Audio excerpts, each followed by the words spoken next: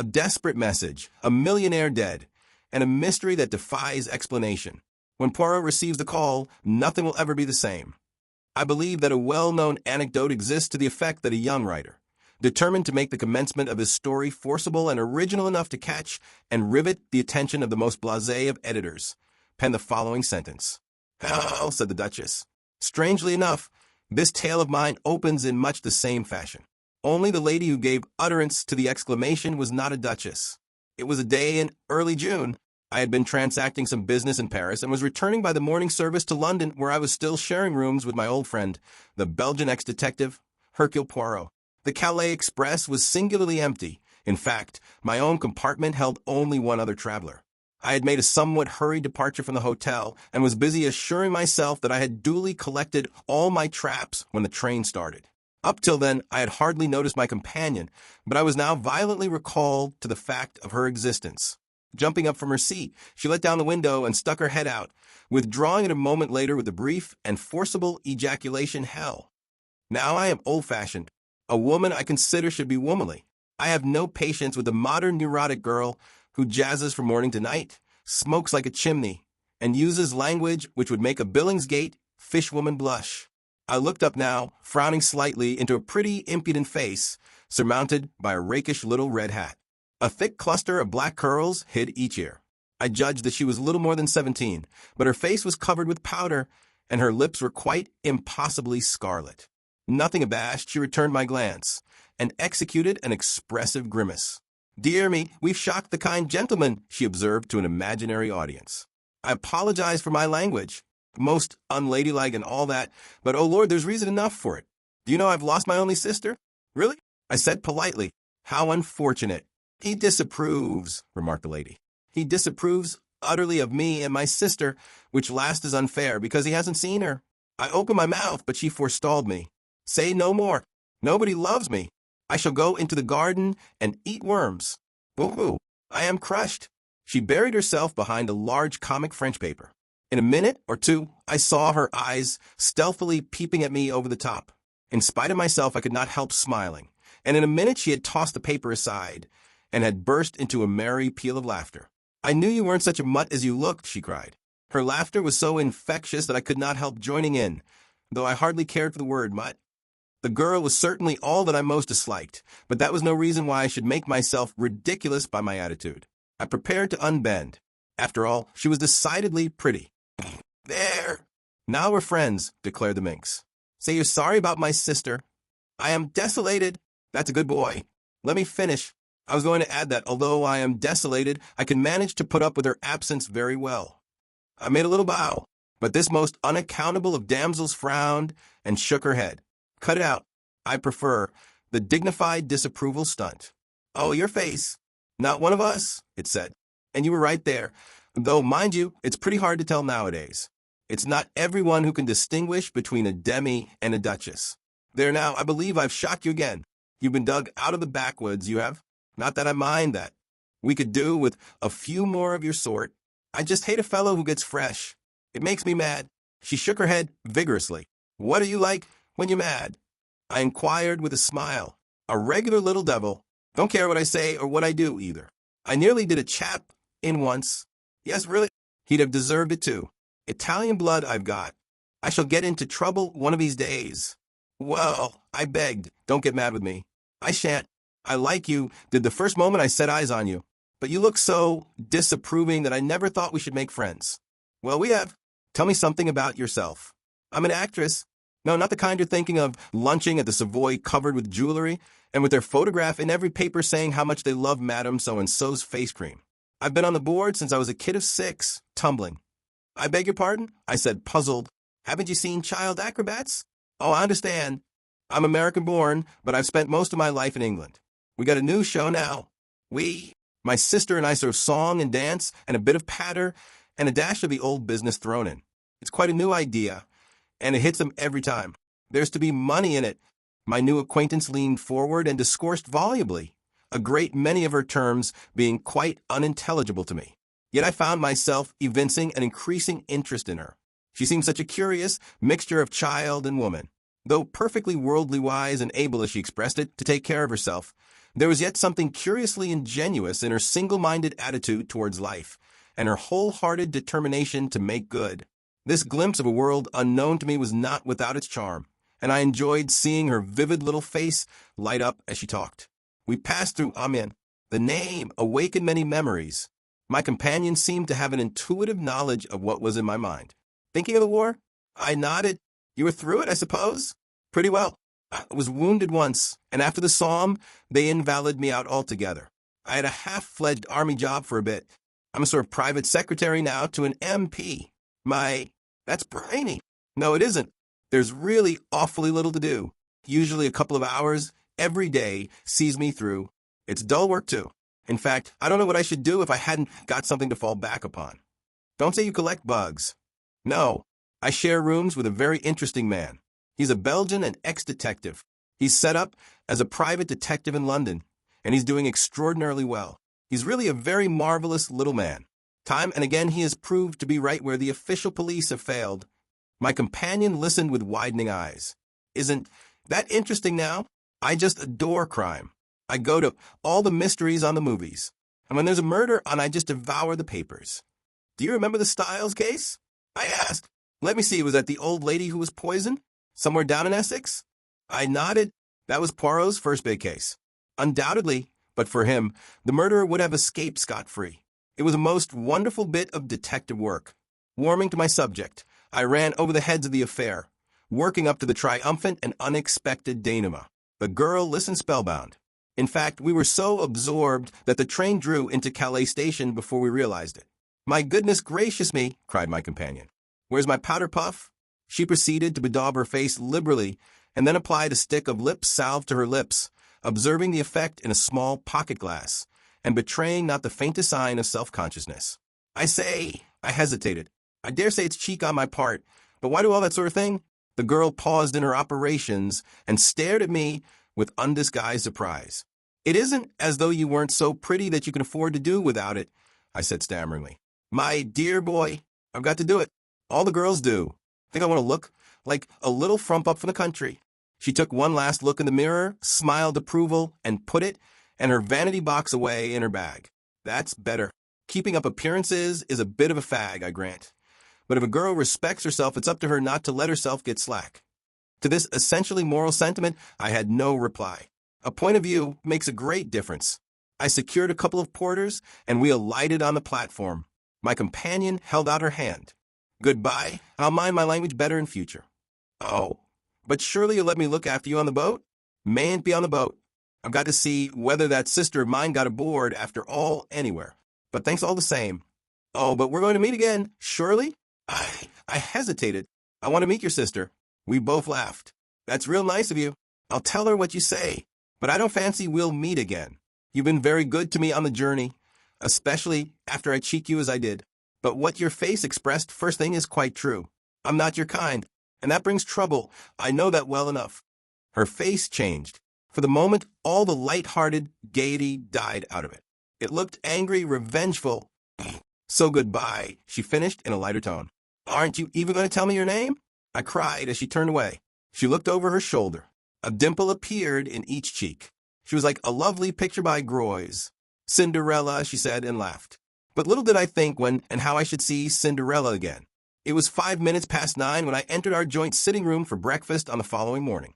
My friend Poirot, exact to the minute as usual, was just tapping the shell of his second egg. He beamed upon me as I entered. You slept well, yes.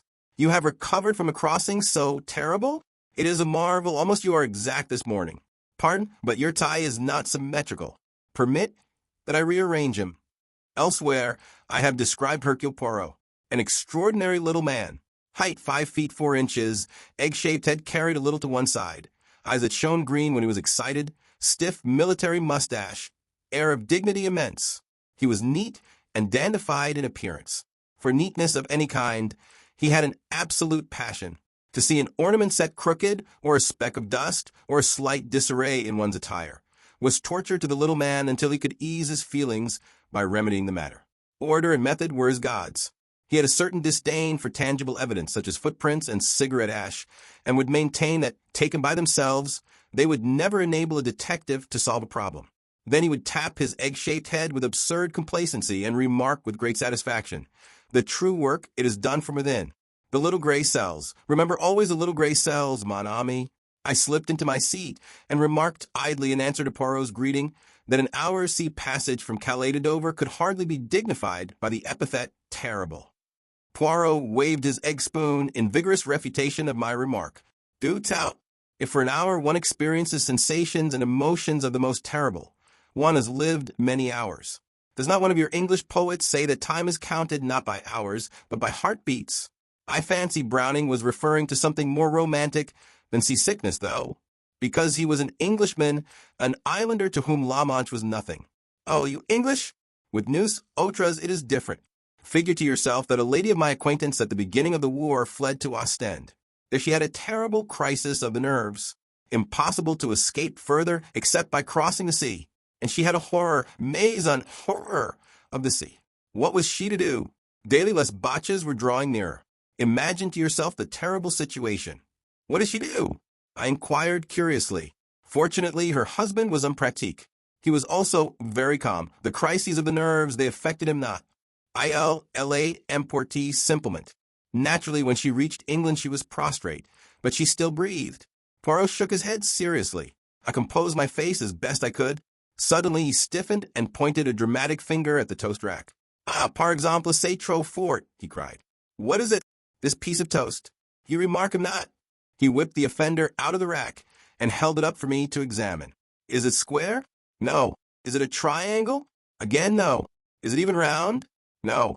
Is it of any shape remotely pleasing to the eye? What symmetry have we here? None. It's cut from a cottage loaf," I explained soothingly. Poirot threw me a withering glance. "What an intelligence has my friend Hastings!" he exclaimed sarcastically. "Comprehend you not that I have forbidden such a loaf haphazard and shapeless, that no baker should permit himself to bake?" I endeavored to distract his mind. "Anything interesting come by the post?" Poirot shook his head with a dissatisfied air. "I have not yet examined my letters, but nothing of interest arrives nowadays.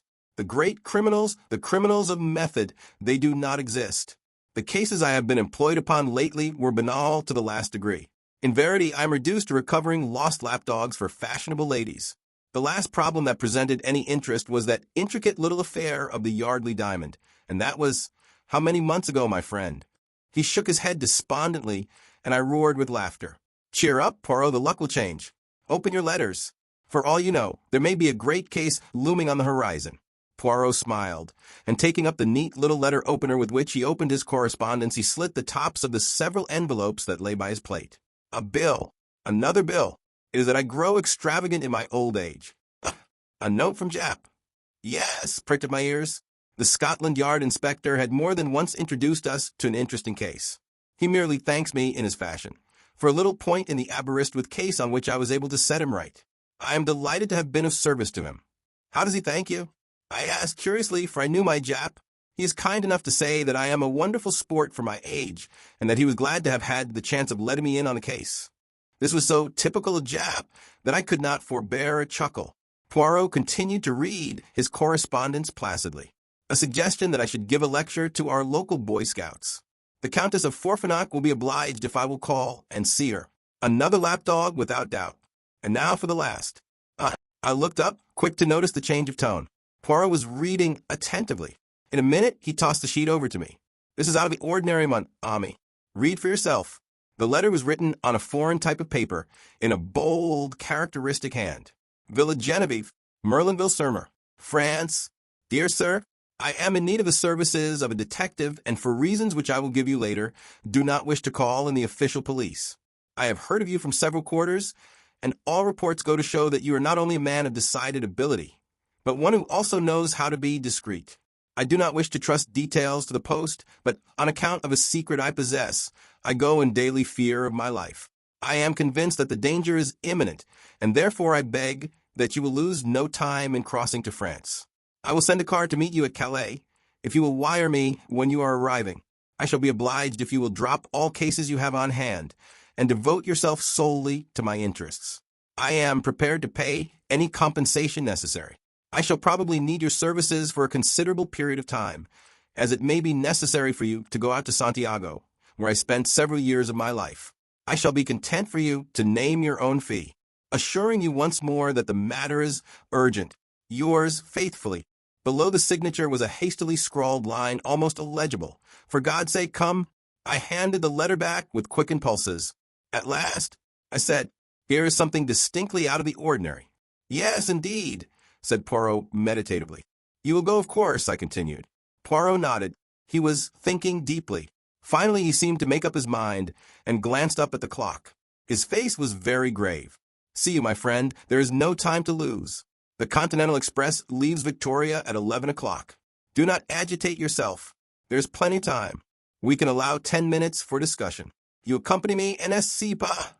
Well, you told me yourself that your employer needed you not for the next few weeks. Oh, that's all right. But this Mr. Renaud hints strongly that his business is private.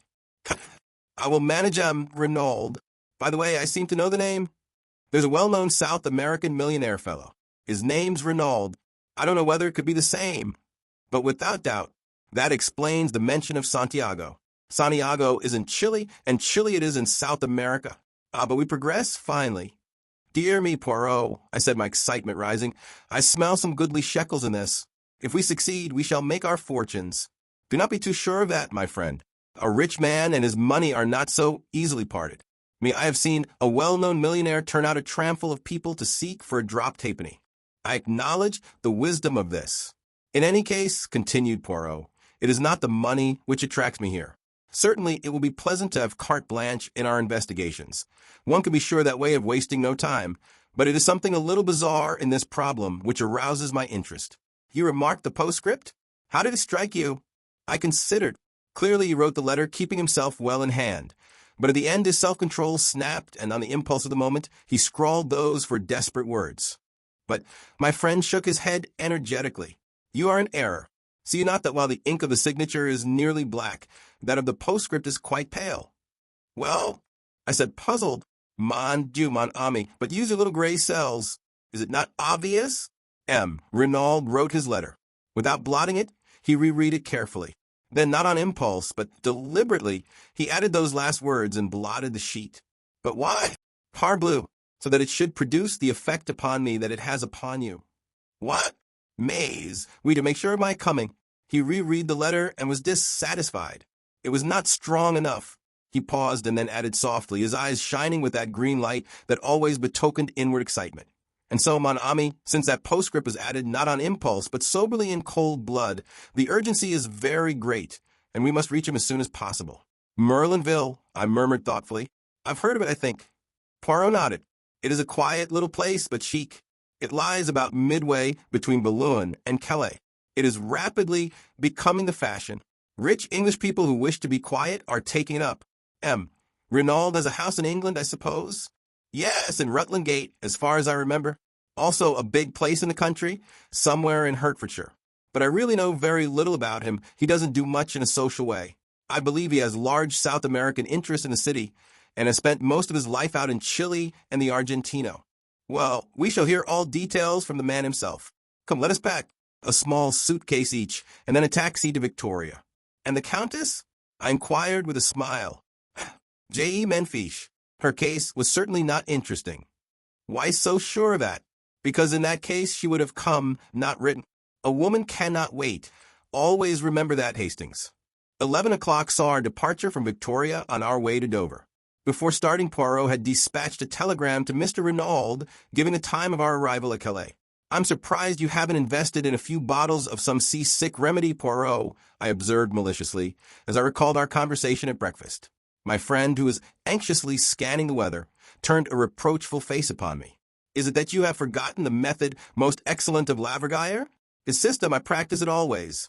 One balances oneself, if you remember, turning the head from left to right, breathing in and out, counting 6 between each breath.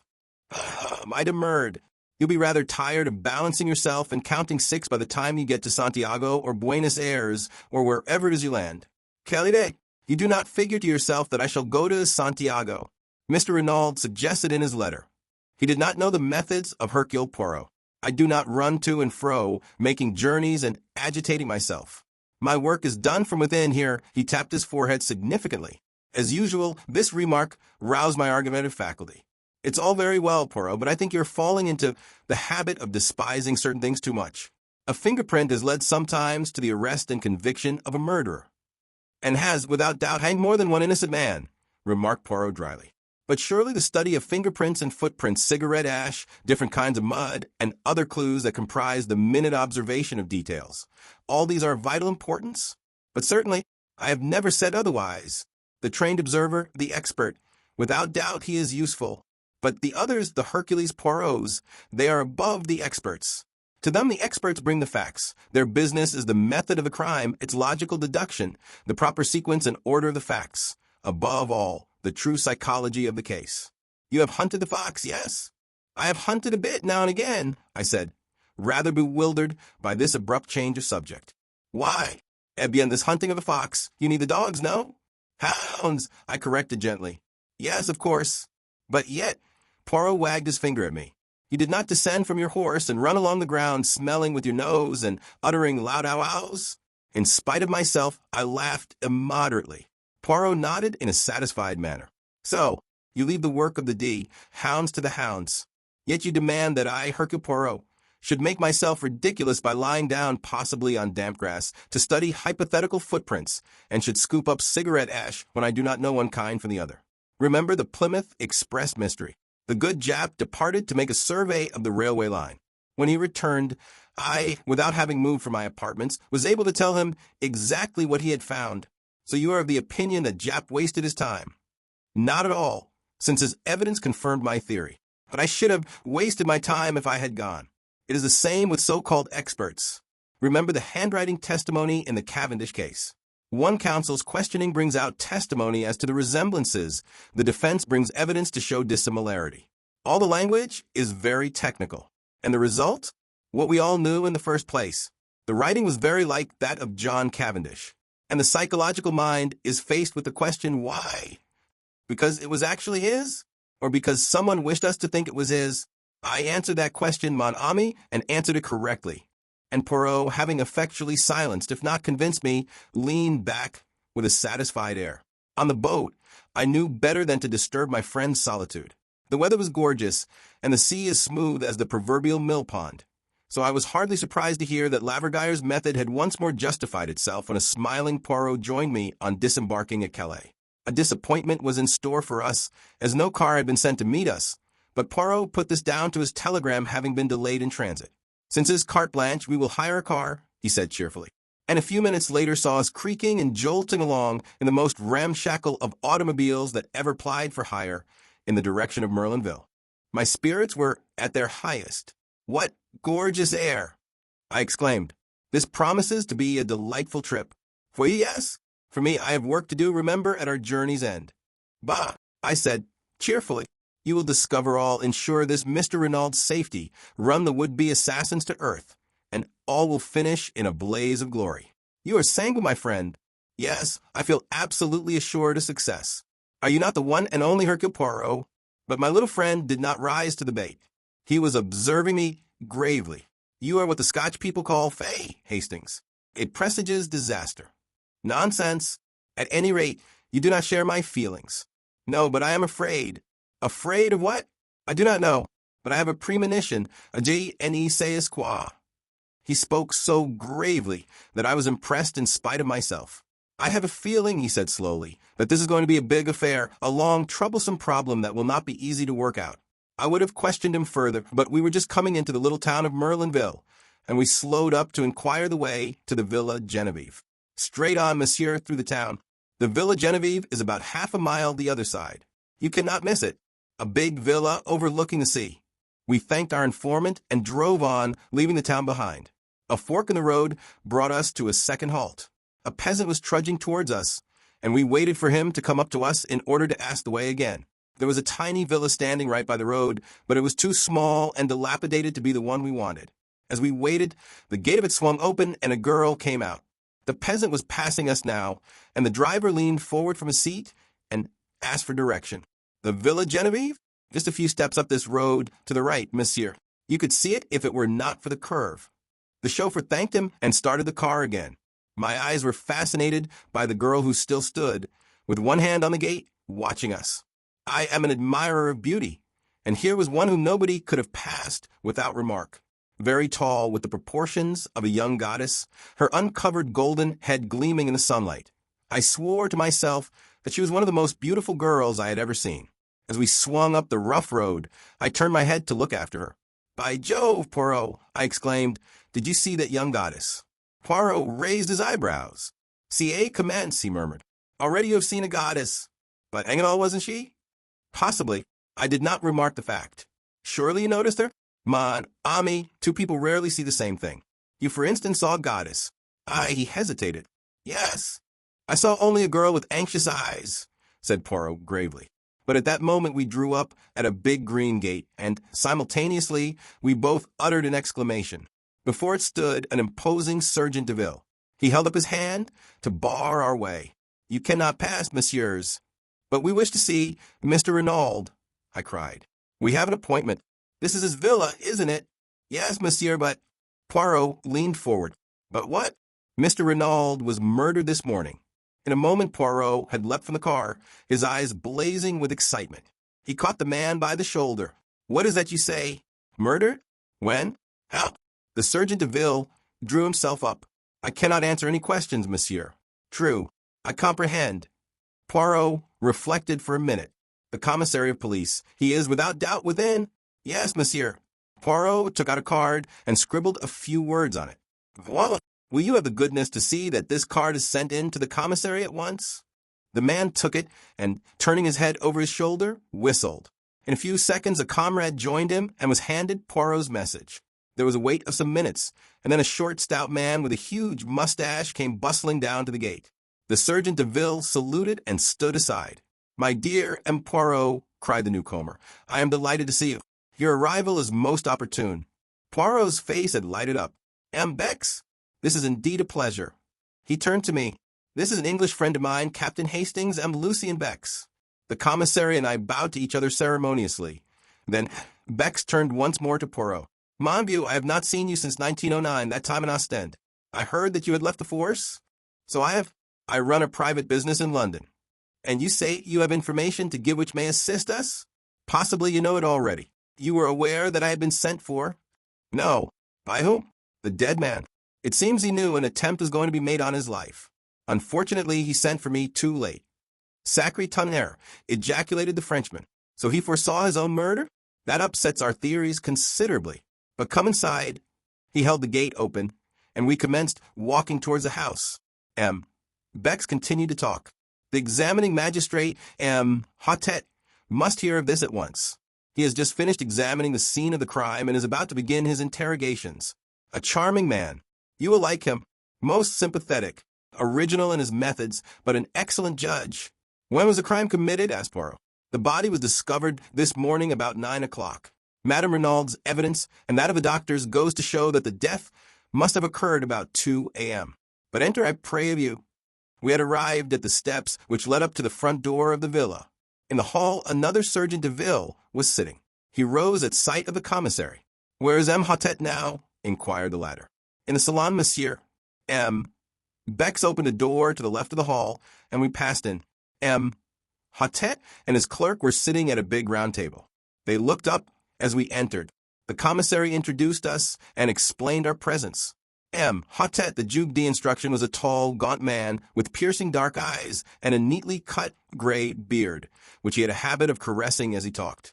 Standing by the mantelpiece was an elderly man with slightly stooping shoulders, who was introduced to us as Dr. Durand. "Most extraordinary," remarked Hotet, as the commissary finished speaking. "You have the letter here, monsieur?" Poirot handed it to him, and the magistrate read it. "He speaks of a secret. What a pity he was not more explicit. We are much indebted to you, Poirot. I hope you will do us the honor of assisting us in our investigations. Or are you obliged to return to London?" "Le Juge, I propose to remain. I did not arrive in time to prevent my client's death, but I feel myself bound in honor to discover the assassin." The magistrate bowed. "These sentiments do you honor. Also, without doubt, Madame Renaud will wish to retain your services." We are expecting M. Giroux from the Charité in Paris any moment, and I am sure that you and he will be able to give each other mutual assistance in your investigations. In the meantime, I hope that you will do me the honor to be present at my interrogations, and I need hardly say that if there is any assistance you require, it is at your disposal. I thank you, monsieur. You will comprehend that at present I am completely in the dark. I know nothing whatever. M. Hotet nodded to the commissary, and the latter took up the tale. This morning, the old servant Françoise, on descending to start her work, found the front door ajar. Feeling a momentary alarm as to burglars, she looked into the dining room, but seeing the silver was safe, she thought no more about it, concluding that her master had, without doubt, risen early and gone for a stroll. Pardon, monsieur, for interrupting, but was that a common practice of his? No, it was not. But old Françoise has the common idea as regards the English, that they are mad and liable to do the most unaccountable things at any moment. Going to call her mistress as usual, a younger maid, Leonie, was horrified to discover her gagged and bound, and almost at the same moment news was brought that M. Renaud's body had been discovered, stone dead, stabbed in the back. Where? That is one of the most extraordinary features of the case. M. Poirot, the body was lying face downwards in an open grave. What? Yes. The pit was freshly dug, just a few yards outside the boundary of the villa grounds. And he had been dead how long? Dr. Durand answered this. I examined the body this morning at 10 o'clock. Death must have taken place at least 7 and possibly 10 hours previously. That fixes it at between midnight and 3 a.m. Exactly, and Madame Renaud's evidence places it at after 2 a.m., which narrows the field still further. Death must have been instantaneous, and naturally could not have been self-inflicted. Poirot nodded, and the commissary resumed. Madame Renaud was hastily freed from the cords that bound her by the horrified servants. She was in a terrible condition of weakness, almost unconscious from the pain of her bonds. It appears that 2 masked men entered the bedroom, gagged and bound her, whilst forcibly abducting her husband. This we know at second hand from the servants. On hearing the tragic news, she fell at once into an alarming state of agitation. On arrival, Dr. Durand immediately prescribed a sedative, and we have not yet been able to question her. But without doubt she will awake more calm, and be equal to bearing the strain of the interrogation. The commissary paused. And the inmates of the house, monsieur? There is old Françoise, the housekeeper. She lived for many years with the former owners of the Villa Genevieve. Then there are 2 young girls, sisters, Denise and Leonie Allard. Their home is in Merlinville, and they come the most respectable parents. Then there is a chauffeur whom M. Renaud brought over from England with him, but he is away on a holiday. Finally, there are Madame Renaud and her son, M. Jacques Renaud. He, too, is away from home at present. Poirot bowed his head.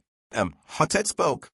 Marchad, the sergeant de Ville, appeared, bringing the woman Françoise. The man saluted and disappeared. In a moment or two he returned, escorting the frightened Françoise. Your name is Françoise Hérichet? Yes, monsieur. You have been a long time in service at the Villa Genevieve? 11 years with Madame la Vicomtesse.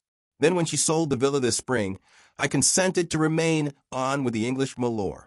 Never did I imagine. The magistrate cut her short. Without doubt, without doubt. Now, Françoise, in this matter of the front door, whose business was it to fasten it at night? My monsieur, always I saw to it myself. And last night, I fastened it as usual. You're sure of that? I swear it, by the blessed saint, monsieur. What time would that be? The same time as usual, 10:30, monsieur. What about the rest of the household? Had they gone up to bed?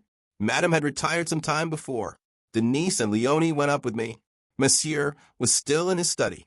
Then, if any one unfastened the door afterwards, it must have been M. Renaud himself? Françoise shrugged her broad shoulders. What should he do that for? With robbers and assassins passing every minute. A nice idea. Monsieur was not an imbecile. It is not as though he had had to let Cette Dame out. The magistrate interrupted sharply. Cette Dame? What lady do you mean? Why, the lady who came to see him.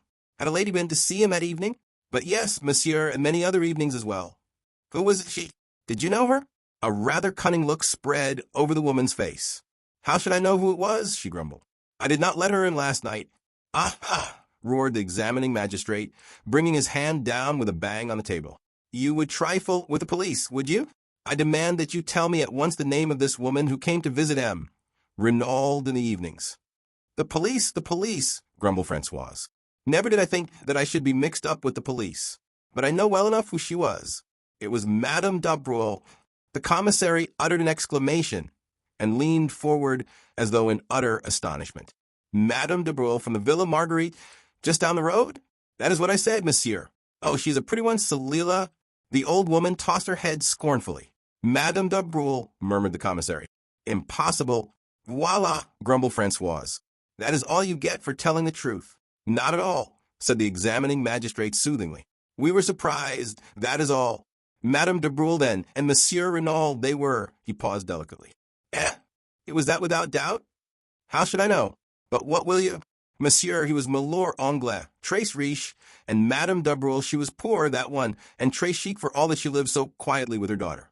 Not a doubt of it. She has had her history. She is no longer young, but my FOI.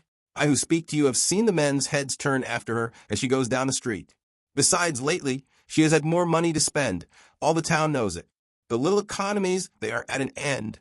And Francoise shook her head with an air of unalterable certainty. Hotet stroked his beard reflectively. And Madame Renaud, he asked at length, how did she take this friendship? Francoise shrugged her shoulders. She was always most amiable, most polite. One would say that she suspected nothing. But all the same, is it not so? The heart suffers, monsieur. Day by day, I have watched Madame grow paler and thinner. She was not the same woman who arrived here a month ago. Monsieur, too, has changed. He also has had his worries. One could see that he was on the brink of a crisis of the nerves. And who could wonder with an affair conducted such a fashion? No reticence, no discretion. Style Anglais without doubt. I bounded indignantly in my seat, but the examining magistrate was continuing his questions, undistracted by side issues. You say that Renaud had not to let Madame d'Abreuil out? Had she left then? Yes, monsieur. I heard them come out of the study and go to the door. Monsieur said good night and shut the door after her. What time was that? About 25 minutes after 10, monsieur. Do you know when Renaud went to bed? I heard him come up about 10 minutes after we did. The stair creaks so that one hears every one who goes up and down. And that is all? You heard no sound of disturbance during the night? Nothing whatever, monsieur. Which of the servants came down the first in the morning? I did, monsieur. At once I saw the door swinging open. What about the other downstairs windows? Were they all fastened? Every one of them. There was nothing suspicious or out of place anywhere. Good, Francoise, you can go. The old woman shuffled towards the door. On the threshold, she looked back. I will tell you one thing, monsieur. That Madame d'Abreuil, she is a bad one. Oh, yes, one woman knows about another. She is a bad one, remember that. And, shaking her head sagely, Francoise left the room. Leonie Allard, called the magistrate. Leonie appeared dissolved in tears and inclined to be hysterical. Hotet dealt with her adroitly. Her evidence was mainly concerned with the discovery of her mistress gagged and bound, of which she gave rather an exaggerated account. She, like Francoise, had heard nothing during the night. Her sister, Denise, succeeded her. She agreed that her master had changed greatly of late. Every day he became more and more morose. He ate less. He was always depressed. But Denise had her own theory. Without doubt it was the mafia he had on his track. Two masked men, who else could it be? A terrible society that.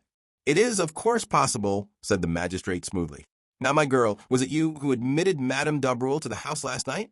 Not last night, monsieur. The night before.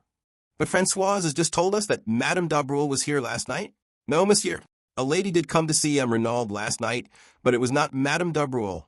Surprised, the magistrate insisted, but the girl held firm. She knew Madame d'Abreuil perfectly by sight. This lady was dark also, but shorter and much younger. Nothing could shake her statement. Had you ever seen this lady before? Never, monsieur. And then the girl added diffidently, but I think she was English. English? Yes, monsieur. She asked for Renaud in quite good French, but the accent, one can always tell it, n'est-ce pas? Besides, when they came out of the study, they were speaking in English. Did you hear what they said? Could you understand it? I speak the English very well, said Denise with pride. The lady was speaking too fast for me to catch what she said, but I heard monsieur's last words as he opened the door for her. She paused and then repeated carefully and laboriously, Yes, but for God's sake go now. Yes, but for God's sake go now, repeated the magistrate. He dismissed Denise and after a moment or two for consideration, recalled Francoise. To her he propounded the question as to whether she had not made a mistake in fixing the night of Madame d'Abreuil's visit. Francoise, however, proved unexpectedly obstinate. It was last night that Madame d'Abreuil had come. Without a doubt it was she. Denise wished to make herself interesting, voila a tout. So she had cooked up this fine tale about a strange lady, airing her knowledge of English too. Probably Monsieur had never spoken that sentence in English at all, and even if he had, it proved nothing, for Madame d'Abreuil spoke English perfectly, and generally used that language when talking to M. and Madame Renaud. You see, M. Jack, the son of Monsieur, was usually here, and he spoke the French very badly. The magistrate did not insist. Instead, he inquired about the chauffeur and learned that only yesterday M. Renaud had declared that he was not likely to use the car, and that Masters might just as well take a holiday. A perplexed frown was beginning to gather between Poirot's eyes. "What is it?" I whispered. He shook his head impatiently and asked a question. "Pardon, M. Bex, but without doubt M. Renaud could drive the car himself?" The commissary looked over at Francoise, and the old woman replied promptly, "No, Monsieur did not drive himself." Poirot's frown deepened. "I wish you would tell me what is worrying you," I said impatiently. "See you not? In his letter, M. Renaud speaks of sending the car for me to Calais." "Perhaps he meant a hired car," I suggested. "Doubtless that is so. But why hire a car when you have one of your own? Why choose yesterday to send away the chauffeur on a holiday, suddenly, at a moment's notice? Was it that for some reason he wanted him out of the way before we arrived?" Francoise had left the room. The magistrate was drumming thoughtfully on the table. "M. Bex," he said at length, "here we have directly conflicting testimony. Which are we to believe, Francoise or Denise?"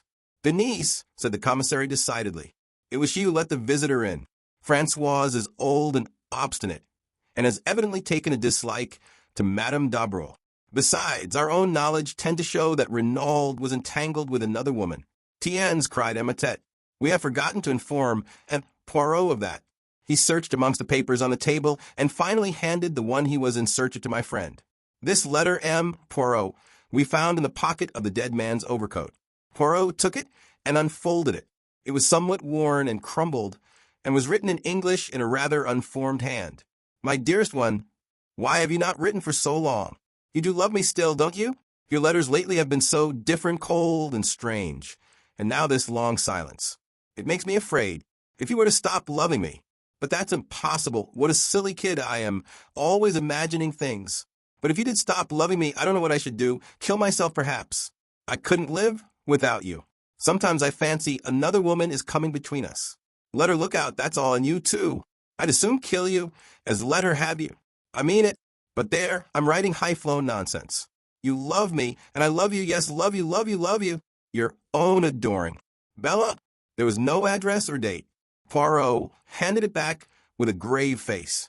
"And the assumption is M. le Juge." The examining magistrate shrugged his shoulders. "Obviously, M. Renaud was entangled with this Englishwoman, Bella. He comes over here, meets Madame d'Abreuil, and starts an intrigue with her. He cools off to the other, and she instantly suspects something. This letter contains a distinct threat.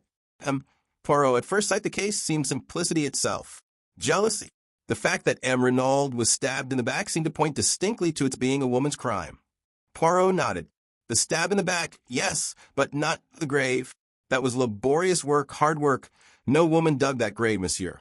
That was a man's doing." The commissary exclaimed excitedly, Yes, you are right. We did not think of that."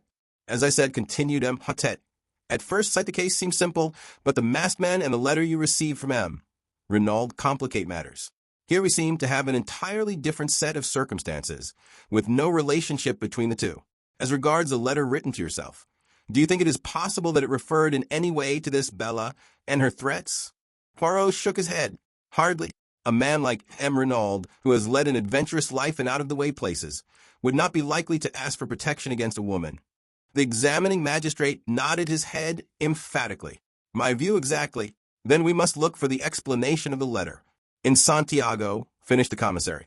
"I shall cable without delay to the police in that city, requesting full details of the murdered man's life out there, his love affairs, his business transactions, his friendships, and any enmities he may have incurred. It will be strange if, after that, we do not hold a clue to his mysterious murder." The commissary looked round for approval. "Excellent," said Poirot appreciatively. "His wife, too, may be able to give us a pointer," added the magistrate. "You have found no other letters from Miss Bella amongst M. Renaud's effects?" asked Poirot. "No. Of course, one of our first proceedings was to search through his private papers in the study. We found nothing of interest, however. All seemed square and above board. The only thing at all out of the ordinary was his will. Here it is. Poirot ran through the document. So, a legacy of £1,000 to Mr. Stoner. Who is he, by the way? M. Renaud's secretary. He remained in England, but was over here once or twice for a weekend. And everything else left unconditionally to his beloved wife, Eloise. Simply drawn up, but perfectly legal. Witnessed by the two servants, Denise and Francoise. Nothing so very unusual about that. He handed it back. Perhaps, began Bex, you did not notice. The date? Twinkled Poirot. But yes, I noticed it. A fortnight ago. Possibly it marks his first intimation of danger. Many rich men die intestate through never considering the likelihood of their demise. But it is dangerous to draw conclusions prematurely.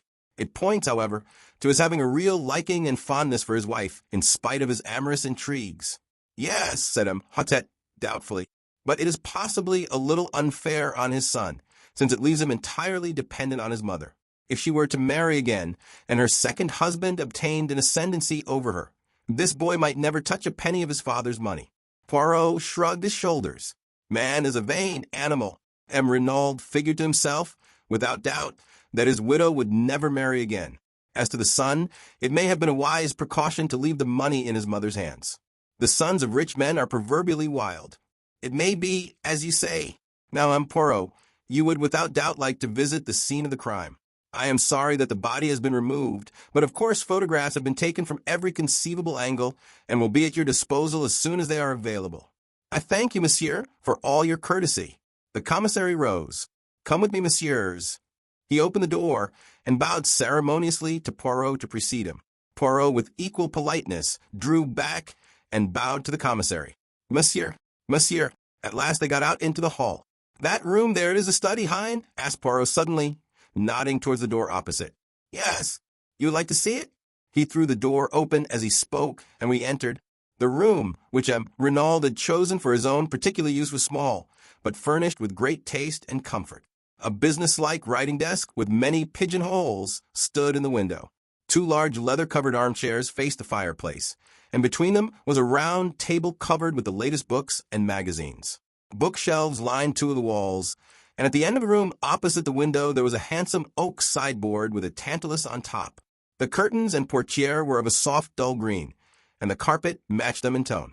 Poirot stood a moment taking in the room.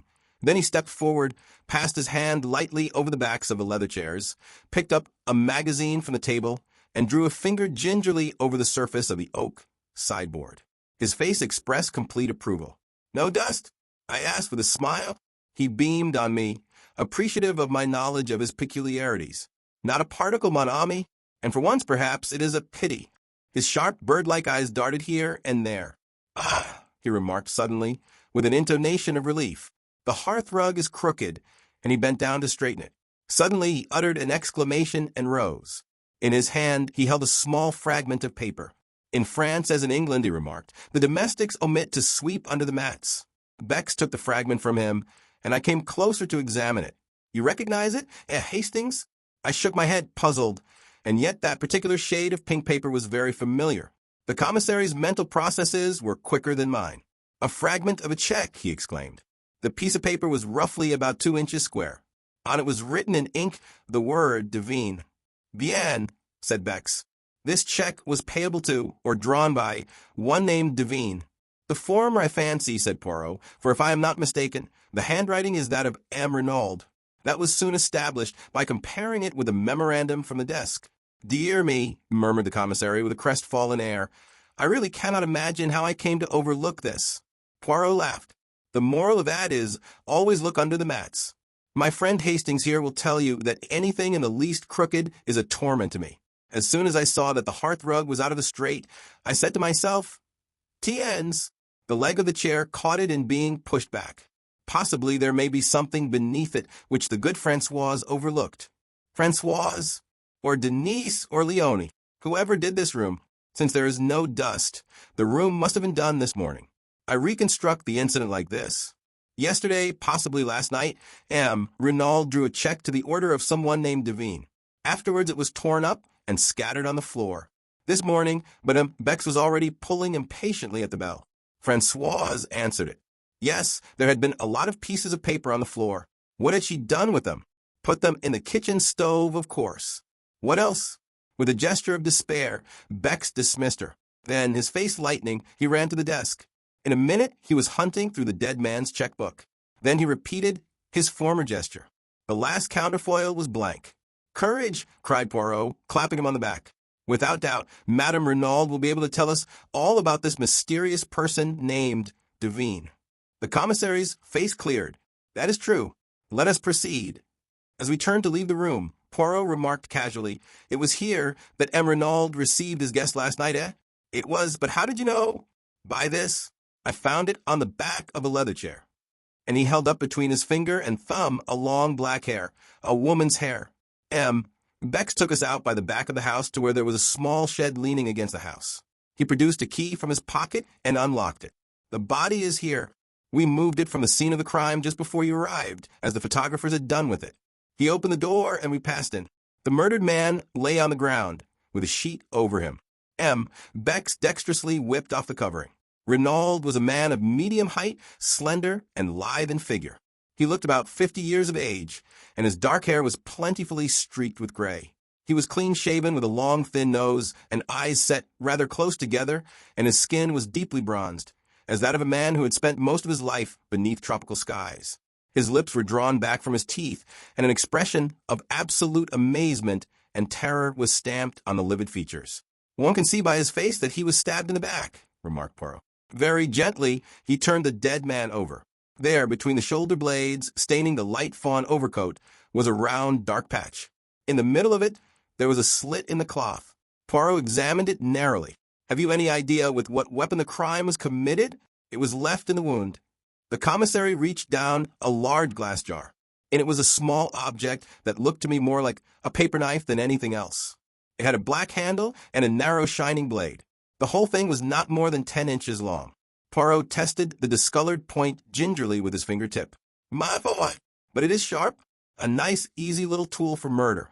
"Unfortunately, we could find no trace of fingerprints on it," remarked Bex regretfully. "The murderer must have worn gloves." "Of course he did," said Poirot contemptuously. "Even in Santiago, they know enough for that. The veriest amateur of an English mise knows it, thanks to the publicity the Bertillon system has been given in the press. All the same, it interests me very much that there were no fingerprints. It is so amazingly simple to leave the fingerprints of someone else. And then the police are happy." He shook his head. "I very much fear our criminal is not a man of method. Either that, or he was pressed for time. But we shall see." He let the body fall back into its original position. "He wore only underclothes under his overcoat, I see," he remarked. "Yes, the examining magistrate thinks that is rather a curious point." At this minute, there was a tap on the door, which Bex had closed after him. He strode forward and opened it. Francoise was there. She endeavored to peep in with ghoulish curiosity. "Well, what is it?" demanded Bex impatiently. "Madam, she sends a message that she is much recovered and is quite ready to receive the examining magistrate." "Good," said Bex briskly. "Tell Hotet and say that we will come at once." Poirot lingered a moment, looking back towards the body. I thought for a moment that he was going to apostrophize it, to declare aloud his determination never to rest till he had discovered the murderer. But when he spoke, it was tamely and awkwardly, and his comment was ludicrously inappropriate to the solemnity of the moment. "He wore his overcoat very long," he said constrainedly. "We found Hotet awaiting us in the hall, and we all proceeded upstairs together, Francoise marching ahead to show us the way. Poirot went up in a zigzag fashion which puzzled me until he whispered with a grimace. No wonder the servants heard M. Renaud mounting the stairs, not a board of them but creaks fit to wake the dead. At the head of the staircase, a small passage branched off. "The servants' quarters," explained Bex. We continued along a corridor, and Francoise tapped on the last door to the right of it. A faint voice bade us enter, and we passed into a large sunny apartment looking out towards the sea, which showed blue and sparkling about a quarter of a mile distant. On a couch, propped up with cushions and attended by Dr. Durand, lay a tall, striking-looking woman. She was middle-aged, and her once dark hair was now almost entirely silvered, but the intense vitality and strength of her personality would have made itself felt anywhere. You knew at once that you were in the presence of what the French call une maîtresse femme. She greeted us with a dignified inclination of the head. "Pray be seated, messieurs." We took chairs, and the magistrate's clerk established himself at a round table. "I hope, madam," began Imhotep, "that it will not distress you unduly to relate to us what occurred last night." "Not at all, monsieur. I know the value of time, if these scoundrelly assassins are to be caught and punished." "Very well, madam. It will fatigue you less, I think, if I ask you questions and you confine yourself to answering them. At what time did you go to bed last night?" "At 9:30, monsieur. I was tired." "And your husband?" "About an hour later, I fancy." "Did he seem disturbed, upset in any way?" "No, not more than usual." "What happened then?" "We slept. I was awakened by a hand being pressed over my mouth. I tried to scream out, but the hand prevented me. There were 2 men in the room. They were both masked." "Can you describe them at all, madam?" "One was very tall and had a long black beard. The other was short and stout. His beard was reddish. They both wore hats pulled down over their eyes." Said the magistrate thoughtfully. "Too much beard, I fear." "You mean they were false?" "Yes, madam. But continue your story." "It was the short man who was holding me. He forced a gag into my mouth and then bound me with rope hand and foot. The other man was standing over my husband. He had caught up my little dagger paper knife on the dressing table and was holding it with the point just over his heart. When the short man had finished with me, he joined the other, and they forced my husband to get up and accompany them into the dressing room next door. I was nearly fainting with terror. Nevertheless, I listened desperately. They were speaking in too low a tone for me to hear what they said, but I recognized the language, a bastard Spanish, such as is spoken in some parts of South America. They seemed to be demanding something from my husband, and presently they grew angry, and their voices rose a little. I think the tall man was speaking. "You know what we want," he said. "The secret. Where is it?"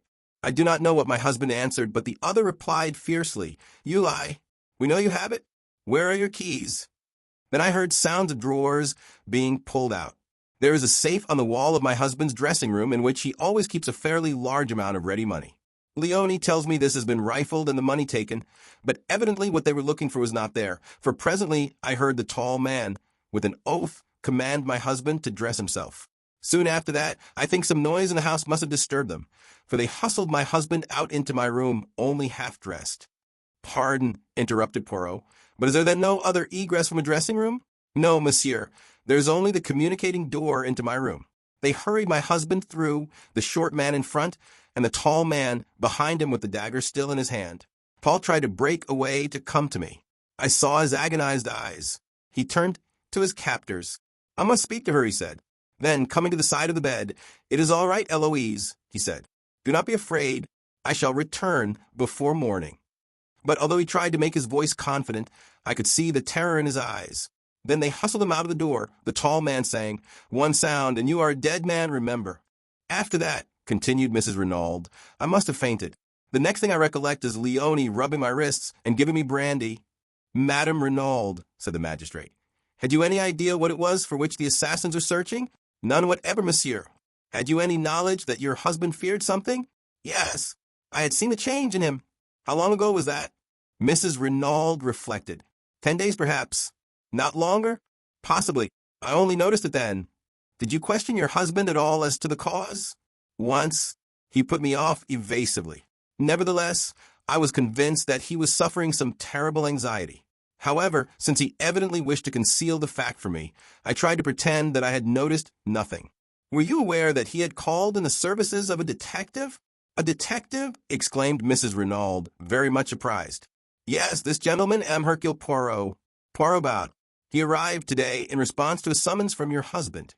And taking the letter written by M. Renaud from his pocket, he handed it to the lady.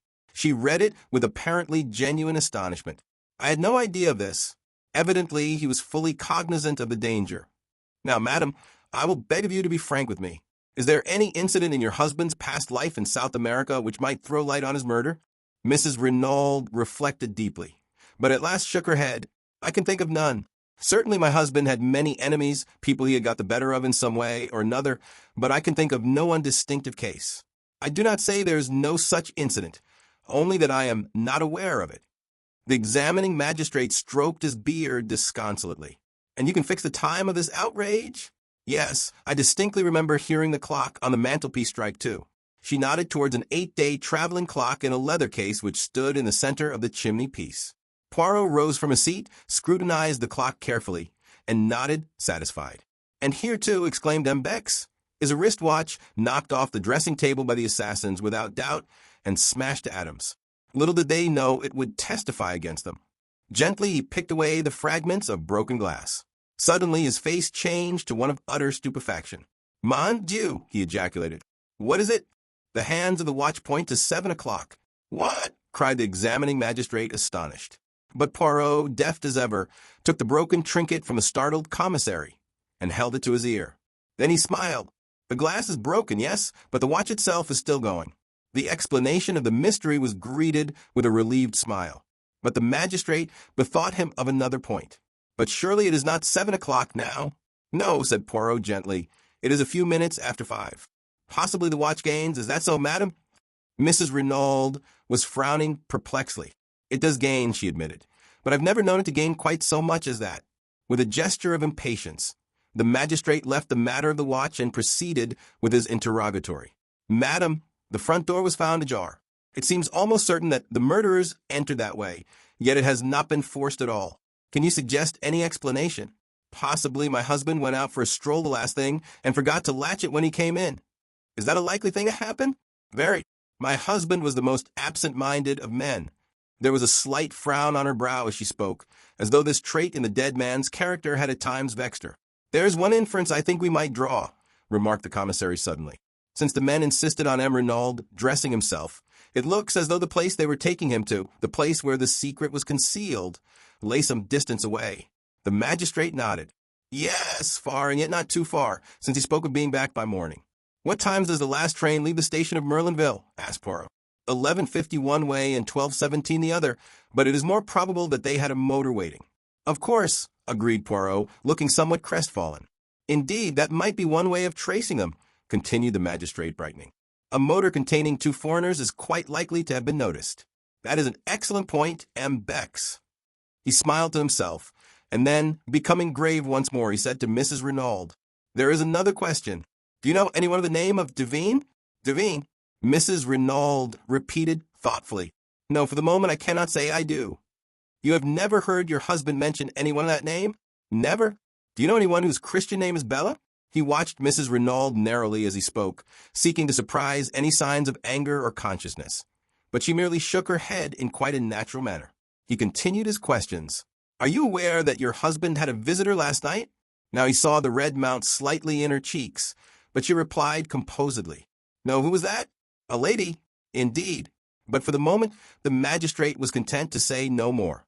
It seemed unlikely that Madame d'Abreuil had any connection with the crime, and he was anxious not to upset Mrs. Renaud more than necessary. He made a sign to the commissary, and the latter replied with a nod. Then rising, he went across the room, and returned with the glass jar we had seen in the outhouse in his hand. From this, he took the dagger.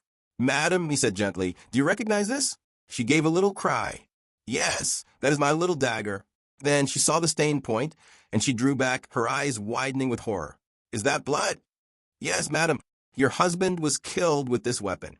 He removed it hastily from sight." "You're quite sure about its being the one that was on your dressing table last night?" "Oh, yes. It was a present from my son. He was in the Air Force during the war. He gave his age as older than it was." There was a touch of the proud mother in her voice. "This was made from a streamlined aeroplane wire, and was given to me by my son as a souvenir of the war." "I see, madam. That brings us to another matter. Your son, where is he now? It is necessary that he should be telegraphed to without delay." "Jack?" "He is on his way to Buenos Aires." "What?" "Yes. My husband telegraphed to him yesterday.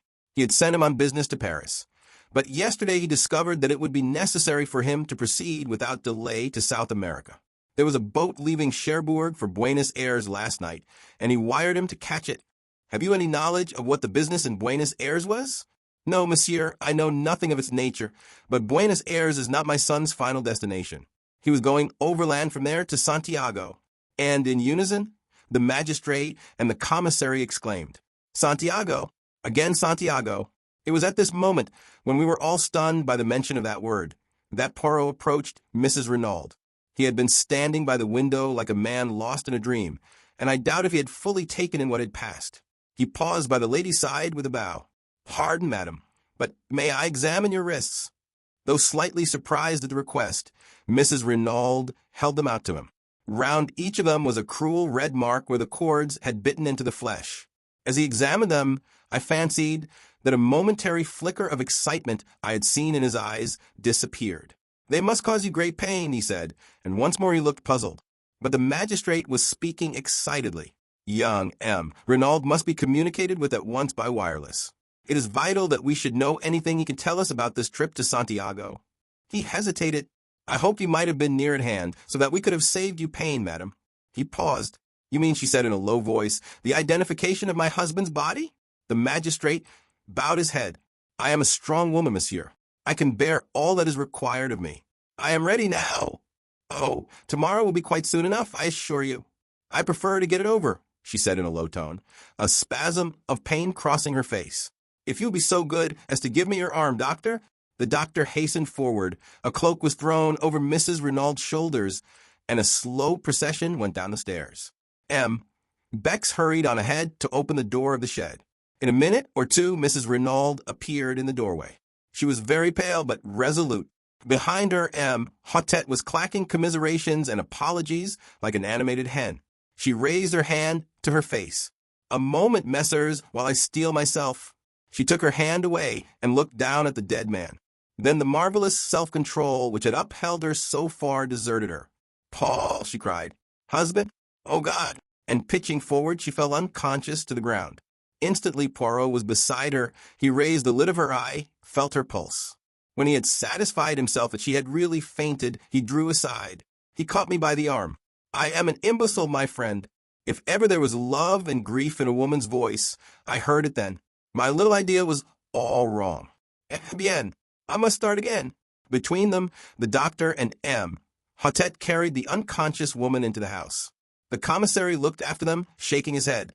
"Pauvre femme," he murmured to himself. The shock was too much for her. "Well, we can do nothing. Now, Poirot, shall we visit the place where the crime was committed?" "If you please, Bex." We passed through the house and out by the front door. Poirot had looked up at the staircase in passing and shook his head in a dissatisfied manner. "It is to me incredible that the servants heard nothing. The creaking of that staircase, with 3 people descending it, would awaken the dead. It was the middle of the night, remember. They were sound asleep by then." But Poirot continued to shake his head as though not fully accepting the explanation. On the sweep of the drive, he paused, looking up at the house. What moved them in the first place to try if the front door were open?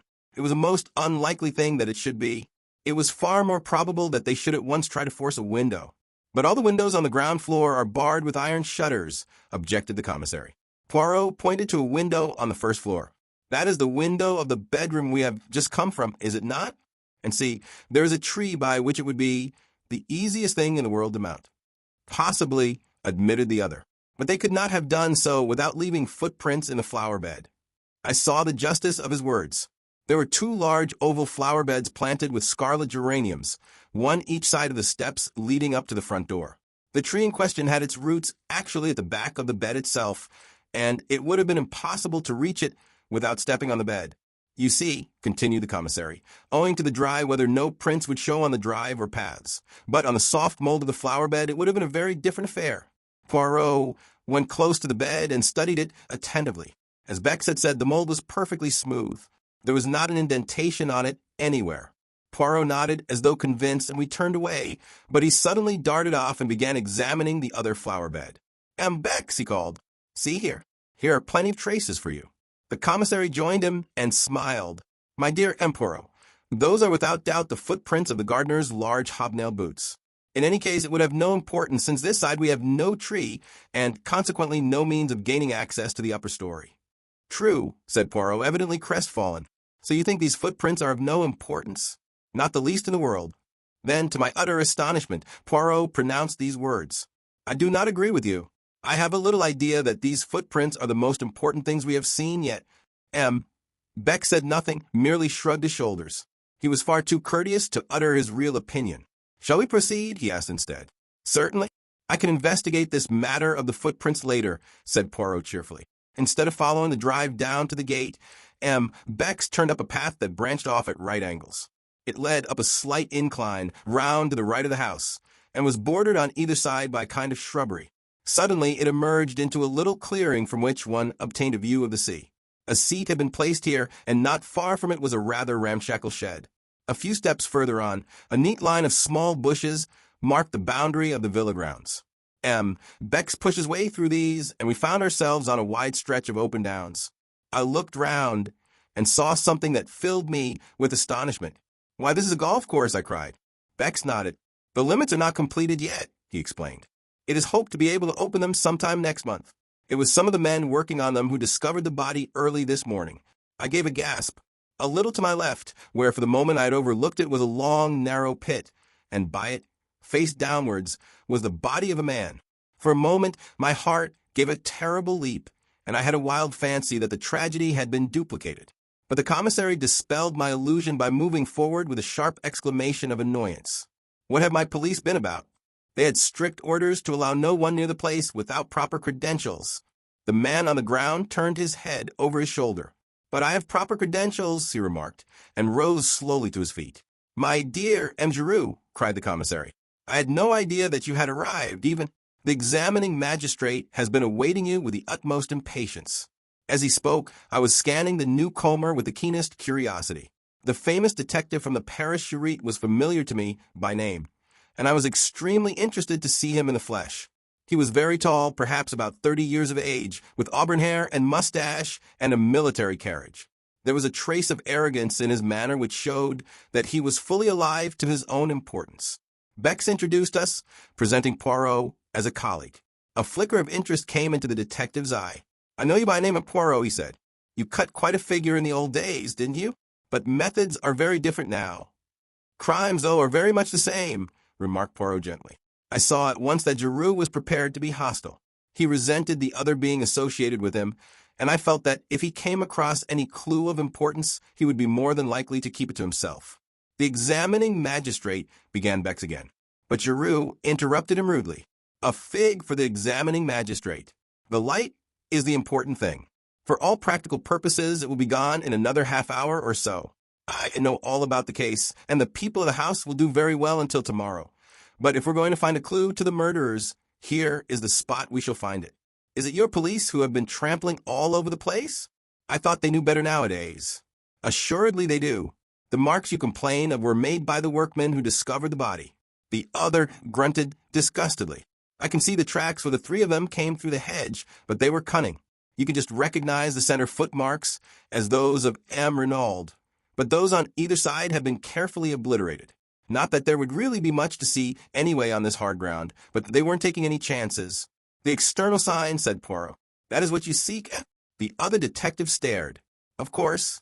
A very faint smile came to Poirot's lips. He seemed about to speak, but checked himself. He bent down to where a spade was lying. "That's what the grave was dug with right enough," said Giroux. "But you'll get nothing from it. It was Renaud's own spade, and the man who used it wore gloves. Here they are." He gesticulated with his foot to where two soiled, earth-stained gloves were lying. "And they're Renaud's too, or at least his gardener's. I tell you, the men who planned out this crime are taking no chances. The man was stabbed with his own dagger, and would have been buried with his own spade. They counted on leaving no traces. But I'll beat them. There's always something, and I mean to find it." But Poirot was now apparently interested in something else, a short, discolored piece of lead piping which lay beside the spade. He touched it delicately with his finger. "And does this, too, belong to the murdered man?" he asked, and I thought I detected a subtle flavor of irony in the question. Giroux shrugged his shoulders to indicate that he neither knew nor cared. "May have been lying around here for weeks. Anyway, it doesn't interest me." "I, on the contrary, find it very interesting," said Poirot sweetly. I guessed that he was merely bent on annoying the Paris detective, and if so, he succeeded. The other turned away rudely, remarking that he had no time to waste, and bending down, he resumed his minute search of the ground.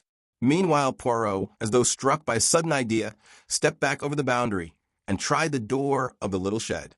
"That's locked," said Giroux over his shoulder. "But it's only a place where the gardener keeps his rubbish.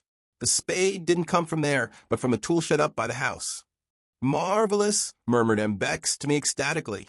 "He has been here but half an hour, and he already knows everything. What a man!" Undoubtedly, Giroux is the greatest detective alive today. Although I disliked the detective heartily, I nevertheless was secretly impressed. Efficiency seemed to radiate from the man. I could not help feeling that, so far, Poirot had not greatly distinguished himself, and it vexed me. He seemed to be directing his attention to all sorts of silly, puerile points that had nothing to do with the case. Indeed, at this juncture he suddenly asked, Bex, tell me, I pray you, the meaning of this whitewashed line that extends all round the grave. Is it a device of the police? No, Poirot, it is an affair of the golf course. It shows that there is here to be a bunker, as you call it. A bunker? Poirot turned to me. That is the irregular hole filled with sand and a bank at one side, is it not? I concurred. You do not play the golf, Poirot? Inquired Bex. I? Never? What a game! He became excited. Figure to yourself, each hole it is of a different length. The obstacles they are not arranged mathematically. Even the greens are frequently up one side. There's only one pleasing thing. How do you call them? Tee boxes. They at least are symmetrical. I could not refrain from a laugh at the way the game appeared to Poirot, and my little friend smiled at me affectionately, bearing no malice. Then he asked, But Renaud, without doubt he played the golf? Yes, he was a keen golfer. It's mainly owing to him and to his large subscriptions that this work is being carried forward. He even had a say in the designing of it. Poirot nodded thoughtfully. Then he remarked, It was not a very good choice they made of a spot to bury the body. When the men began to dig up the ground, all would have been discovered. Exactly, cried Giroux triumphantly, and that proves that they were strangers to the place. It's an excellent piece of indirect evidence. Yes, said Poirot doubtfully. No one who knew would bury a body there, unless they wanted it to be discovered. And that is clearly absurd, is it not? Giroux did not even trouble to reply. Yes, said Poirot in a somewhat dissatisfied voice. Yes, undoubtedly absurd. As we retraced our steps to the house, Bex excused himself for leaving us, explaining that he must immediately acquaint the examining magistrate with the fact of Giroux's arrival. Giroux himself had been obviously delighted when Poirot declared that he had seen all he wanted. The last thing we observed as we left the spot was Giroux crawling about on all fours, with a thoroughness in his search that I could not but admire. Poirot guessed my thoughts, for as soon as we were alone he remarked ironically, At last you have seen the detective you admire, the human foxhound. Is it not so, my friend? At any rate, he's doing something, I said with asperity. If there's anything to find, he'll find it. Now you. Bien. I also have found something, a piece of lead piping. Nonsense, Poirot. You know very well that's got nothing to do with it. I meant little things, traces that may lead us infallibly to the murderers.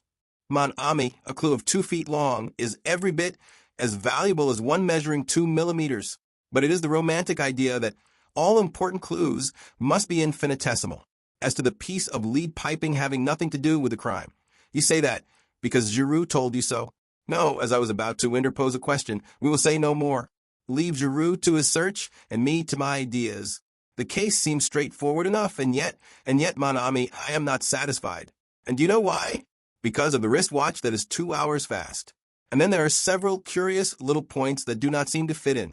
For instance, if the object of the murderers was revenge, why did they not stab Renaud in his sleep and have done with it? They wanted the secret, I reminded him. Poirot brushed a speck of dust from his sleeve with a dissatisfied air. Well, where's the secret? Presumably some distance away, since they wish him to dress himself. Yet he is found murdered close at hand, almost within earshot of the house. Then again, it is pure chance that a weapon such as the dagger should be lying about casually, ready to hand. He paused frowning, and then went on. Why did the servants hear nothing? Were they drugged? Was there an accomplice, and did that accomplice see to it that the front door should remain open? I wonder if... He stopped abruptly. We had reached the drive in front of the house. Suddenly he turned to me. My friend, I am about to surprise you to please you. I have taken your reproaches to heart. We will examine some footprints. Where? In that right-hand bed yonder. Beck says that they are the footmarks of the gardener. Let us see if that is so. See, he approaches with his wheelbarrow. Indeed, an elderly man was just crossing the drive with a barrow full of seedlings. Poirot called to him, and he set down the barrow and came hobbling towards us. You are going to ask him for one of his boots to compare with the footmarks? I asked breathlessly. My faith in Poirot revived a little. Since he said the footprints in this right-hand bed were important, presumably they were. Exactly, said Poirot. But won't he think it very odd? He will not think about it at all. We could say no more, for the old man had joined us. You want me for something, monsieur? Yes. You have been gardener here a long time, haven't you? 24 years, monsieur. And your name is? Auguste, monsieur. I was admiring these magnificent geraniums. They are truly superb. They have been planted long. Some time, monsieur. But of course, to keep the beds looking smart, one must keep bedding out a few new plants and remove those that are over, besides keeping the old blooms well picked off. You put in some new plants yesterday, didn't you? Those in the middle there, and in the other bed? Also, monsieur has a sharp eye. It takes always a day or so for them to pick up. Yes, I put 10 new plants in each bed last night. As monsieur doubtless knows, one should not put in plants when the sun is hot. Auguste was charmed with Poirot's interest and was quite inclined to be garrulous. That is a splendid specimen there, said Poirot, pointing. Might I perhaps have a cutting of it? But certainly, monsieur. The old fellow stepped into the bed and carefully took a slip from the plant Poirot had admired. Poirot was profuse in his thanks, and Auguste departed to his barrow. You see, said Poirot with a smile, as he bent over the bed to examine the indentation of the gardener's hobnailed boot. It is quite simple. I did not realize that the foot would be inside the boot. You do not use your excellent mental capacities sufficiently. Well, what are the footmarks? I examined the bed carefully. All the footmarks in the bed were made by the same boot, I said at length after a careful study. You think so? Eh bien, I agree with you, said Poirot. He seemed quite uninterested, and as though he were thinking of something else. At any rate, I remarked, you will have one bee less in your bonnet now. Mon Dieu, but what an idiom! What does it mean? What I meant was that now you will give up your interest in these footmarks. But to my surprise, Poirot shook his head. No, mon ami. At last I am on the right track. I am still in the dark, but as I hinted just now to M. Bex, these footmarks are the most important and interesting things in the case. That poor Giroux, I should not be surprised if he took no notice of them whatever. At that moment, the front door opened, and M. Hotet and the commissary came down the steps. Ah, M. Poirot, we were coming to look for you, said the magistrate. It is getting late, but I wish to pay a visit to Madame d'Abreu. Without doubt, she will be very much upset by M. Renaud's death, and we may be fortunate enough to get a clue from her. The secret that he did not confide to his wife. It is possible that he may have told it to the woman whose love held him enslaved. We know where our Samsons are weak, don't we? I admired the picturesqueness of M. Hotet's language. I suspected that the examining magistrate was by now thoroughly enjoying his part in the mysterious drama. Is M. Giroux not going to accompany us? Asked Poirot. M. Giroux has shown clearly that he prefers to conduct the case in his own way, said Hotet dryly. One could see easily enough that Giroux's cavalier treatment of the examining magistrate had not prejudiced the latter in his favor. We said no more but fell into line. Poirot walked with the examining magistrate, and the commissary and I followed a few paces behind. There is no doubt that Francois's story is substantially correct, he remarked to me in a confidential tone. I have been telephoning headquarters. It seems that 3 times in the last 6 weeks, that is to say, since the arrival of M. Renaud at Merlinville, Madame d'Abreu has paid a large sum in notes into her banking account. Altogether, the sum totals 200,000 francs. Dear me, I said, considering, that must be something like 4,000 pounds. Precisely. Yes, there can be no doubt that he was absolutely infatuated. But it remains to be seen whether he confided his secret to her. The examining magistrate is hopeful, but I hardly share his views. During this conversation, we were walking down the lane towards the fork in the road where our car had halted earlier in the afternoon, and in another moment I realized that the Villa Marguerite, the home of the mysterious Madame d'Abreu, was the small house from which the beautiful girl had emerged. She has lived here for many years, said the commissary, nodding his head towards the house. Very quietly, very unobtrusively. She seems to have no friends or relations other than the acquaintances she has made in Merlinville. She never refers to the past, nor to her husband. One does not even know if he is alive or dead. There's a mystery about her, you comprehend. I nodded, my interest growing. And the daughter? I ventured. A truly beautiful young girl, modest, devout, all that she should be.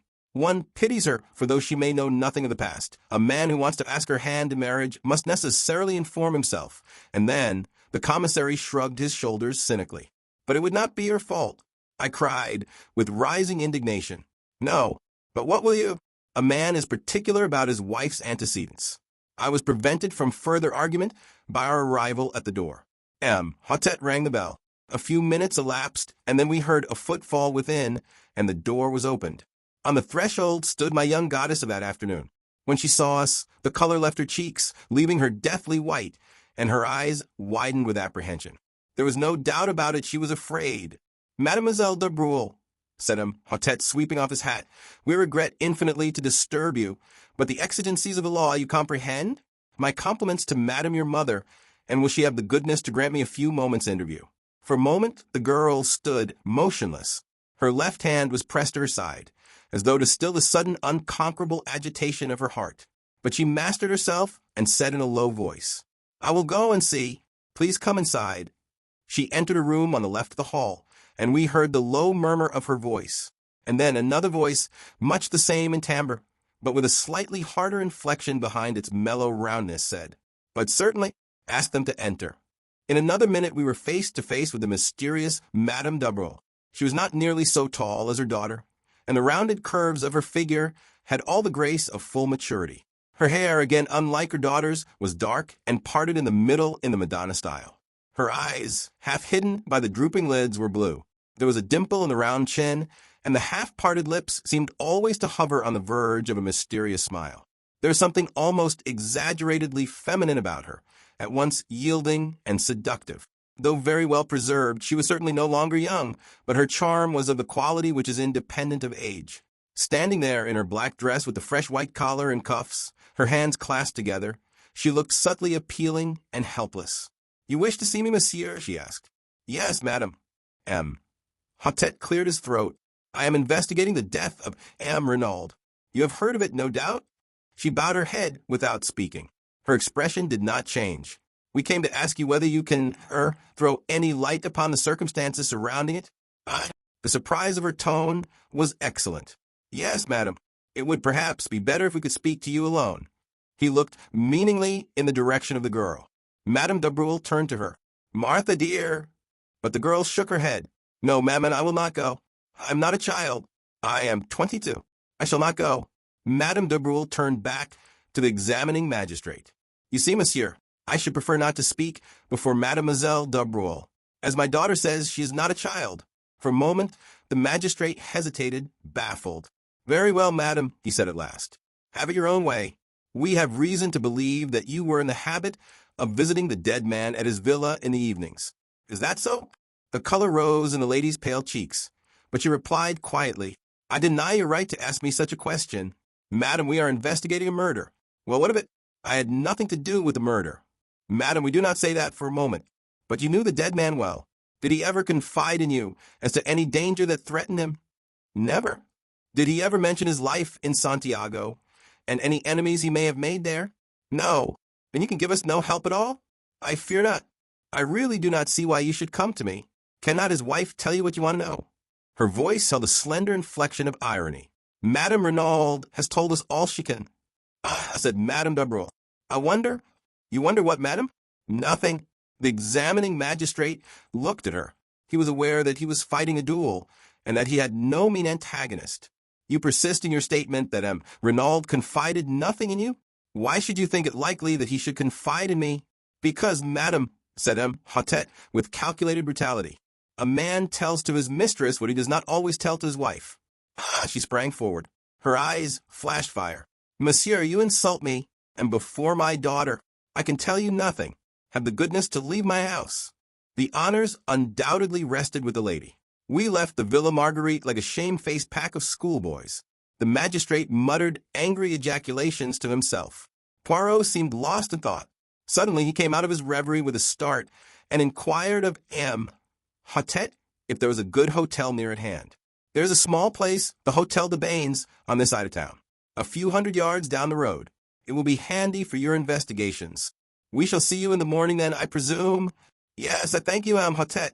With mutual civilities, we parted company, Poirot and I going towards Merlinville, and the others returning to the Villa Genevieve. The French police system is very marvelous, said Poirot, looking after them.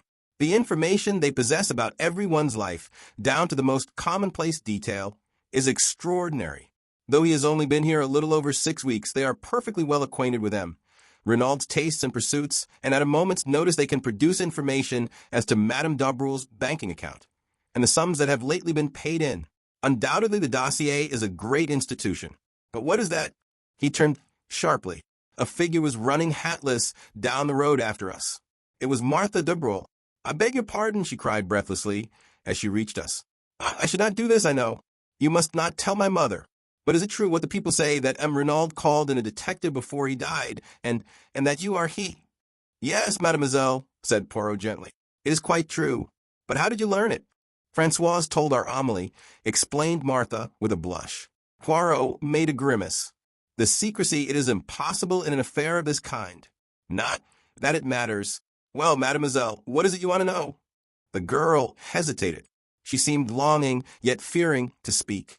At last, almost in a whisper, she asked, "Is anyone suspected?" Poirot eyed her keenly. Then he replied evasively, "Suspicion is in the air at present, mademoiselle." "Yes, I know. But anyone in particular? Why do you want to know?" The girl seemed frightened by the question. All at once Poirot's words about her earlier in the day recurred to me. The girl with the anxious eyes. "M. Renaud was always very kind to me," she replied at last. "It is natural that I should be interested." "I see," said Poirot.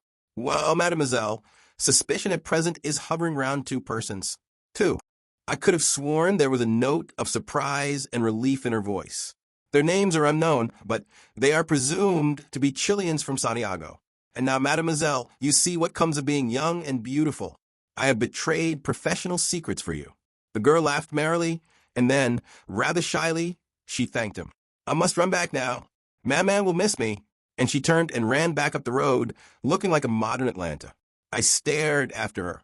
"Mon ami," said Poirot, in his gentle, ironical voice. "Is it that we are to remain planted here all night, just because you have seen a beautiful young woman, and your head is in a whirl?" I laughed and apologized. "But she is beautiful, Poirot. Anyone might be excused for being bowled over by her." Poirot groaned. "Mon Dieu, but it is that you have the susceptible heart." "Poirot," I said, "do you remember after the Styles case when you were in love with two charming women at once, and neither of them were for you?" "Yes, I remember. You consoled me by saying that perhaps some day we should hunt together again, and that then—" "Eh bien? Well, we are hunting together again," and I paused and laughed rather self-consciously. But to my surprise, Poirot shook his head very earnestly. "Ah, mon ami, do not set your heart on Martha Dubrul. She is not for you, that one. Take it from Papa Poirot." "Why," I cried, "the commissary assured me that she was as good as she is beautiful. A perfect angel." "Some of the greatest criminals I have known had the faces of angels," remarked Poirot cheerfully. "A malformation of the gray cells may coincide quite easily with the face of a Madonna." "Poirot," I cried, horrified, "you cannot mean that you suspect an innocent child like this." "Do not excite yourself.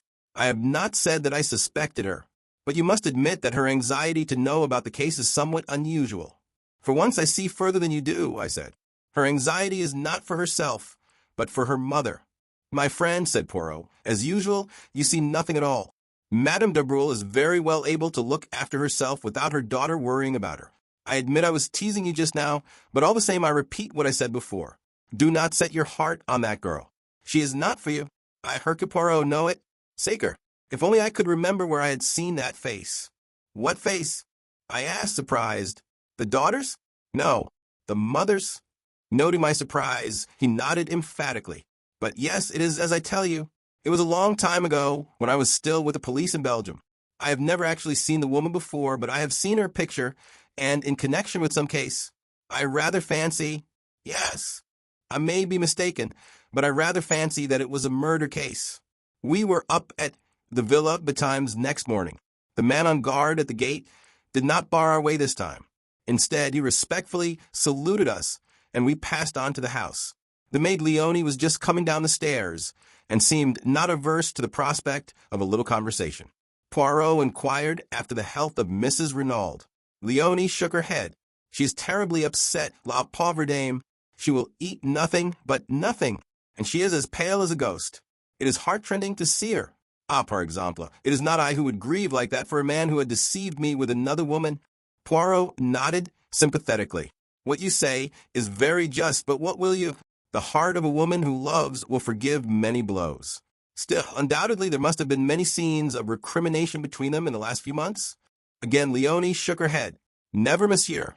Never have I heard Madame utter a word of protest, of reproach even. She had the temper and disposition of an angel, quite different to monsieur." Monsieur Renaud had not the temper of an angel? Far from it.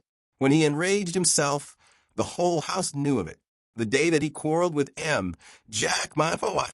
They might have been heard in the marketplace. They shouted so loud. Indeed, said Poirot. And when did this quarrel take place? Oh, it was just before M. Jack went to Paris. Almost he missed his train. He came out of the library and caught up his bag which he had left in the hall. The automobile was being repaired, and he had to run for the station. I was dusting the salon, and I saw him pass, and his face was white with 2 burning spots of red. But he was angry. Leonie was enjoying her narrative thoroughly. And the dispute, what was it about? That I do not know, confessed Leonie. It is true that they shouted, but their voices were so loud and high, and they spoke so fast, that only one well acquainted with English could have comprehended. But monsieur, he was like a thundercloud all day. Impossible to please him. The sound of a door shutting upstairs cut short Leonie's loquacity. And Françoise who awaits me, she exclaimed, awakening to a tardy remembrance of her duties. That old one she always scolds. One moment, mademoiselle. The examining magistrate, where is he? They have gone out to look at the automobile in the garage. Monsieur the commissary had some idea that it might have been used on the night of the murder. Quelle idée, murmured Poirot, as the girl disappeared. You will go out and join them? No, I shall await their return in the salon. It is cool there on this hot morning. This placid way of taking things did not quite commend itself to me. If you don't mind, I said, and hesitated. Not in the least. You wish to investigate on your own account, eh? Well, I'd rather like to have a look at Giroux, if he's anywhere about, and see what he's up to. The human foxhound, murmured Poirot, as he leaned back in a comfortable chair and closed his eyes. By all means, my friend. Au revoir. I strolled out of the front door. It was certainly hot. I turned up the path we had taken the day before. I had a mind to study the scene of the crime myself. I did not go directly to the spot, however, but turned aside into the bushes so as to come out on the link some 100 yards or so further to the right. If Giroux were still on the spot, I wanted to observe his methods before he knew of my presence. But the shrubbery here was much denser, and I had quite a struggle to force my way through. When I emerged at last on the course, it was quite unexpectedly and with such vigor that I cannonied heavily into a young lady who had been standing with her back to the plantation. She not unnaturally gave a suppressed shriek, but I, too, uttered an exclamation of surprise. For it was my friend of the train, Cinderella. The surprise was mutual. We both exclaimed simultaneously. The young lady recovered herself first. My only aunt, she exclaimed. What are you doing here? For the matter of that, what are you? I retorted. When last I saw you, the day before yesterday, you were trotting home to England like a good little boy. Have they given you a season ticket to and fro? On the strength of your MP? I ignored the end of the speech. When last I saw you, I said, you were trotting home with your sister like a good little girl. By the way, how is your sister? A flash of white teeth rewarded me. How kind of you to ask. My sister's well, I thank you. She is here with you? She remained in town, said the minx with dignity. I don't believe you've got a sister, I laughed. If you have, her name is Harris. Do you remember mine? She asked with a smile. Cinderella. But you're going to tell me the real one now, aren't you? She shook her head with a wicked look. Not even why you're here? Oh, that? I suppose you've heard of members of my profession resting at expensive French watering places? Dirt cheap if you know where to go. I eyed her keenly. Still, you'd no intention of coming here when I met you 2 days ago? We all have our disappointments, said Miss Cinderella sententiously. There now, I've told you quite as much as is good for you. Little boys should not be inquisitive. You've not yet told me what you're doing here? Got the MP in tow, I suppose, doing the gay boy on the beach. I shook my head. Guess again. You remember my telling you that my great friend was a detective? Yes. And perhaps you've heard about this crime at the Villa Genevieve? She stared at me. Her breast heaved, and her eyes grew wide and round. You don't mean that you're in on that? I nodded. There was no doubt that I had scored heavily. Her emotion as she regarded me was only too evident. For some few seconds, she remained silent, staring at me. Then she nodded her head emphatically. Well, if that doesn't beat the band. Tow me round. I want to see all the horrors. What do you mean? What I say. Bless the boy. Didn't I tell you I doted on crimes? What do you think I'm imperiling my ankles for in high-heeled shoes over this stubble? I've been nosing round for hours. Tried the front way in, but that old stick in the mud of a French gendarme wasn't taking any. I guess Helen of Troy and Cleopatra and Mary, Queen of Scots, rolled in one wouldn't cut ice with him. It's a real piece of luck happening on you this way. Come on, show me all the sights. But look here, wait a minute, I can't. Nobody's allowed in. They're awfully strict. Aren't you and your friend the big bugs? I was loath to relinquish my position of importance. Why are you so keen? I asked weakly. And what is it you want to see? Oh, everything. The place where it happened, and the weapon, and the body, and any fingerprints or interesting things like that. I've never had a chance of being right in on a murder like this before. It'll last me all my life. I turned away, sickened. What were women coming to nowadays? The girl's ghoulish excitement nauseated me. I had read of the mobs of women who besieged the law courts when some wretched man was being tried for his life on the capital charge. I had sometimes wondered who these women were. Now I knew. They were of the likeness of Cinderella, young, yet obsessed with a yearning for morbid excitement, for sensation at any price, without regard to any decency or good feeling. The vividness of the girl's beauty had attracted me in spite of myself, yet at heart I retained my first impression of disapproval and dislike. I thought of my mother, long since dead. What would she have said of this strange modern product of girlhood? The pretty face with the paint and powder, and the ghoulish mind behind. Come off your high horse, said the lady suddenly, and don't give yourself airs. When you got called to this job, did you put your nose in the air and say it was a nasty business and you wouldn't be mixed up in it? No, but if you'd been here on a holiday, wouldn't you be nosing around just the same as I am? Of course you would. I'm a man. You're a woman. Your idea of a woman is someone who gets on a chair and shrieks if she sees a mouse. That's all prehistoric. But you will show me around, won't you? You see, it might make a big difference to me. In what way? They're keeping all the reporters out. I might make a big scoop with one of the papers. You don't know how much they pay for a bit of inside stuff. I hesitated.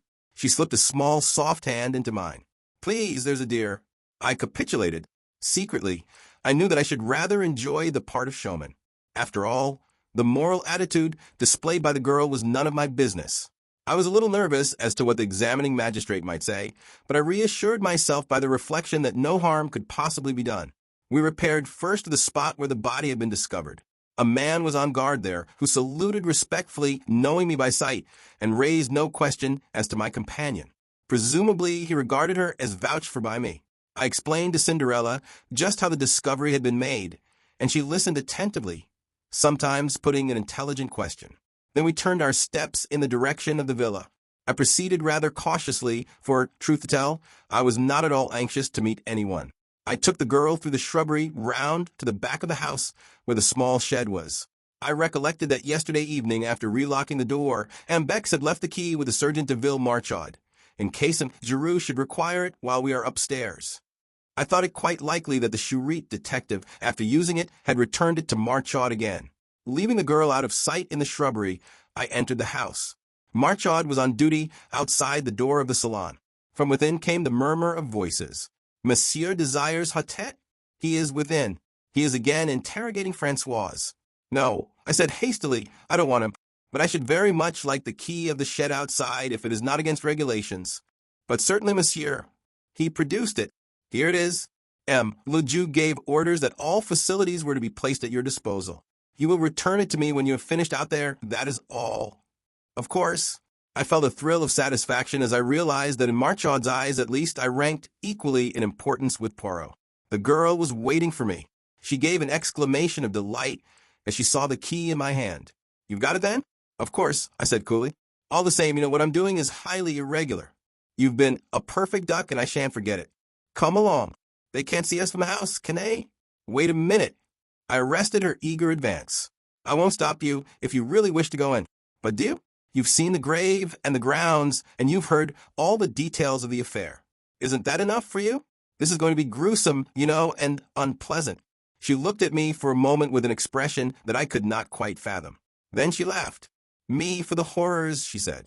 Come along. In silence, we arrived at the door of the shed. I opened it and we passed in. I walked over to the body and gently pulled down the sheet as Bex had done the preceding afternoon. A little gasping sound escaped from the girl's lips, and I turned and looked at her. There was horror on her face now, and those debonair high spirits of hers were quenched utterly. She had not chosen to listen to my advice, and she was punished now for her disregard of it. I felt singularly merciless towards her. She should go through with it now. I turned the corpse gently over. You see, I said, he was stabbed in the back. Her voice was almost soundless. With what? I nodded towards the glass jar. That dagger. Suddenly, the girl reeled, and then sank down in a heap. I sprang to her assistance. You are faint. Come out of here. It has been too much for you. Water, she murmured. Quick, water. I left her and rushed into the house. Fortunately, none of the servants were about, and I was able to secure a glass of water unobserved and add a few drops of brandy from a pocket flask. In a few minutes, I was back again. The girl was lying as I had left her, but a few sips of the brandy and water revived her in a marvelous manner. Take me out of here! Oh, quickly, quickly! She cried, shuddering. Supporting her with my arm, I led her out into the air, and she pulled the door to behind her. Then she drew a deep breath. That's better. Oh, it was horrible. Why did you ever let me go in? I felt this to be so feminine that I could not forbear a smile. Secretly, I was not dissatisfied with her collapse. It proved that she was not quite so callous as I had thought her. After all, she was little more than a child, and her curiosity had probably been of the unthinking order. I did my best to stop you, I said gently. I suppose you did. Well, goodbye. Look here, you can't start off like that, all alone. You're not fit for it. I insist on accompanying you back to Merlinville. Nonsense. I'm quite all right now. Supposing you felt faint again? No, I shall come with you. But this she combated with a good deal of energy. In the end, however, I prevailed so far as to be allowed to accompany her to the outskirts of the town. We retraced our steps over our former route, passing the grave again and making a detour onto the road. When the first straggling line of shops began, she stopped and held out her hand. Goodbye, and thank you ever so much for coming with me. Are you sure you're all right now? Quite, thanks. I hope you won't get into any trouble over showing me things. I disclaimed the idea lightly. Well, goodbye. Au revoir, I corrected. If you're staying here, we shall meet again. She flashed a smile at me. That's so. Au revoir, then. Wait a second. You haven't told me your address? Oh, I'm staying at the Hotel du Fair. It's a little place, but quite good. Come and look me up tomorrow. I will, I said, with perhaps rather unnecessary empressement. I watched her out of sight, then turned and retraced my steps to the villa. I remembered that I had not relocked the door of the shed. Fortunately, no one had noticed the oversight, and turning the key, I removed it and returned it to the Sergeant de Ville. And as I did so, it came upon me suddenly that though Cinderella had given me her address, I still did not know her name. In the salon, I found the examining magistrate busily interrogating the old gardener Auguste. Poirot and the commissary, who were both present, greeted me respectively with a smile and a polite bow. I slipped quietly into a seat. M. Hautet was painstaking and meticulous in the extreme, but did not succeed in eliciting anything of importance. The gardening gloves Auguste admitted to be his. He wore them when handling a certain species of primula plant which was poisonous to some people. He could not say when he had worn them last. Certainly, he had not missed them. Where were they kept? Sometimes in one place, sometimes in another. The spade was usually to be found in the small tool shed. Was it locked? Of course it was locked. Where was the key kept?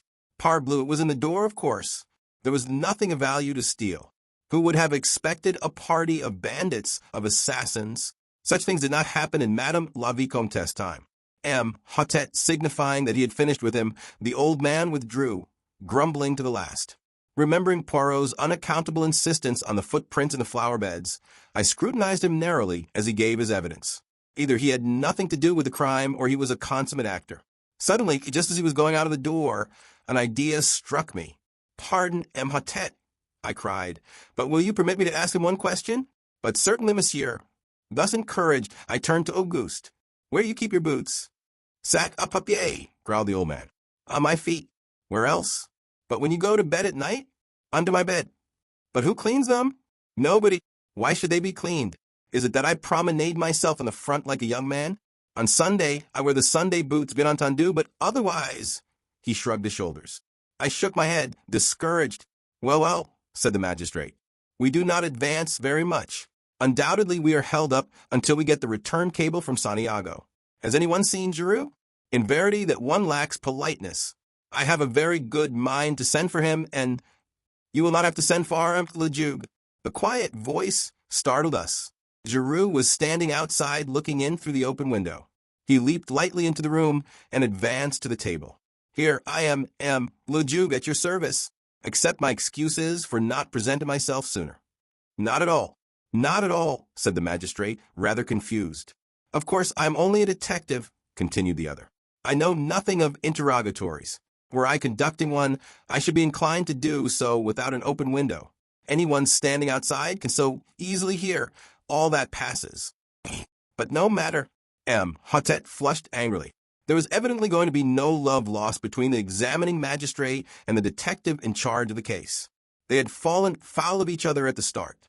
Perhaps in any event it would have been much the same. To Giroux, all examining magistrates were fools, and to Hotet, who took himself seriously, the casual manner of the Paris detective could not fail to give offense. "Eh bien, Giroux," said the magistrate rather sharply. "Without doubt you have been employing your time to a marvel? You have the names of the assassins for us, have you not? And also the precise spot where they find themselves now." Unmoved by this irony, Giroux replied, "I know at least where they have come from." Comet. Giroux took two small objects from his pocket and laid them down on the table. We crowded round. The objects were very simple ones, the stub of a cigarette and an unlighted match. The detective wheeled round on Poirot. "What do you see there?" he asked. There was something almost brutal in his tone. It made my cheeks flush. But Poirot remained unmoved. He shrugged his shoulders. "A cigarette end and a match. And what does that tell you?" Poirot spread out his hands. "It tells me nothing." "Ah," said Giroux in a satisfied voice. "You haven't made a study of these things. That's not an ordinary match, not in this country at least. It's common enough in South America. Luckily it's unlighted. I mightn't have recognized it otherwise." Evidently one of the men threw away his cigarette end and lit another, spilling one match out of the box as he did so. "And the other match?" asked Poirot. "Which match?" "The one he did light his cigarette with. You found that also?" "No. Perhaps you didn't search very thoroughly." "Not search thoroughly." For a moment it seemed as though the detective were going to break out angrily. But with an effort he controlled himself. "I see you love a joke, Poirot. But in any case, match or no match, the cigarette end would be sufficient. It is a South American cigarette with licorice pectoral paper." Poirot bowed. The commissary spoke. The cigarette end and match might have belonged to Renaud. Remember, it is only 2 years since he returned from South America. "No," replied the other confidently. "I have already searched among the effects of Renaud. The cigarettes he smoked and the matches he used are quite different." "You do not think it odd," asked Poirot, "that these strangers should come unprovided with a weapon, with gloves, with a spade, and that they should so conveniently find all these things?" Giroux smiled in a rather superior manner. "Undoubtedly it is strange. Indeed, without the theory that I hold, it would be inexplicable." "Ah," said Hotet, "an accomplice? An accomplice within the house?" "Or outside it," said Giroux, with a peculiar smile. "But someone must have admitted them? We cannot allow that by an unparalleled piece of good fortune they found the door ajar for them to walk in. D'accord, le Duc. The door was open for them, but it could just as easily be opened from outside, by someone who possessed a key." "But who did possess a key?" Giroux shrugged his shoulders. "As for that, no one who possesses one is going to admit the fact if they can help it. But several people might have had one. Jacques Renaud, the son, for instance. It is true that he is on his way to South America, but he might have lost the key, or had it stolen from him. Then there is the gardener. He has been here many years. One of the younger servants may have a lover. It is easy to take an impression of a key and have one cut. There are many possibilities. Then there is another person who, I should judge, is exceedingly likely to have such a thing in her keeping." "Who is that?" "Madame de Breuil," said the detective dryly. Said the magistrate, his face falling a little. "So you have heard about that, have you?" "I hear everything," said Giroux imperturbably. "There's one thing I could swear you have not heard," said Hotet, delighted to be able to show superior knowledge. And without more ado, he retailed the story of the mysterious visitor the night before. He also touched on the check made out to Devine, and finally handed Giroux the letter signed Bella. Giroux listened in silence, studied the letter attentively, and then handed it back. "All very interesting, le Duc, but my theory remains unaffected." "And your theory is?" "For the moment I prefer not to say. Remember, I'm only just beginning my investigations." "Tell me one thing, Giroux," said Poirot suddenly. "Your theory allows for the door being open. It does not explain why it was left open. When they departed, would it not have been natural for them to close it behind them? If a Sergeant Deville had chanced to come up to the house, as is sometimes done, to see that all is well, they might have been discovered and overtaken almost at once. Bah, they forgot it. A mistake, I grant you." Then, to my surprise, Poirot uttered almost the same words as he had uttered to Bex the previous evening. "I do not agree with you. The door being left open was the result of either design or necessity, and any theory that does not admit that fact is bound to prove vain." We all regarded the little man with a good deal of astonishment. The confession of ignorance drawn from him over the match end had, I thought, been bound to humiliate him. But here he was self-satisfied as ever, laying down the law to the great Giroux without a tremor. The detective twisted his mustache, eyeing my friend in a somewhat bantering fashion. You don't agree with me? Well, what strikes you particularly about the case? Let's hear your views. One thing presents itself to me as being significant. Tell me, Giroux, does nothing strike you as familiar about this case? Is there nothing it reminds you of? Familiar? Reminds me of? I can't say offhand. I don't think so, though. You are wrong, said Poirot quietly. A crime almost precisely similar has been committed before. When? And where? That, unfortunately, I cannot for the moment remember, but I shall do so. I had hoped you might be able to assist me. Giroux snorted incredulously. There have been many affairs of masked men. I cannot remember the details of them all. These crimes all resemble each other more or less. There is such a thing as the individual touch. Poirot suddenly assumed his lecturing manner and addressed us collectively. I am speaking to you now of the psychology of crime. Giroux knows quite well that each criminal has his particular method, and that the police, when called in to investigate, say, a case of burglary, can often make a shrewd guess at the offender simply by the peculiar method he has employed. Japp would tell you the same. Hastings, man is an unoriginal animal, unoriginal within the law in his daily respectable life, equally unoriginal outside the law. If a man commits a crime, any other crime he commits will resemble it closely. The English murderer who disposed of his wives in succession by drowning them in their baths was a case in point. Had he varied his methods, he might have escaped detection to this day. But he obeyed the common dictates of human nature, arguing that what had once succeeded would succeed again, and he paid the penalty of his lack of originality. And the point of all this, sneered Giroux, that when you have two crimes precisely similar in design and execution, you find the same brain behind them both. I am looking for that brain, Giroux, and I shall find it. Here we have a true clue, a psychological clue. You may know all about cigarettes and match ends, Giroux, but I, Hercule Poirot, know the mind of man. And the ridiculous little fellow tapped his forehead with emphasis. Giroux remained singularly unimpressed. For your guidance, continued Poirot, I will also advise you of one fact which might fail to be brought to your notice. The wrist watch of Madame Renaud, on the day following the tragedy, had gained 2 hours. It might interest you to examine it. Giroux stared. Perhaps it was in the habit of gaining. As a matter of fact, I am told it did. Eh bien then, all the same, 2 hours is a good deal, said Poirot softly. Then there is the matter of the footprints in the flower bed. He nodded his head towards the open window. Giroux took 2 eager strides and looked out. This bed here? Yes. But I see no footprints? No, said Poirot, straightening a little pile of books on a table. There are none. For a moment, an almost murderous rage obscured Giroux's face. He took 2 strides towards his tormentor, but at that moment the salon door was opened, and Marchot announced, Stoner, the secretary, has just arrived from England. May he enter? The man who entered the room was a striking figure, very tall, with a well-knit, athletic frame, and a deeply bronzed face and neck. He dominated the assembly. Even Giroux seemed anemic beside him. When I knew him better, I realized that Gabriel Stoner was quite an unusual personality. English by birth, he had knocked about all over the world. He had shot big game in Africa, traveled in Korea, ranched in California, and traded in the South Sea Islands. He had been secretary to a New York railway magnate, and had spent a year encamped in the desert with a friendly tribe of Arabs. His unerring, I picked out Hotet, the examining magistrate in charge of the case. Pleased to meet you, le Duc. This is a terrible business. How's Mrs. Renaud? Is she bearing up fairly well? It must have been an awful shock to her.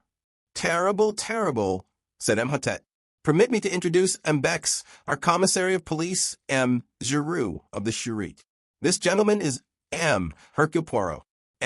Renaud sent for him, but he arrived too late to do anything to avert the tragedy. A friend of Poirot's, Captain Hastings. Stoner looked at Poirot with some interest. Sent for you, did he? You did not know then that Renaud contemplated calling a detective? Interposed Bex. No, I didn't, but it doesn't surprise me a bit. Why? Because the old man was rattled. I don't know what it was all about. He didn't confide in me. We weren't on those terms. But rattled he was, and badly. Said Hotet. But you have no notion of the cause? That's what I said, sir. You will pardon me, Stoner, But we must begin with a few formalities. Your name? Gabriel Stoner. How long ago was it that you became secretary to M. Renaud? About 2 years ago, when he first arrived from South America. I met him through a mutual friend, and he offered me the post. A thundering good boss, he was too. Did he talk to you much about his life in South America? Yes, a good bit. Do you know if he was ever in Santiago? Several times, I believe. He never mentioned any special incident that occurred there, anything that might have provoked some vendetta against him? Never. Did he speak of any secret that he had acquired while sojourning there? No. Did he ever say anything at all about a secret? Not that I can remember. But for all that, there was a mystery about him. I've never heard him speak of his boyhood, for instance, or of any incident prior to his arrival in South America. He was a French-Canadian by birth, I believe, but I've never heard him speak of his life in Canada. He could shut up like a clam if he liked. So as far as you know, he had no enemies, and you can give us no clue as to any secret to obtain possession of which he might have been murdered? That's so. M. Stoner, have you ever heard the name of Devine in connection with M. Renaud? Devine. He tried the name over thoughtfully.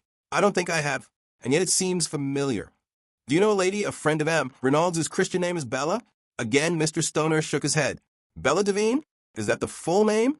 It's curious. I'm sure I know it, but for the moment I can't remember in what connection. The magistrate coughed. You understand, M. Stoner, the case is like this. There must be no reservations. You might perhaps, through a feeling of consideration for Madame Renaud, for whom, I gather, you have a great esteem and affection, you might enfin, said Imhotep, getting rather tied up in a sentence. There must absolutely be no reservations. Stoner stared at him, a dawning light of comprehension in his eyes. I don't quite get you, he said gently. Where does Mrs. Renaud come in? I have an immense respect and affection for that lady. She's a very wonderful and unusual type, but I don't quite see how my reservations or otherwise could affect her. Not if this Bella Devine should prove to have been something more than a friend to her husband? Ah, said Stoner. I get you now, but I'll bet my bottom dollar that you're wrong. The old man never so much as looked at a petticoat. He just adored his own wife. They were the most devoted couple I know. Hottet shook his head gently. Stoner, we hold absolute proof, a love letter written by this Bella to M. Renaud, accusing him of having tired of her. Moreover, we have further proof that at the time of his death he was carrying on an intrigue with a Frenchwoman, a Madame d'Abreuil, who rents the adjoining villa. And this is the man who, according to you, never looked at a petticoat. The secretary's eyes narrowed. Hold on, M. Leduc. You're barking up the wrong tree. I knew Paul Renaud. What you've just been saying is utterly impossible. There's some other explanation. The magistrate shrugged his shoulders. What other explanation could there be? What leads you to think it was a love affair? Madame d'Abreuil was in the habit of visiting him here in the evenings. Also, since M. Renaud came to the Villa Genevieve, Madame d'Abreuil has paid large sums of money into the bank in notes. In all, the amount totals £4,000 of your English money. I guess that's right, said Stoner quietly. I transmitted him those sums at his request. But it wasn't an intrigue. Mon Dieu, what else could it be? Blackmail, said Stoner sharply, bringing down his hand with a slam on the table. That's what it was. Voila une idée, cried the magistrate, shaken in spite of himself. Blackmail, repeated Stoner. The old man was being bled, and at a good rate, too. For $1,000 in a couple of months. Phew. I told you just now there was a mystery about Renaud. Evidently, this Madame d'Abreuil knew enough of it to put the screws on. It is possible, the commissary cried excitedly. Decidedly, it is possible. Possible, roared Stoner. It's certain. Tell me, have you asked Mrs. Renaud about this love affair stunt of yours? No, monsieur. We did not wish to occasion her any distress if it could reasonably be avoided. Distress? Why, she'd laugh in your face. I tell you, she and Renaud were a couple in 100. Ah, that reminds me of another point, said M. Hottet.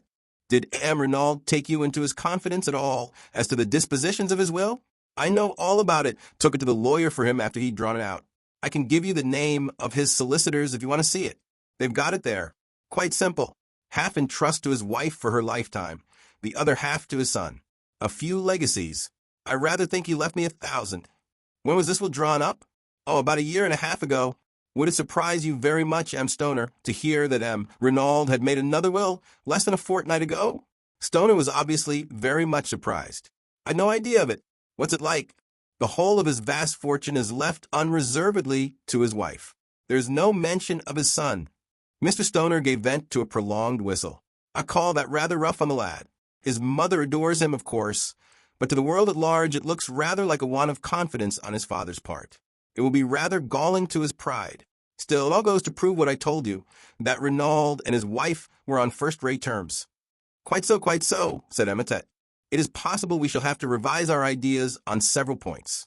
We have, of course, cabled to Santiago and are expecting a reply from there any minute. In all possibility, everything will then be perfectly clear and straightforward. On the other hand, if your suggestion of blackmail is true, Madame de Broglie ought to be able to give us valuable information. Poirot interjected a remark. Stoner, the English chauffeur masters, had he been long with Renaud? Over a year? Have you any idea whether he has ever been in South America? I'm quite sure he hasn't.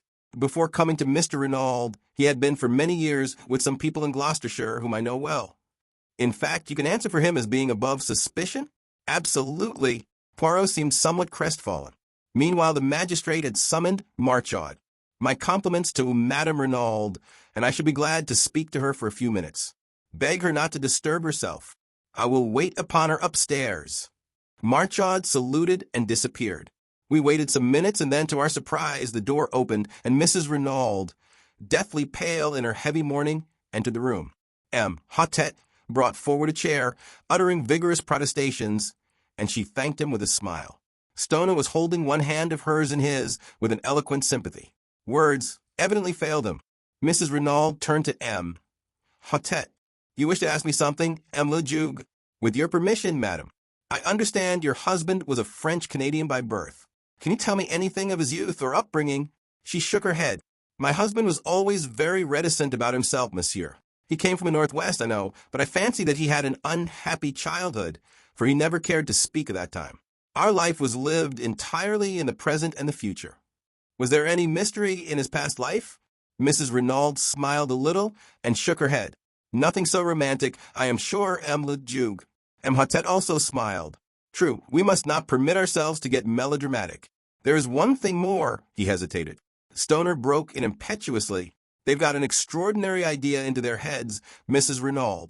They actually fancy that Mr. Renaud was carrying on an intrigue with a Madame de Broglie, who, it seems, lives next door. The scarlet color flamed into Mrs. Renaud's cheeks. She flung her head up, then bit her lip, her face quivering. Stoner stood looking at her in astonishment, but Bex leaned forward and said gently, We regret to cause you pain, madam. But have you any reason to believe that Madame de Broglie was your husband's mistress? With a sob of anguish, Mrs. Renaud buried her face in her hands. Her shoulders heaved convulsively. At last she lifted her head and said brokenly, She may have been. Never in all my life have I seen anything to equal the blank amazement on Stoner's face. He was thoroughly taken aback. What the next development of the conversation would have been, I cannot say, for at that moment the door was thrown violently open, and a tall young man strode into the room. Just for a moment, I had the uncanny sensation that the dead man had come to life again. Then I realized that this dark head was untouched with gray, and that in point of fact, it was a mere boy who now burst in among us with so little ceremony. He went straight to Mrs. Renaud with an impetuosity that took no heed of the presence of others. Mother? Jack! With a cry, she folded him in her arms. My dearest, but what brings you here? You were to sail on the Anzora from Cherbourg 2 days ago. Then, suddenly recalling to herself the presence of others, she turned with a certain dignity. My son, Messrs. Ah, said Hotet, acknowledging the young man's bow. So you did not sail on the Anzora? No, monsieur. As I was about to explain, the Anzora was detained 24 hours through engine trouble. I should have sailed last night instead of the night before, but happening to buy an evening paper, I saw in it an account of the awful tragedy that had befallen us. His voice broke and the tears came into his eyes. My poor father, my poor father. Staring at him like one in a dream, Mrs. Renaud repeated, So you did not sail? And then, with a gesture of infinite weariness, she murmured as though to herself, After all, it does not matter. Now. Sit down, Renaud, I beg of you, said Hotet, indicating a chair. My sympathy for you is profound. It must have been a terrible shock to you to learn the news as you did. However, it is most fortunate that you were prevented from sailing. I am in hopes that you may be able to give us just the information we need to clear up this mystery. I am at your disposal, le Juge. Ask me any questions you please. To begin with, I understand that this journey was being undertaken at your father's request. Quite so, M. Lejeune. I received a telegram bidding me to proceed without delay to Buenos Aires, and from thence by the Andes to Valparaiso and on to Santiago. And the object of this journey? I have no idea, M. Lejeune. What? No. See, here is the telegram. The magistrate took it and read it aloud. Proceed immediately Cherbourg, embark Anzora sailing tonight Buenos Aires. Ultimate destination Santiago. Further instructions will await you Buenos Aires. Do not fail. Matter is of utmost importance. Renaud. And there had been no previous correspondence on the matter? Jack Renaud shook his head. That is the only intimation of any kind. I knew, of course, that my father, having lived so long out there, had necessarily many interests in South America, but he had never mooted any suggestion of sending me out. You have, of course, been a good deal in South America, M. Renaud? I was there as a child, but I was educated in England and spent most of my holidays in that country, so I really know far less of South America than might be supposed. You see, the war broke out when I was 17. You served in the English Flying Corps, did you not? Yes, M. Lejeune. M. Hotet nodded his head and proceeded with his inquiries along the, by now, well-known lines.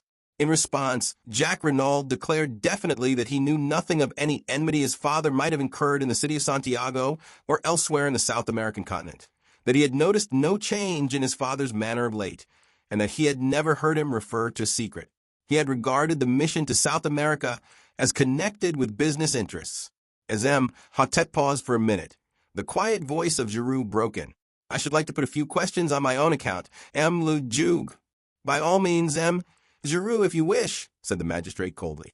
Giroux edged his chair a little nearer to the table. Were you on good terms with your father, M. Renaud? Certainly I was, returned the lad haughtily. You assert that positively? Yes. No little disputes? Jack shrugged his shoulders. Everyone may have a difference of opinion now and then. Quite so, quite so. But if anyone were to assert that you had a violent quarrel with your father on the eve of your departure for Paris, that person, without doubt, would be lying. I could not but admire the ingenuity of Giroux. His boast, I know everything, had been no idle one. Jack Renaud was clearly disconcerted by the question. We did have an argument, he admitted. An argument? In the course of that argument, did you use this phrase, when you are dead, I can do as I please? I may have done, muttered the other. I don't know. In response to that, did your father say, but I am not dead yet? To which you responded, I wish you were. The boy made no answer. His hands fiddled nervously with the things on the table in front of him. I must request an answer, please, M. Renaud, said Giroux sharply. With an angry exclamation, the boy swept a heavy paper knife onto the floor. What does it matter? You might as well know. Yes, I did quarrel with my father. I dare say I said all those things. I was so angry I cannot even remember what I said. I was furious. I could almost have killed him at that moment. There, make the most of that. He leant back in his chair, flushed and defiant. Giroux smiled, then, moving his chair back a little, said, That is all. You would, without doubt, prefer to continue the interrogatory, M. Lejeune. Ah, yes, exactly, said Hotet. And what was the subject of your quarrel? I decline to state. Hotet sat up in his chair.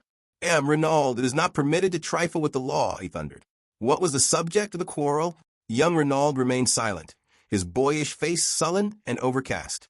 But another voice spoke imperturbable and calm, the voice of Hercule Poirot.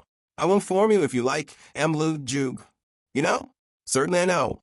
The subject of the quarrel was Mademoiselle Martha Dubreuil. Renaud sprang round, startled. The magistrate leaned forward. Is this so, monsieur? Jack Renaud bowed his head. Yes, he admitted. I love Mademoiselle Dubreuil, and I wish to marry her. When I informed my father of the fact, he flew at once into a violent rage. Naturally, I could not stand hearing the girl I loved insulted, and I, too, lost my temper. M. Hotet looked across at Mrs. Renaud. You were aware of this attachment, madam. I feared it, she replied simply. Mother, cried the boy, you too. Martha is as good as she is beautiful. What can you have against her?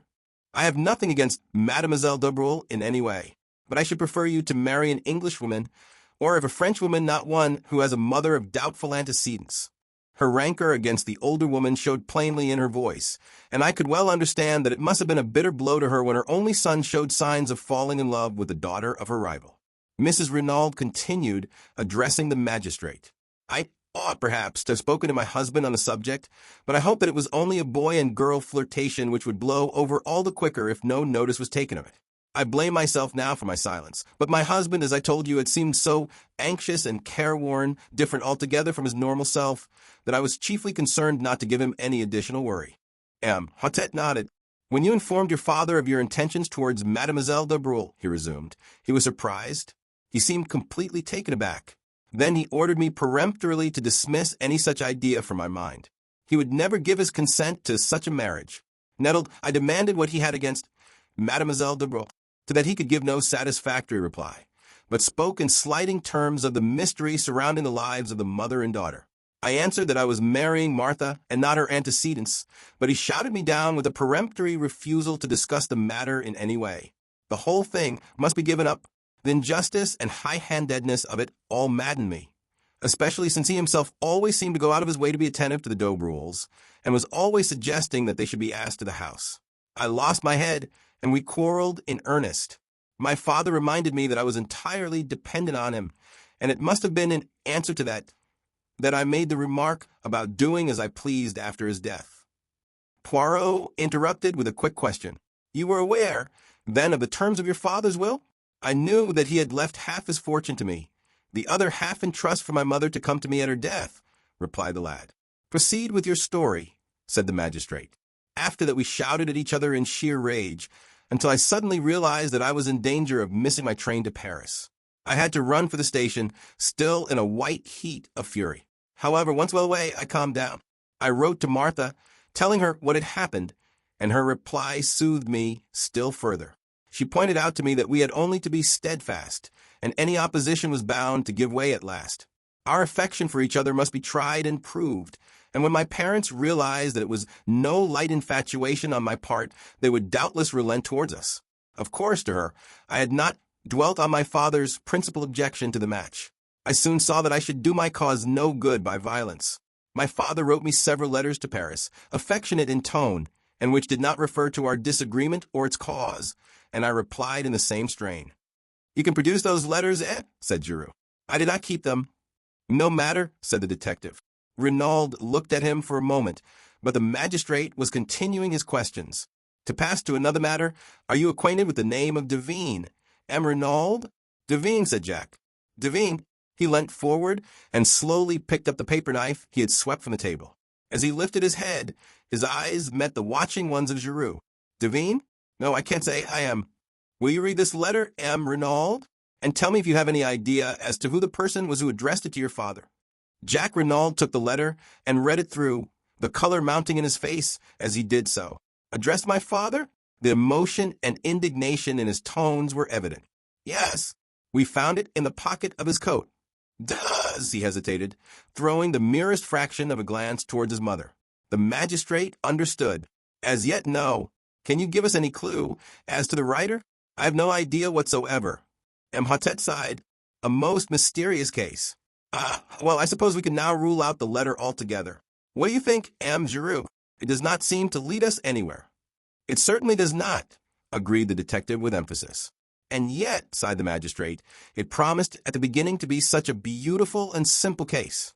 He caught Mrs. Renaud's eye and blushed in immediate confusion. Yes, he coughed, turning over the papers on the table. Let me see, where were we? Oh, the weapon. I fear this may give you pain. Renaud. I understand it was a present from you to your mother. Very sad, very distressing. Jack Renaud leaned forward. His face, which had flushed during the perusal of the letter, was now deadly white.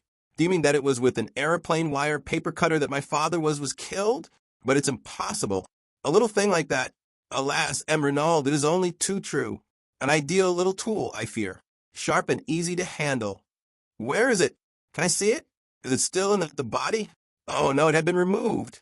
You would like to see it? To make sure? It would be as well, perhaps, though Madame has already identified it.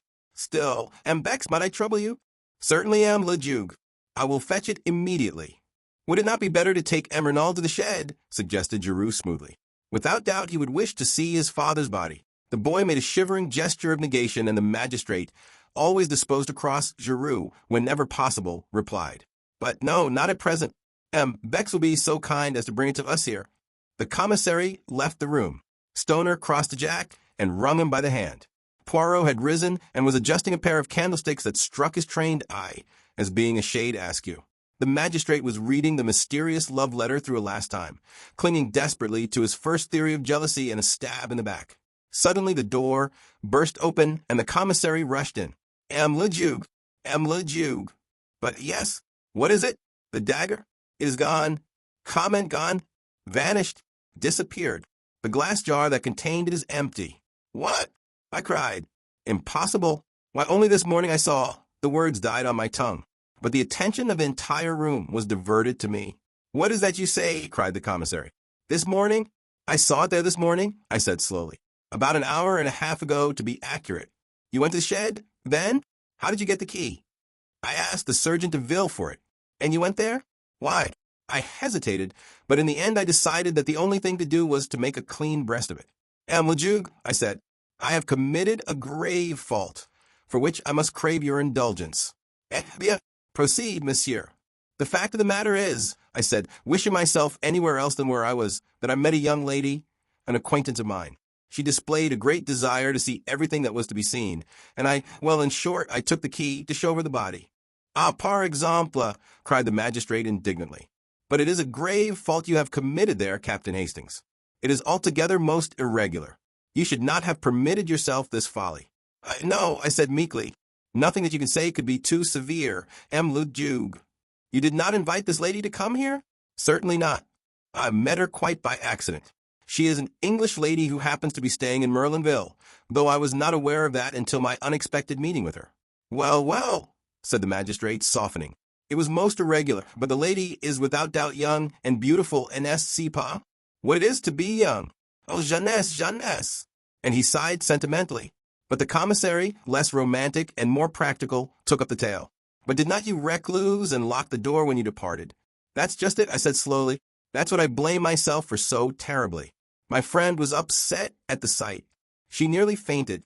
I got her some brandy and water, and afterwards insisted on accompanying her back to town. In the excitement, I forgot to relock the door. I only did so when I got back to the villa." "Then for 20 minutes at least," said the commissary slowly. He stopped. "Exactly," I said. 20 minutes, mused the commissary. "It is deplorable," said Imhotep, his sternness of manner returning. "Without precedent." Suddenly, another voice spoke. "You find it deplorable, M. le Juge?" asked Giroux. "Certainly I do." "Eh bien, I find it admirable," said the other imperturbably. This unexpected ally quite bewildered me. "Admirable M. Giroux?" asked the magistrate, studying him cautiously out of the corner of his eye. "Precisely. And why?" "Because we know now that the assassin or an accomplice of the assassin has been near the villa only an hour ago. It will be strange if, with that knowledge, we do not shortly lay hands upon him." There was a note of menace in his voice. He continued, he risked a good deal to gain possession of that dagger. Perhaps he feared that fingerprints might be discovered on it. Poirot turned to Bex. "You said there were none?" Giroux shrugged his shoulders. Perhaps he could not be sure. Poirot looked at him. "You are wrong, M. Giroux. The assassin wore gloves, so he must have been sure. I do not say it was the assassin himself. It may have been an accomplice who was not aware of that fact." "Il Saint Malrensains, less accomplices," muttered Poirot, but he said no more. The magistrate's clerk was gathering up the papers on the table. Hotep addressed us. "Our work here is finished. Perhaps, M. Renaud, you will listen whilst your evidence is read over to you. I have purposely kept all the proceedings as informal as possible. I have been called original in my methods, but I maintain that there is much to be said for originality. The case is now in the clever hands of the renowned M. Giroux. He will without doubt distinguish himself. Indeed, I wonder that he has not already laid his hands upon the murderers. Madam, again let me assure you of my heartfelt sympathy. Messrs, I wish you all good day." And, accompanied by his clerk and the commissary, he took his departure. Poirot tugged out that large turnip of a watch of his and observed the time. "Let's return to the hotel for lunch, my friend," he said, "and you shall recount to me in full the indiscretions of this morning. No one is observing us. We need make no adieus." We went quietly out of the room. The examining magistrate had just driven off in his car. I was going down the steps when Poirot's voice arrested me. "One little moment, my friend." Dexterously, he whipped out his yard measure and proceeded quite solemnly to measure an overcoat hanging in the hall from the collar to the hem. I had not seen it hanging there before, and guessed that it belonged to either Mr. Stoner or Jack Renaud. Then, with a little satisfied grunt, Poirot returned the measure to his pocket and followed me out into the open air. "Why did you measure that overcoat?" I asked with some curiosity as we walked down the hot white road at a leisurely pace. "Parbleu, to see how long it was," replied my friend imperturbably. I was vexed. Poirot's incurable habit of making a mystery out of nothing never failed to irritate me. I relapsed into silence and followed a train of thought of my own. Although I had not noticed them specially at the time, certain words Mrs. Renaud had addressed to her son now recurred to me, fraught with a new significance. "So you did not sail," she had said, and then had added, "After all, it does not matter now." What had she meant by that? The words were enigmatical, significant. Was it possible that she knew more than we supposed? She had denied all knowledge of the mysterious mission with which her husband was to have entrusted his son. But was she really less ignorant than she pretended? Could she enlighten us if she chose? And was her silence part of a carefully thought out and preconceived plan? The more I thought about it, the more I was convinced that I was right. Mrs. Renaud knew more than she chose to tell. In her surprise at seeing her son, she had momentarily betrayed herself. I felt convinced that she knew, if not the assassins, at least the motive for the assassination. But some very powerful considerations must keep her silent. "You think profoundly, my friend," remarked Poirot, breaking in upon my reflections. "What is it that intrigued you so?" I told him sure of my ground, though feeling expectant that he would ridicule my suspicions. But to my surprise, he nodded thoughtfully. "You're quite right, Hastings. From the beginning, I have been sure that she was keeping something back. At first, I suspected her, if not of inspiring, at least of conniving at the crime." "You suspected her?" I cried. "But certainly, she benefits enormously. In fact, by this new will, she is the only person to benefit." So from the start, she was singled out for attention. You may have noticed that I took an early opportunity of examining her wrists. I wished to see whether there was any possibility that she had gagged and bound herself. I saw at once that there was no fake. The cords had actually been drawn so tight as to cut into the flesh. That ruled out the possibility of her having committed the crime single-handed. But it was still possible for her to have connived at it or to have been the instigator with an accomplice. Moreover, the story as she told it was singularly familiar to me. The masked men that she could not recognize, the mention of the secret I had heard or read, all these things before. Another little detail confirmed my belief that she was not speaking the truth. The wristwatch, Hastings, the wristwatch. Again, that wristwatch. Poirot was eyeing me curiously. "You see, mon ami? You comprehend?" "No," I replied with some ill humor. "I neither see nor comprehend.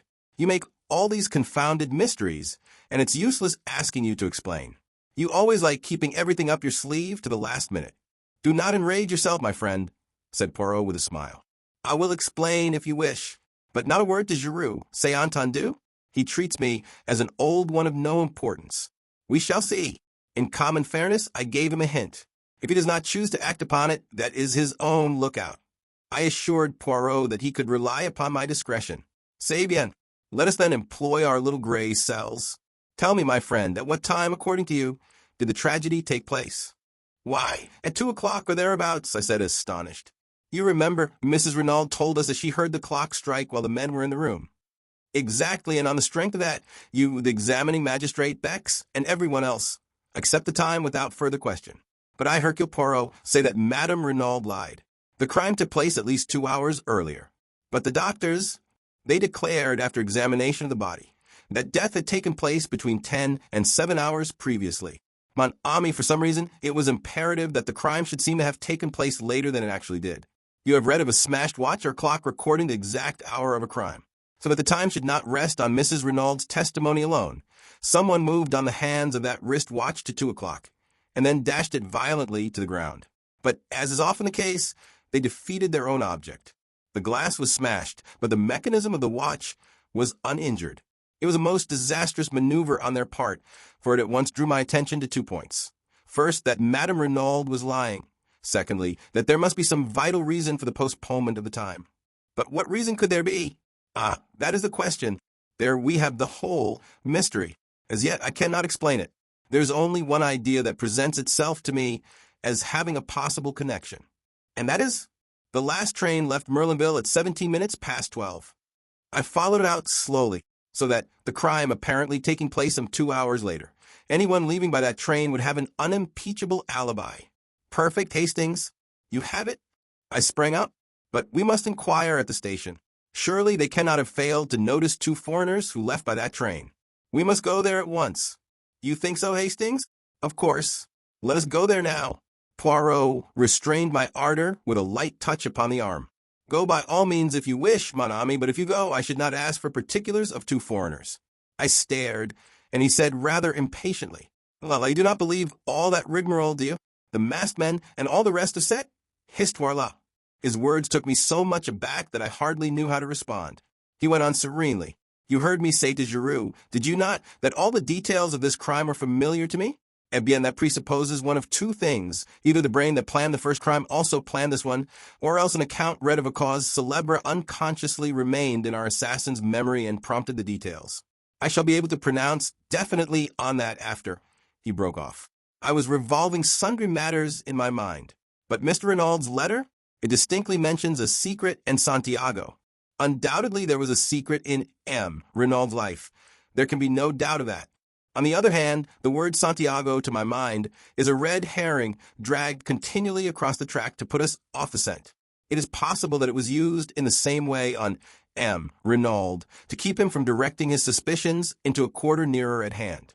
Oh, be assured, Hastings, the danger that threatened him was not in Santiago, it was near at hand in France. He spoke so gravely and with such assurance that I could not fail to be convinced. But I essayed one final objection. And the match and cigarette end found near the body? What of them? A light of pure enjoyment lit up Poirot's face. Planted, deliberately planted there for Giroux, or one who's tried to find. He is smart, Giroux, he can do his tricks. So can a good retriever dog. He comes in so pleased with himself. For hours he has crawled on his stomach. See what I have found, he says. And then again to me, what do you see here? Me, I answer with profound and deep truth, nothing. And Giroux, the great Giroux, he laughs, he thinks to himself, oh, that he is imbecile, this old one. But we shall see. But my mind had reverted to the main facts. Then all the story of the masked men is false? What really happened? Poirot shrugged his shoulders. One person could tell us, Madame Renaud. But she will not speak. Threats and entreaties would not move her. A remarkable woman that, Hastings. I recognized as soon as I saw her that I had to deal with a woman of unusual character. At first, as I told you, I was inclined to suspect her of being concerned in the crime. Afterwards, I altered my opinion. What made you do that? Her spontaneous and genuine grief at the sight of her husband's body. I could swear that the agony in that cry of hers was genuine. Yes, I said thoughtfully, one cannot mistake these things. I beg your pardon, my friend. One can always be mistaken. Regard a great actress. Does not her acting of grief carry you away and impress you with its reality? No, however strong my own impression and belief, I needed other evidence before I allowed myself to be satisfied. The great criminal can be a great actor. I based my certainty in this case not upon my own impression, but upon the undeniable fact that Mrs. Renaud actually fainted. I turned up her eyelids and felt her pulse. There was no deception. The swoon was genuine. Therefore, I was satisfied that her anguish was real and not assumed. Besides, a small additional point not without interest, it was unnecessary for Mrs. Renaud to exhibit unrestrained grief. She had had one paroxysm on learning of her husband's death, and there would be no need for her to simulate another such a violent one on beholding his body. No, Mrs. Renaud was not her husband's murderess. But why has she lied? She lied about the wristwatch, she lied about the masked men, she lied about a third thing. Tell me, Hastings, what is your explanation of the open door? Well, I said, rather embarrassed, I suppose it was an oversight. They forgot to shut it. Poirot shook his head and sighed. That is the explanation of Giroux. It does not satisfy me. There is a meaning behind that open door which for a moment I cannot fathom. I have an idea, I cried suddenly. A la bonne heure, let us hear it. Listen, we are agreed that Mrs. Renaud's story is a fabrication. Is it not possible, then, that Mr. Renaud left the house to keep an appointment, possibly with the murderer, leaving the front door open for his return? But he did not return, and the next morning he is found stabbed in the back. An admirable theory, Hastings, but for 2 facts which you have characteristically overlooked. In the first place, who gagged and bound Madame Renaud, and why on earth should they return to the house to do so? In the second place, no man on earth would go out to keep an appointment wearing his underclothes and an overcoat. There are circumstances in which a man might wear pajamas and an overcoat, but the other never. True, I said, rather crestfallen. No, continued Poirot. We must look elsewhere for a solution of the open-door mystery. One thing I am fairly sure of, they did not leave through the door. They left by the window. What? Precisely, but there were no footmarks in the flower bed underneath. No, and there ought to have been. Listen, Hastings.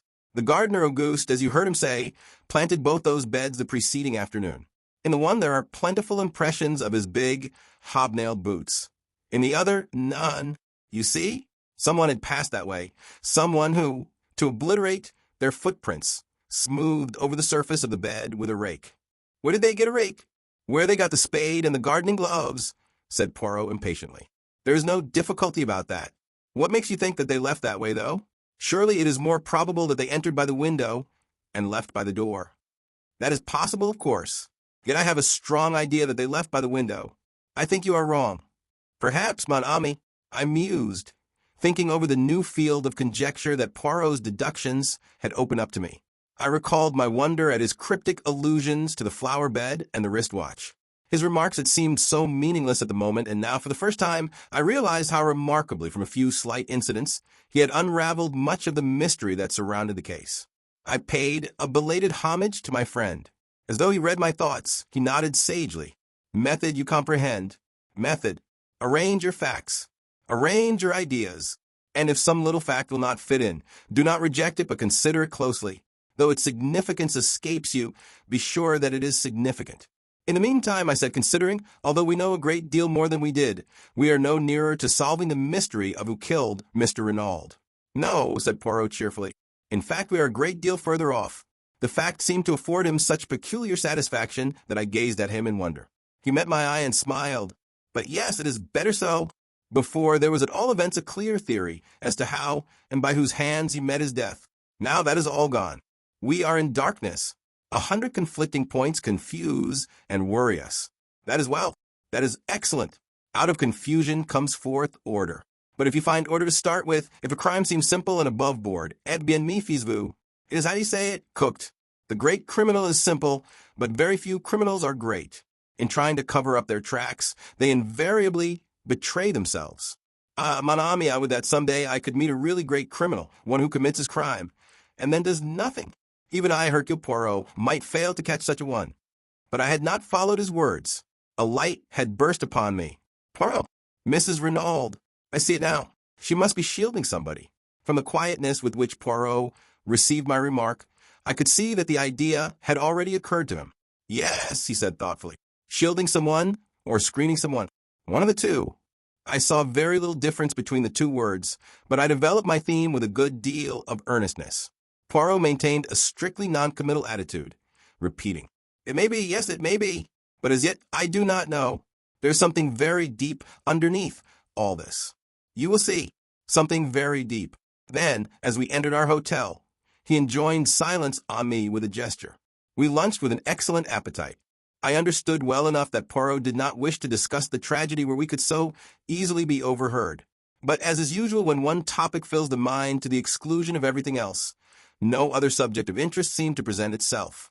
For a while we ate in silence, and then Poirot observed maliciously, Bien, and your indiscretions, you recount them not. I felt myself blushing. Oh, you mean this morning? I endeavored to adopt a tone of absolute nonchalance. But I was no match for Poirot. In a very few minutes he had extracted the whole story from me, his eyes twinkling as he did so. Tiens, a story of the most romantic. What is her name, this charming young lady? I had to confess that I did not know. Still more romantic. The first rencontre in the train from Paris, the second here. Journeys end in lovers' meetings. Is not that the saying? Don't be an ass, Poirot. Yesterday it was Mademoiselle d'Abril. Today it is Mademoiselle Cinderella. Decidedly you have the heart of a Turk. Hastings, you should establish a harem. It's all very well to rag me.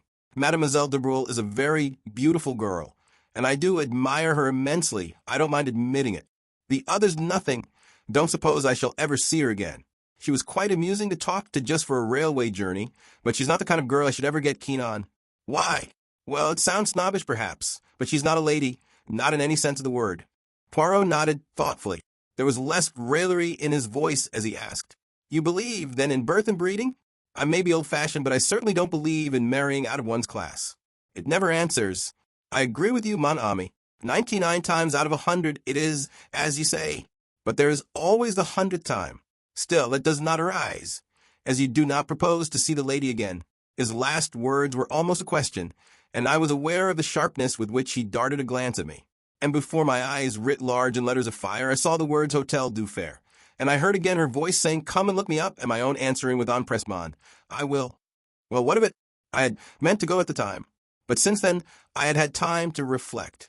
I did not like the girl. Thinking it over in cold blood, I came definitely to the conclusion that I disliked her intensely.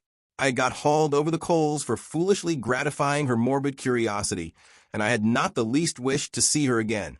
I answered Poirot lightly enough. She asked me to look her up, but of course I shan't. Why, of course?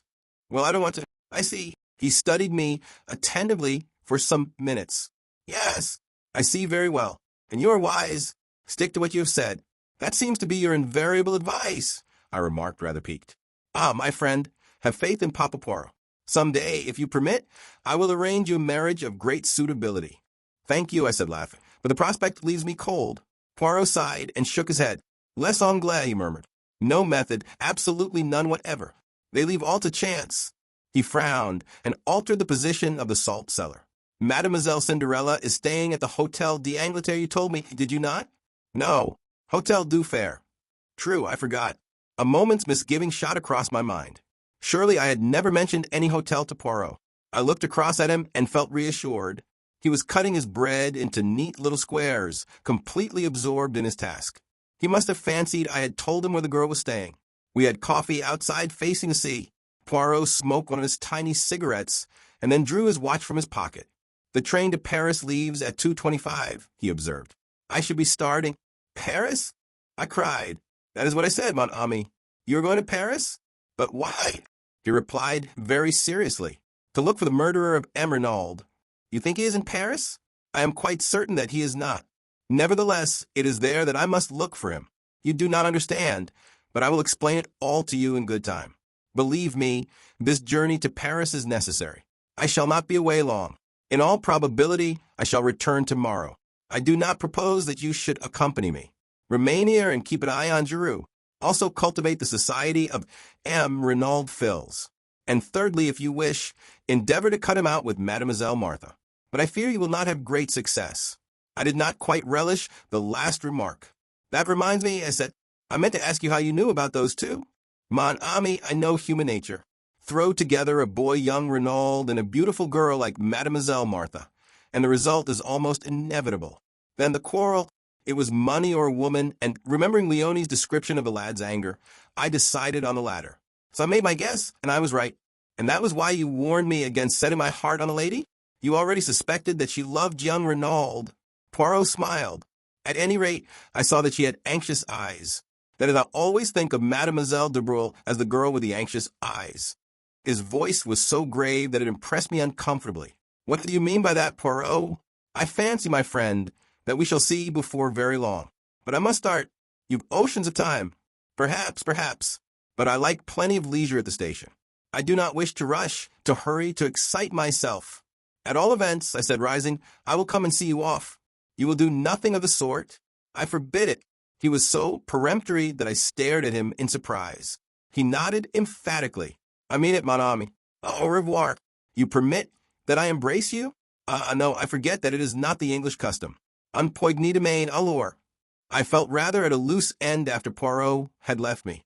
I strolled down the beach and watched the bathers, without feeling energetic enough to join them. I rather fancied that Cinderella might be disporting herself amongst them in some wonderful costume, but I saw no signs of her. I strolled aimlessly along the sands toward the further end of the town. It occurred to me that, after all, it would only be decent feeling on my part to inquire after the girl, and it would save trouble in the end. The matter would then be finished with. There would be no need for me to trouble about her any further.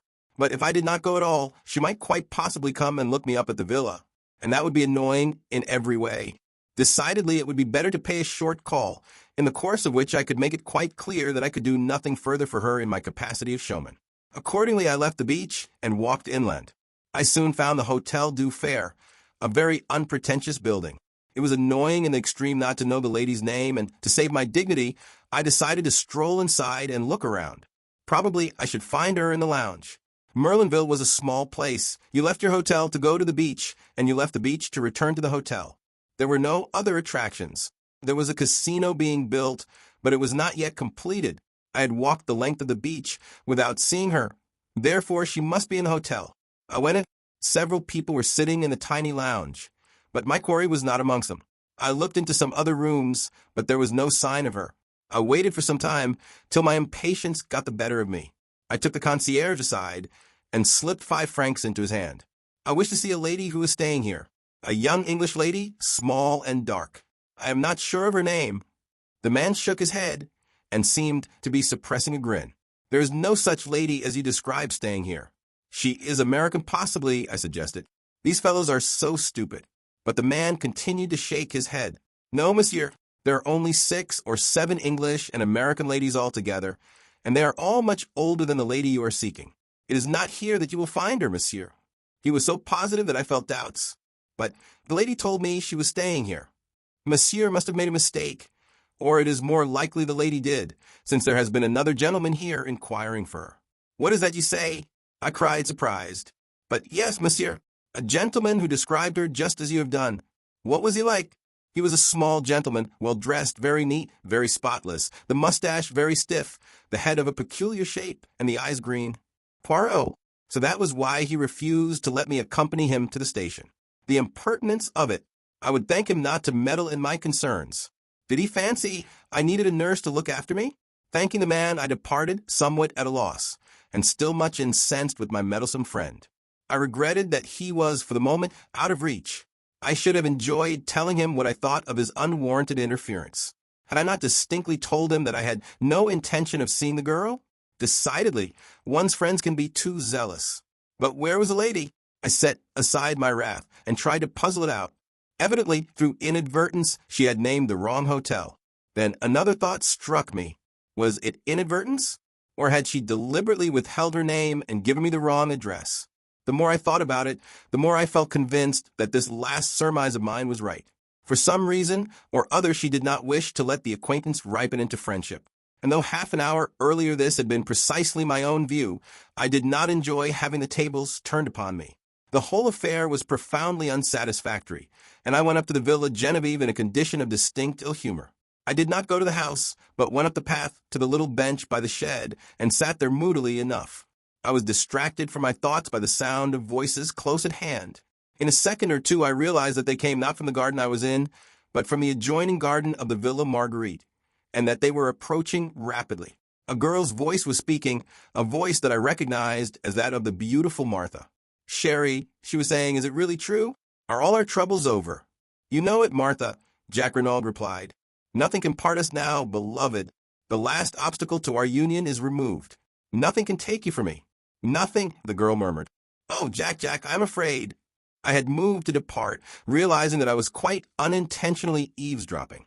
As I rose to my feet, I caught sight of them through a gap in the hedge. They stood together facing me, the man's arm round the girl, his eyes looking into hers. They were a splendid-looking couple, the dark, well-knit boy and the fair young goddess. They seemed made for each other as they stood there, happy in spite of the terrible tragedy that overshadowed their young lives. But the girl's face was troubled, and Jack Renaud seemed to recognize it as he held her closer to him and asked, "But what are you afraid of, darling? What is there to fear now?" And then I saw the look in her eyes, the look Poirot had spoken of, as she murmured so that I almost guessed the words. "I'm afraid for you." I did not hear young Renaud's answer, for my attention was distracted by an unusual appearance a little further down the hedge. There appeared to be a brown bush there, which seemed odd, to say the least of it, so early in the summer. I stepped along to investigate, but at my advance, the brown bush withdrew itself precipitately and faced me with a finger to its lips. It was Giroux. Enjoining caution, he led the way round the shed until we were out of earshot. "What were you doing there?" I asked. "Exactly what you were doing, listening. But I was not there on purpose," said Giroux. "I was, as always, I admired the man whilst disliking him.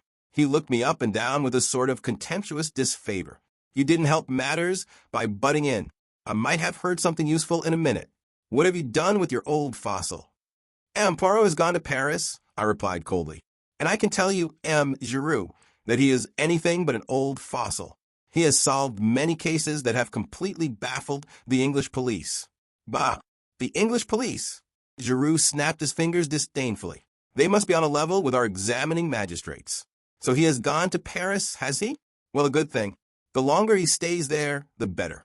But what does he think he will find there? I thought I read in the question a tinge of uneasiness. I drew myself up. That I am not at liberty to say, I said quietly. Giroux subjected me to a piercing stare. He has probably enough sense not to tell you, he remarked rudely. Good afternoon. I'm busy. And with that, he turned on his heel and left me without ceremony. Matters seemed at a standstill at the Villa Genevieve. Giroux evidently did not desire my company, and from what I had seen, it seemed fairly certain that Jack Renaud did not either. I went back to the town, had an enjoyable bath, and returned to the hotel. I turned in early, wondering whether the following day would bring forth anything of interest. I was wholly unprepared for what it did bring forth. I was eating my petit déjeuner in the dining room when the waiter, who had been talking to someone outside, came back in obvious excitement. He hesitated for a minute, fidgeting with his napkin, and then burst out. Monsieur will pardon me, but he is connected, is he not, with the affair at the Villa Genevieve? Yes, I said eagerly. Why? Monsieur has not heard the news, though. What news? That there has been another murder there last night. What? Leaving my breakfast, I caught up my hat and ran as fast as I could. Another murder, and Poirot away. What fatality! But who had been murdered? I dashed in at the gate. A group of the servants was in the drive, talking and gesticulating. I caught hold of Françoise. What has happened? Oh, monsieur, another death. It is terrible. There is a curse upon the house. But yes, I say it, a curse. They should send for M. Le Cure to bring some holy water. Never will I sleep another night under that roof. It might be my turn, who knows? She crossed herself. Yes, I cried, but who's been killed? Do I know me? A man, a stranger. They found him up there in the shed, not 100 yards from where they found poor monsieur. And that is not all. He is stabbed to the heart with the same dagger. Waiting for no more, I turned and ran up the path to the shed. The two men on guard there stood aside to let me pass, and, filled with excitement, I entered. The light was dim. The place was a mere rough wooden erection to keep old pots and tools in. I had entered impetuously, but on the threshold I checked myself, fascinated by the spectacle before me. Giroux was on his hands and knees, a pocket torch in his hand with which he was examining every inch of the ground. He looked up with a frown at my entrance. Then his face relaxed a little in a sort of good-humored contempt. Say, how long enter then? Let us see what you can make of this affair. Rather stung by his tone, I stooped my head and passed in. There he is, said Giroux, flashing his torch to the far corner. I stepped across. The dead man lay straight upon his back. He was of medium height, swarthy of complexion, and possibly about 50 years of age. He was neatly dressed in a dark blue suit, well cut and probably made by an expensive tailor, but not new. His face was terribly convulsed, and on his left side, just over the heart, the hilt of a dagger stood up black and shining. I recognized it. It was the same dagger I had seen reposing in the glass jar the preceding morning. I'm expecting the doctor any minute, explained Giroux. Although we hardly need him. There's no doubt what the man died of. He was stabbed to the heart, and death must have been pretty well instantaneous. When was it done? Last night? Giroux shook his head. Hardly. I don't lay down the law on medical evidence. But the man's been dead well over 12 hours. When do you say you last saw that dagger? About 10 o'clock yesterday morning. Then I should be inclined to fix the crime as being done not long after that. But people were passing and repassing this shed continually. Giroux laughed disagreeably. You progress to a marvel. Who told you he was killed in this shed? Well, I felt flustered. I assumed it. Oh, what a fine detective. Look at him. Mon petit, does a man stabbed to the heart fall like that neatly with his feet together and his arms to his side? No. Again, does a man lie down on his back and permit himself to be stabbed without raising a hand to defend himself? It is absurd, is it not? But see here, and here, he flashed the torch along the ground. I saw curious, irregular marks in the soft dirt. He was dragged here after he was dead, half dragged, half carried by two people.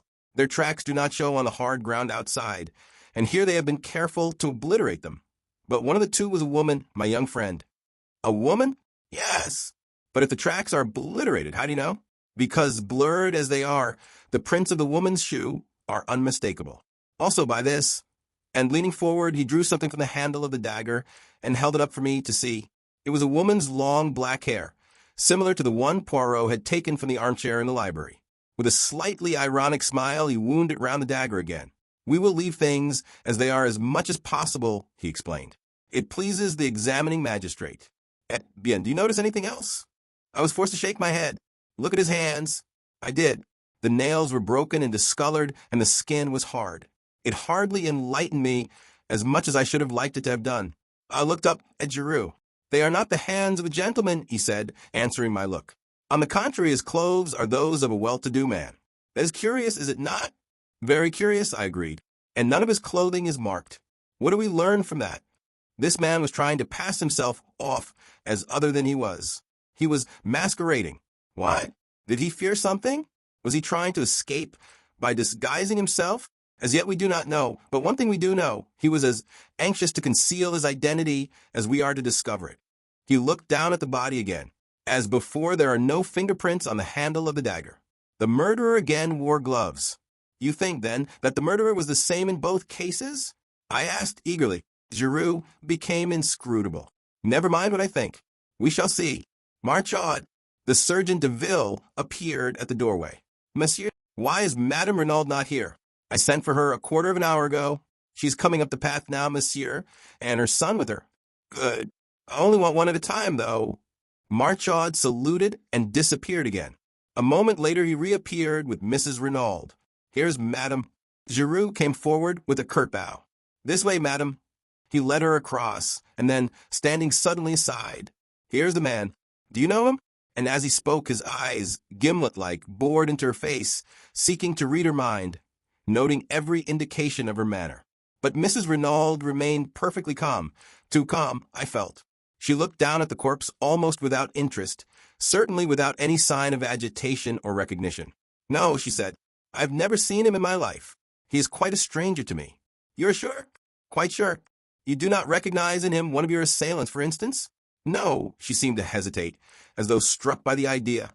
"No, I do not think so. Of course they wore beards, false ones the examining magistrate thought, but still, no." Now she seemed to make her mind up definitely. "I am sure neither of the two was this man." "Very well, madam. That is all then." She stepped out with head erect, the sun flashing on the silver threads in her hair. Jacques Renaud succeeded her. Too failed to identify the man in a completely natural manner. Giroux merely grunted. Whether he was pleased or chagrined, I could not tell. He merely called to Marchaud. "You have got the other there?" "Yes, monsieur." "Bring her in then." The other was Madame de Breuil. She came indignantly, protesting with vehemence. "Object, monsieur. This is an outrage. What have I to do with all this?" "Madame," said Giroux brutally, "I am investigating not one murder, but 2 murders. For all I know, you may have committed them both." "How dare you?" she cried. "How dare you insult me by such a wild accusation? It is infamous." "Infamous, is it? What about this?" Stooping, he again detached the hair and held it up. "Do you see this, madam?" He advanced towards her. "You permit that I see whether it matches?" With a cry, she started backwards, white to the lips. "It is false, I swear it. I know nothing of the crime, of either crime. Anyone who says I do lies. Ah, mon Dieu, what shall I do?" "Calm yourself, madam," said Giroux coldly. "No one has accused you as yet, but you will do well to answer my questions without more ado." "Anything you wish, monsieur." "Look at the dead man. Have you ever seen him before?" Drawing nearer, a little of the color creeping back to her face, Madame de Breuil looked down at the victim with a certain amount of interest and curiosity. Then she shook her head. "I do not know him." It seemed impossible to doubt her. The words came so naturally. Giroux dismissed her with a nod of the head. "You are letting her go?" I asked in a low voice. "Is that wise? Surely that black hair is from her head." "I do not need teaching my business," said Giroux dryly. "She is under surveillance. I have no wish to arrest her as yet." Then, frowning, he gazed down at the body. "Should you say that was a Spanish type at all?" he asked suddenly. I considered the face carefully. "No," I said at last. "I should put him down as a Frenchman most decidedly." Giroux gave a grunt of dissatisfaction. "Same here." He stood there for a moment. Then, with an imperative gesture, he waved me aside, and once more on hands and knees, he continued his search of the floor of the shed. He was marvelous. Nothing escaped him. Inch by inch, he went over the floor, turning over pots, examining old sacks. He pounced on a bundle by the door, but it proved to be only a ragged coat and trousers, and he flung it down again with a snarl. 2 pairs of old gloves interested him, but in the end, he shook his head and laid them aside. Then he went back to the pots, methodically turning them over one by one. In the end, he rose to his feet and shook his head thoughtfully. He seemed baffled and perplexed. I think he had forgotten my presence. But at that moment, a stir and bustle was heard outside, and our old friend, the examining magistrate, accompanied by his clerk and Mbex, with the doctor behind him, came bustling in. "But this is extraordinary, Mr. Giroux," cried Mhotet. "Another crime. We have not got to the bottom of this case. There is some deep mystery here. But who was the victim this time?" "That is just what nobody can tell us, Le Jug. He has not been identified." "Where's the body?" asked the doctor. Giroux moved aside a little. "There in the corner. He has been stabbed to the heart, as you see, and with the dagger that was stolen yesterday morning. I fancy that the murder followed hard upon the theft, but that is for you to say. You can handle the dagger freely. There are no fingerprints on it." The doctor knelt down by the dead man, and Giroux turned to the examining magistrate. "A pretty little problem, is it not? But I shall solve it. And so no one can identify him," mused the magistrate.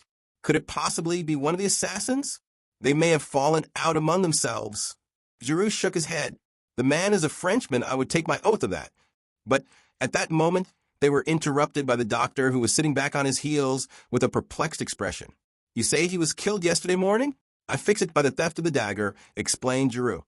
"He may, of course, have been killed later in the day." "Later in the day? Fiddlesticks! This man has been dead at least 48 hours, and probably longer." We stared at each other in blank amazement. The doctor's words were so surprising that we were all momentarily taken back. Here was a man stabbed with a dagger which we knew to have been stolen only 24 hours previously, and yet Dr. Durand asserted positively that he had been dead at least 48 hours. The whole thing was fantastic to the last extreme. We were still recovering from the surprise of the doctor's announcement when a telegram was brought to me. It had been sent up from the hotel to the villa. I tore it open. It was from Poirot, and announced his return by the train arriving at Merlinville at 12:28. I looked at my watch and saw that I had just time to get comfortably to the station and meet him there. I felt that it was of the utmost importance that he should know at once of the new and startling developments in the case. Evidently, I reflected, Poirot had had no difficulty in finding what he wanted in Paris. The quickness of his return proved that. Very few hours had sufficed. I wondered how he would take the exciting news I had to impart. The train was some minutes late, and I strolled aimlessly up and down the platform, until it occurred to me that I might pass the time by asking a few questions as to who had left Merlinville by the last train on the evening of the tragedy. I approached the chief porter, an intelligent-looking man, and had little difficulty in persuading him to enter upon the subject. It was a disgrace to the police, he hotly affirmed, that such brigands of assassins should be allowed to go about unpunished. I hinted that there was some possibility they might have left by the midnight train, but he negatived the idea decidedly. He would have noticed 2 foreigners, he was sure of it. Only about 20 people had left by the train, and he could not have failed to observe them. I do not know what put the idea into my head. Possibly it was the deep anxiety underlying Martha Dubrul's tones. But I asked suddenly, "Young and Renaud, he did not leave by that train, did he?" "Ah, no, monsieur. To arrive and start off again within half an hour, it would not be amusing, that." I stared at the man, the significance of his words almost escaping me. Then I saw. "You mean," I said, my heart beating a little, "that Jack Renaud arrived at Merlinville that evening?" "But yes, monsieur. By the last train arriving the other way, the 11:40. My brain whirled. That then was the reason of Martha's poignant anxiety. Jack Renaud had been in Merlinville on the night of the crime. But why had he not said so? Why, on the contrary, had he led us to believe that he had remained in Cherbourg? Remembering his frank, boyish countenance, I could hardly bring myself to believe that he had any connection with the crime. Yet why this silence on his part about so vital a matter?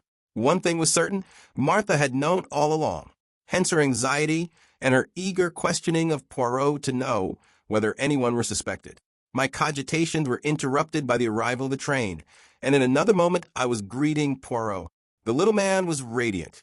He beamed and vociferated, and forgetting my English reluctance, embraced me warmly on the platform. "Mon cher ami, I have succeeded, but succeeded to a marvel." "Indeed? I'm delighted to hear it. Have you heard the latest here?" "How would you that I should hear anything? There have been some developments." The brave Giroux. He has made an arrest? Or even arrest, perhaps. Ah, but I will make him look foolish, that one. But where are you taking me, my friend? Do we not go to the hotel? It is necessary that I attend to my mustaches. They are deplorably limp from the heat of traveling. Also, without doubt, there is dust on my coat and my tie that I must rearrange. I cut short his remonstrances. My dear Poirot, never mind all that. We must go to the villa at once. There has been another murder. I have frequently been disappointed when fancying that I was giving news of importance to my friend. Either he has known it already or he has dismissed it as irrelevant to the main issue. And in the latter case, events have usually proved him justified. But this time I could not complain of missing my effect. Never have I seen a man so flabbergasted. His jaw dropped. All the jauntiness went out of his bearing. He stared at me open-mouthed. What is that you say? Another murder? Ah, then I am all wrong. I have failed. Giroux may mock himself at me. He will have reason. You did not expect it then? Not the least in the world. It demolishes my theory. It ruins everything. No. He stopped dead, thumping himself on the chest. It is impossible. I cannot be wrong. The facts, taken methodically and in their proper order, admit of only one explanation. I must be right. I am right. But then he interrupted me. Wait, my friend. I must be right. Therefore, this new murder is impossible unless... Oh, wait, I implore you. Say no word. He was silent for a moment or two. Then, resuming his normal manner, he said in a quiet, assured voice, "The victim is a man of middle age. His body was found in the locked shed near the scene of the crime and had been dead at least 48 hours. And it is most probable that he was stabbed in a similar manner to M. Renaud, though not necessarily in the back. It was my turn to gape, and gape I did. In all my knowledge of Poirot, he had never done anything so amazing as this. And almost inevitably, a doubt crossed my mind. Poirot, I cried, you're pulling my leg. You've heard all about it already. He turned his earnest gaze upon me reproachfully. Would I do such a thing? I assure you that I have heard nothing whatsoever. Did you not observe the shock your news was to me? But how on earth could you know all that? I was right then, but I knew it. The little gray cells, my friend, the little gray cells, they told me. Thus, and in no other way, could there have been a second death. Now tell me all. If we go round to the left here, we can take a short cut across the golf links, which will bring us to the back of the Villa Genevieve much more quickly. As we walked, taking the way he had indicated, I recounted all I knew. Poirot listened attentively. The dagger was in the wound, you say? That is curious. You are sure it was the same one? Absolutely certain. That's what makes it so impossible. Nothing is impossible. There may have been two daggers. I raised my eyebrows. Surely that is in the highest degree unlikely? It would be a most extraordinary coincidence. You speak, as usual, without reflection, Hastings. In some cases, two identical weapons would be highly improbable. But not here. This particular weapon was a war souvenir which was made to Jack Renaud's orders.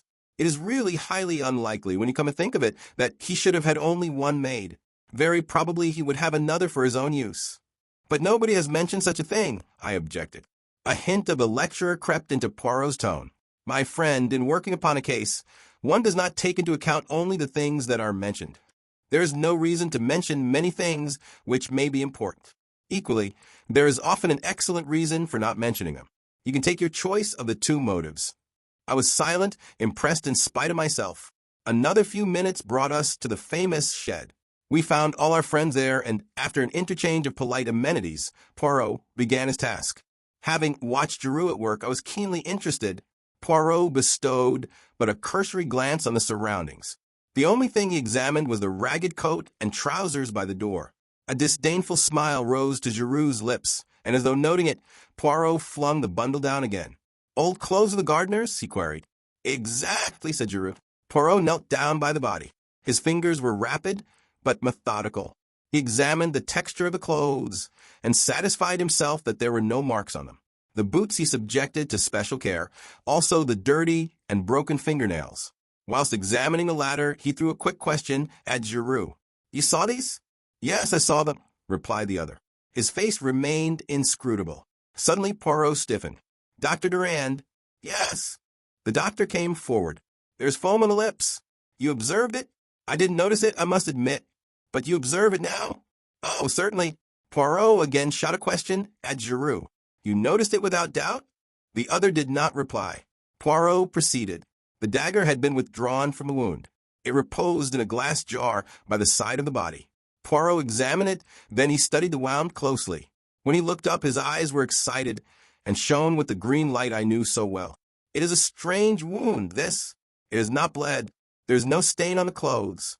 The blade of the dagger is slightly discolored. That is all. What do you think, Emily? Doctor? I can only say that it is most abnormal. It is not abnormal at all. It is most simple.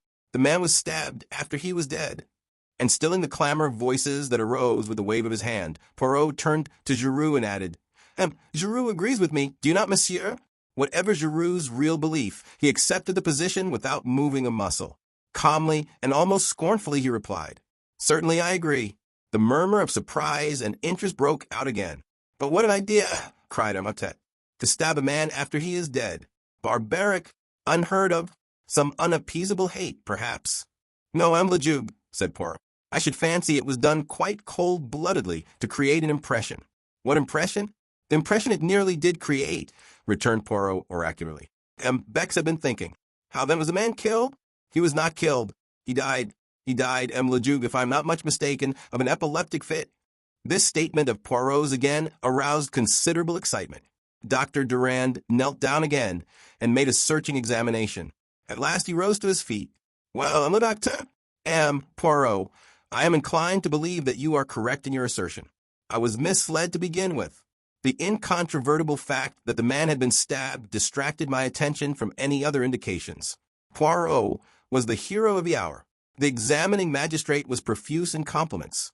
Poirot responded gracefully, and then excused himself on the pretext that neither he nor I had yet lunched, and that he wished to repair the ravages of the journey. As we were about to leave the shed, Giroux approached us. One more thing, Poirot, he said in his suave mocking voice.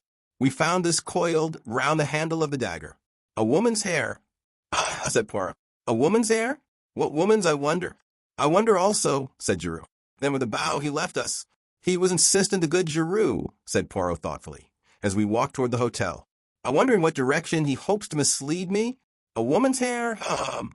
We lunched heartily, but I found Poirot somewhat distrait and inattentive. Afterwards we went up to our sitting room, and there I begged him to tell me something of his mysterious journey to Paris. Willingly, my friend, I went to Paris to find this. He took from his pocket a small faded newspaper cutting. It was the reproduction of a woman's photograph. He handed it to me. I uttered an exclamation. You recognize it, my friend? I nodded. Although the photo obviously dated from very many years back, and the hair was dressed in a different style, the likeness was unmistakable. Madame Ducrot, I exclaimed. Poirot shook his head with a smile. Not quite correct, my friend. She did not call herself by that name in those days. That is a picture of a notorious Madame Baroldi. Madame Baroldi. In a flash the whole thing came back to me. The murder trial that had evoked such worldwide interest. The Baroldi case. Some 20 years or so before the opening of the present story, Monsieur Arnold Baroldi, a native of Lyons, arrived in Paris accompanied by his pretty wife and their little daughter, a mere babe. Monsieur Baroldi was a junior partner in a firm of wine merchants, a stout middle-aged man fond of the good things of life, devoted to his charming wife, and altogether unremarkable in every way. The firm in which Monsieur Baroldi was a partner was a small one, and although doing well, it did not yield a large income to the junior partner. The Baroldis had a small apartment and lived in a very modest fashion to begin with. But unremarkable though Monsieur Baroldi might be, his wife was plentifully gilded with a brush of romance. Young and good-looking, and gifted withal with a singular charm of manner, Madame Baroldi at once created a stir in the quarter, especially when it began to be whispered that some interesting mystery surrounded her birth. It was rumored that she was the illegitimate daughter of a Russian Grand Duke. Others asserted that it was an Austrian Archduke, and that the union was legal though morganatic. But all stories agreed upon one point, that Jean Baroldi was the center of an interesting mystery. Questioned by the curious, Madame Baroldi did not deny these rumors. On the other hand, she let it be clearly understood that though her lips were sealed, all these stories had a foundation in fact. To intimate friends, she unburdened herself further, spoke of political intrigues, of papers, of obscure dangers that threatened her. There was also much talk of crown jewels that were to be sold secretly, with herself acting as the go-between. Amongst the friends and acquaintances of the Baroldis was a young lawyer, Georges Cano. It was soon evident that the fascinating Jean had completely enslaved his heart. Madame Baroldi encouraged the young man in a discreet fashion, but being always careful to affirm her complete devotion to her middle-aged husband. Nevertheless, many spiteful persons did not hesitate to declare that young Kano was her lover, and not the only one. When the Baroldis had been in Paris about 3 months, another personage came upon the scene. This was Mr. Hiram P. Trapp, a native of the United States and extremely wealthy. Introduced to the charming and mysterious Madame Baroldi, he fell a prompt victim to her fascinations. His admiration was obvious, though strictly respectful. About this time, Madame Baroldi became more outspoken in her confidences. To several friends, she declared herself greatly worried on her husband's behalf. She explained that he had been drawn into several schemes of a political nature, and also referred to some important papers that had been entrusted to him for safekeeping and which concerned a secret of far-reaching European importance. They had been entrusted to his custody to throw pursuers off the track, but Madame Baroldi was nervous, having recognized several important members of the revolutionary circle in Paris. On the 28th day of November, the blow fell. The woman who came daily to clean and cook for the Baroldis was surprised to find the door of the apartment standing wide open. Hearing faint moans issuing from the bedroom, she went in. A terrible sight met her eyes. Madame Baroldi lay on the floor, bound hand and foot, uttering feeble moans, having managed to free her mouth from a gag. On the bed was Monsieur Baroldi, lying in a pool of blood, with a knife driven through his heart. Madame Baroldi's story was clear enough.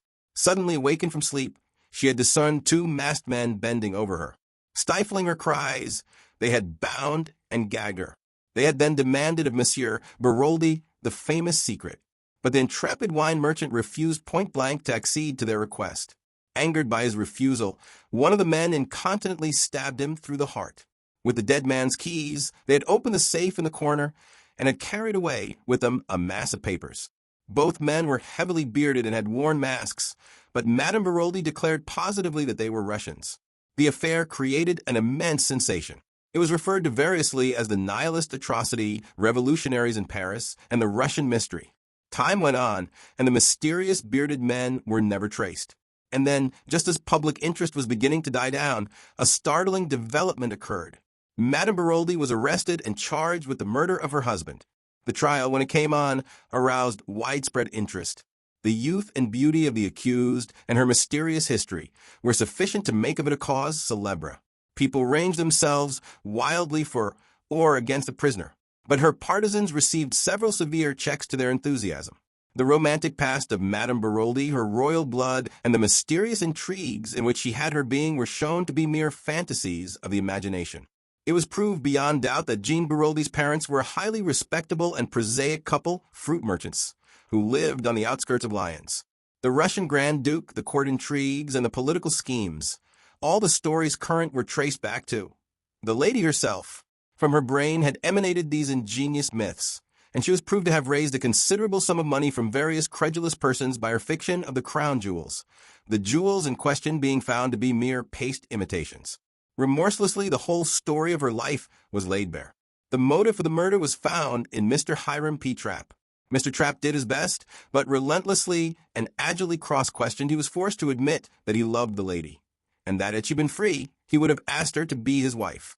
The fact that the relations between them were admittedly platonic strengthened the case against the accused, debarred from becoming his mistress by the simple, honorable nature of the man. Jean Baroldi had conceived the monstrous project of ridding herself of her elderly, undistinguished husband and becoming the wife of the rich American. Throughout, Madame Baroldi confronted her accusers with complete sang-froid and self-possession. Her story never varied. She continued to declare strenuously that she was of royal birth, and that she had been substituted for the daughter of the fruit seller at an early age. Absurd and completely unsubstantiated as these statements were, a great number of people believed implicitly in their truth. But the prosecution was implacable. It denounced the masked Russians as a myth and asserted that the crime had been committed by Madame Baroldi and her lover, Georges Kano. A warrant was issued for the arrest of the latter, but he had wisely disappeared. Evidence showed that the bonds which secured Madame Baroldi were so loose that she could easily have freed herself. And then, towards the close of the trial, a letter, posted in Paris, was sent to the public prosecutor. It was from Georges Kano, and without revealing his whereabouts, it contained a full confession of the crime. He declared that he had indeed struck the fatal blow at Madame Baroldi's instigation. The crime had been planned between them. Believing that her husband ill-treated her and maddened by his own passion for her, a passion which he believed her to return, he had planned the crime and struck the fatal blow that should free the woman he loved from a hateful bondage. Now, for the first time, he learnt of Mr. Hiram P. Trapp and realized that the woman he loved had betrayed him. Not for his sake did she wish to be free, but in order to marry the wealthy American. She had used him as a cat's paw, and now, in his jealous rage, he turned and denounced her, declaring that throughout he had acted at her instigation. And then Madame Baroldi proved herself the remarkable woman she undoubtedly was. Without hesitation, she dropped her previous defense and admitted that the Russians were a pure invention on her part. The real murderer was Georges Cano. Maddened by passion, he had committed the crime, vowing that if she did not keep silence, he would enact a terrible vengeance from her. Terrified by his threats, she had consented, also fearing it likely that if she told the truth, she might be accused of conniving at the crime. But she had steadfastly refused to have anything more to do with her husband's murder, and it was in revenge for this attitude on her part that he had written this letter accusing her. She swore solemnly that she had had nothing to do with the planning of the crime, that she had awoke on that memorable night to find Georges Cano standing over her, the blood-stained knife in his hand. It was a touch-and-go affair. Madame Baroldi's story was hardly credible. But this woman, whose fairy tales of royal intrigues had been so easily accepted, had the supreme art of making herself believed. Her address to the jury was a masterpiece. The tears streaming down her face, she spoke of her child, of her woman's honor, of her desire to keep her reputation untarnished for the child's sake. She admitted that Georges Cano having been her lover, she might perhaps be held morally responsible for the crime. But before God, nothing more. She knew that she had committed a grave fault in not denouncing Cano to the law, but she declared in a broken voice that that was a thing no woman could have done. She had loved him. Could she let her hand be the one to send him to the guillotine? She had been guilty of much, but she was innocent of the terrible crime imputed to her. However that may have been, her eloquence and personality won the day. Madame Baroldi, amidst a scene of unparalleled excitement, was acquitted. Despite the utmost endeavors of the police, Georges Cano was never traced. As for Madame Baroldi, nothing more was heard of her. Taking the child with her, she left Paris to begin a new life. I have set down the Baroldi case in full. Of course, all the details did not present themselves to my memory as I have recounted them here. Nevertheless, I recalled the case fairly accurately. It had attracted a great deal of interest at the time and had been fully reported by the English papers, so that it did not need much effort of memory on my part to recollect the salient details. Just for the moment, in my excitement, it seemed to clear up the whole matter. I admit that I am impulsive, and Poirot deplores my custom of jumping to conclusions, but I think I had some excuse in this instance. The remarkable way in which this discovery justified Poirot's point of view struck me at once. "Poirot," I said, "I congratulate you. I see everything now. If that is indeed the truth, I congratulate you, mon ami. For as a rule you are not famous for seeing. Is it not so?" I felt a little annoyed. "Come now, don't rub it in. You've been so confoundedly mysterious all along with your hints and your insignificant details that anyone might fail to see what you were driving at." Poirot lit one of his little cigarettes with his usual precision. Then he looked up. "And since you see everything now, mon ami, what exactly is it that you see?" "Why, that it was Madame d'Abreuil Baroldi who murdered Mr. Renaud. The similarity of the two cases proves that beyond a doubt." "Then you consider that Madame Baroldi was wrongly acquitted? That in actual fact she was guilty of connivance in her husband's murder?" I opened my eyes wide. "But of course, don't you?" Poirot walked to the end of the room, absent-mindedly straightened the chair, and then said thoughtfully, "Yes, that is my opinion. But there is no of course about it, my friend. Technically speaking, Madame Baroldi is innocent. Of that crime, perhaps, but not of this." Poirot sat down again and regarded me, his thoughtful air more marked than ever. "So it is definitely your opinion, Hastings, that Madame d'Abreuil murdered M. Renaud?" "Yes." "Why?" He shot the question at me with such suddenness that I was taken aback. "Why?" I stammered. "Why?" "Oh, because I came to stop." Poirot nodded his head at me. "You see, you come to a stumbling block at once. Why should Madame d'Abreuil, I shall call her that for clearness' sake, murder M. Renaud? We can find no shadow of a motive. She does not benefit by his death. Considered as either mistress or blackmailer, she stands to lose. You cannot have a murder without a motive. The first crime was different. There we had a rich lover waiting to step into her husband's shoes." "Money is not the only motive for murder," I objected. "True," agreed Poirot placidly. There are two others. The crime passional is one. And there is the third rare motive, murder for an idea which implies some form of mental derangement on the part of the murderer. Homicidal mania and religious fanaticism belong to that class. We can rule it out here. But what about the crime passional? Can you rule that out? If Madame d'Abreuil was Renaud's mistress, if she found that his affection was cooling, or if her jealousy was aroused in any way, might she not have struck him down in a moment of anger? Poirot shook his head. If you note, Madame d'Abreuil was Renaud's mistress, he had not a time to tire of her. And in any case, you mistake her character. She is a woman who can simulate great emotional stress. She is a magnificent actress. But looked at dispassionately, her life disproves her appearance. Throughout, if we examine it, she had been cold-blooded and calculating in her motives and actions. It was not to link her life with that of her young lover that she connived at her husband's murder. The rich American, for whom she probably did not care a button, was her objective. If she committed a crime, she would always do so for gain. Here there was no gain. Besides, how do you account for the digging of the grave? That was a man's work. She might have had an accomplice, I suggested, unwilling to relinquish my belief. I passed to another objection. You have spoken of the similarity between the two crimes. Wherein does that lie, my friend? I stared at him in astonishment. Why, Poirot, it was you who remarked on that. The story of the masked men, the secret, the papers. Poirot smiled a little. Do not be so indignant, I beg of you. I repudiate nothing. The similarity of the two stories links the two cases together inevitably. But reflect now on something very curious. It is not Madame d'Abreuil who tells us this tale. If it were all, it would indeed be plain sailing. It is Madame Renaud. Is she then in league with the other? I can't believe that, I said slowly. If it is so, she must be the most consummate actress the world has ever known. Ta ta ta, said Poirot impatiently. Again you have the sentiment and not the logic. If it is necessary for a criminal to be a consummate actress, then by all means assume her to be one. But is it necessary? I do not believe Madame Renaud to be in league with Madame d'Abreuil for several reasons, some of which I have already enumerated to you. The others are self-evident. Therefore, that possibility eliminated, we draw very near to the truth, which is, as always, very curious and interesting. Poirot, I cried, what more do you know? Mon ami, you must make your own deductions. You have access to the facts. Concentrate your gray cells. Reason not like Giroux, but like Hercule Poirot. But are you sure? My friend, in many ways I have been an imbecile.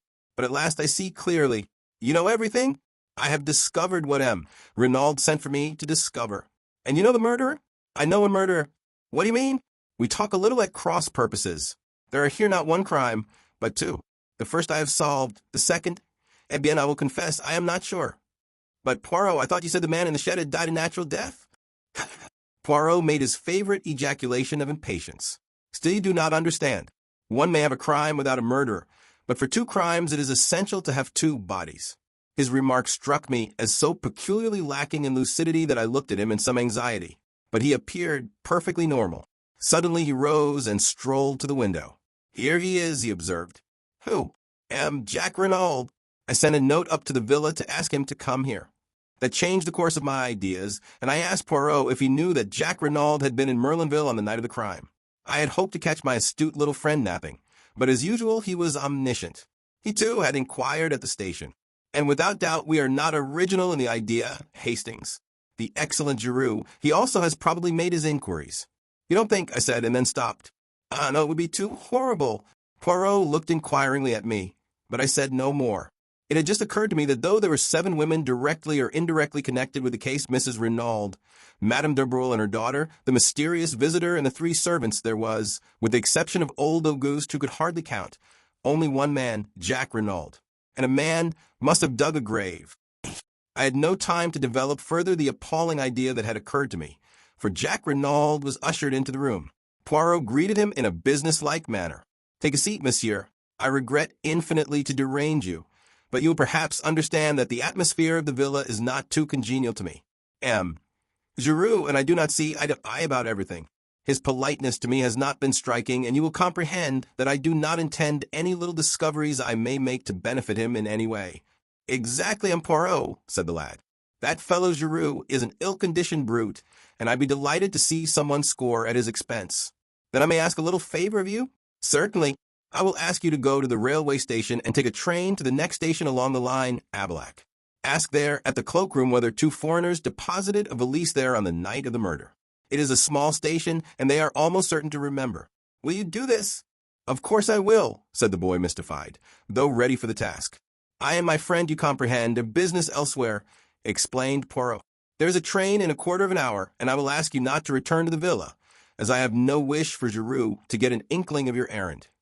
Very well, I will go straight to the station. He rose to his feet. Poirot's voice stopped him. One moment, M. Renaud, there's one little matter that puzzles me. Why did you not mention to M. Hotet this morning that you were in Merlinville on the night of the crime? Jack Renaud's face went crimson. With an effort he controlled himself. You have made a mistake. I was in Cherbourg, as I told the examining magistrate this morning. Poirot looked at him, his eyes narrowed, cat-like, until they only showed a gleam of green. Then it is a singular mistake that I have made there, for it is shared by the station staff. They say you arrived by the 11:40 train. For a moment Jack Renaud hesitated, then he made up his mind. And if I did? I suppose you do not mean to accuse me of participating in my father's murder? He asked the question haughtily, his head thrown back. I should like an explanation of the reason that brought you here. That is simple enough. I came to see my fiancée, Mademoiselle Dobrel. I was on the eve of a long voyage, uncertain as to when I should return. I wished to see her before I went, to assure her of my unchanging devotion. And you did see her? Poirot's eyes never left the other's face. There was an appreciable pause before Renaud replied. Then he said, Yes. And afterwards? I found I had missed the last train. I walked to St. Beauvais, where I knocked up a garage and got a car to take me back to Cherbourg. St. Beauvais? That is 15 kilometers. A long walk, Renaud. I felt like walking. Poirot bowed his head as a sign that he accepted the explanation. Jack Renaud took up his hat and cane and departed. In a trice, Poirot jumped his feet. Quick, Hastings. We will go after him. Keeping a discreet distance behind our quarry, we followed him through the streets of Merlinville. But when Poirot saw that he took the turning to the station, he checked himself. All is well. He has taken the bait. He will go to Abilac and will inquire for the mythical valise left by the mythical foreigners. Yes, mon ami, all that was a little invention of my own. You wanted him out of the way, I exclaimed. Your penetration is amazing, Hastings. Now, if you please, we will go up to the Villa Genevieve. By the way, Poirot, I said as we walked along the hot white road, I've got a bone to pick with you. I dare say you meant well, but really it was no business of yours to go mooshing round to the Hotel du Fer without letting me know. Poirot shot a quick sidelong glance at me. And how did you know I had been there? He inquired. Much to my annoyance, I felt the color rising in my cheeks.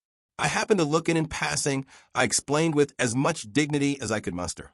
I rather feared Poirot's banter, but to my relief, and somewhat to my surprise, he only shook his head with a rather unusual gravity. If I have offended your susceptibilities in any way, I demand pardon of you. You will understand better soon. But believe me, I have striven to concentrate all my energies on the case. Oh, it's all right, I said, mollified by the apology. I know it's only that you have my interests at heart, but I can take care of myself all right. Poirot seemed to be about to say something further, but checked himself. Arrived at the villa, Poirot led the way up to the shed where the second body had been discovered. He did not, however, go in, but paused by the bench which I have mentioned before as being set some few yards away from it. After contemplating it for a moment or two, he paced carefully from it to the hedge which marked the boundary between the Villa Genevieve and the Villa Marguerite. Then he paced back again, nodding his head as he did so. Returning again to the hedge, he parted the bushes with his hands. With good fortune, he remarked to me over his shoulder, Mademoiselle Martha may find herself in the garden. I desire to speak to her and would prefer not to call formally at the Villa Marguerite. All is well, there she is. PST, Mademoiselle. PST. Un moment, essayez vous plate. I joined him at the moment that Martha Dobrel, looking slightly startled, came running up to the hedge at his call. A little word with you, Mademoiselle, if it is permitted? Certainly, Monsieur Poirot. Despite her acquiescence, her eyes looked troubled and afraid. Mademoiselle, do you remember running after me on the road the day that I came to your house with the examining magistrate? You asked me if anyone were suspected of the crime. And you told me 2 Chileans. Her voice sounded rather breathless, and her left hand stole to her breast. Will you ask me the same question again, Mademoiselle? What do you mean? This. If you were to ask me that question again, I should give you a different answer. Someone is suspected, but not a Chilean. Who? The word came faintly between her parted lips. Am Jack Renaud. What? It was a cry. Jack? Impossible. Who dares to suspect him? Giroux. Giroux. The girl's face was ashy. I'm afraid of that man. He is cruel. He will. She broke off.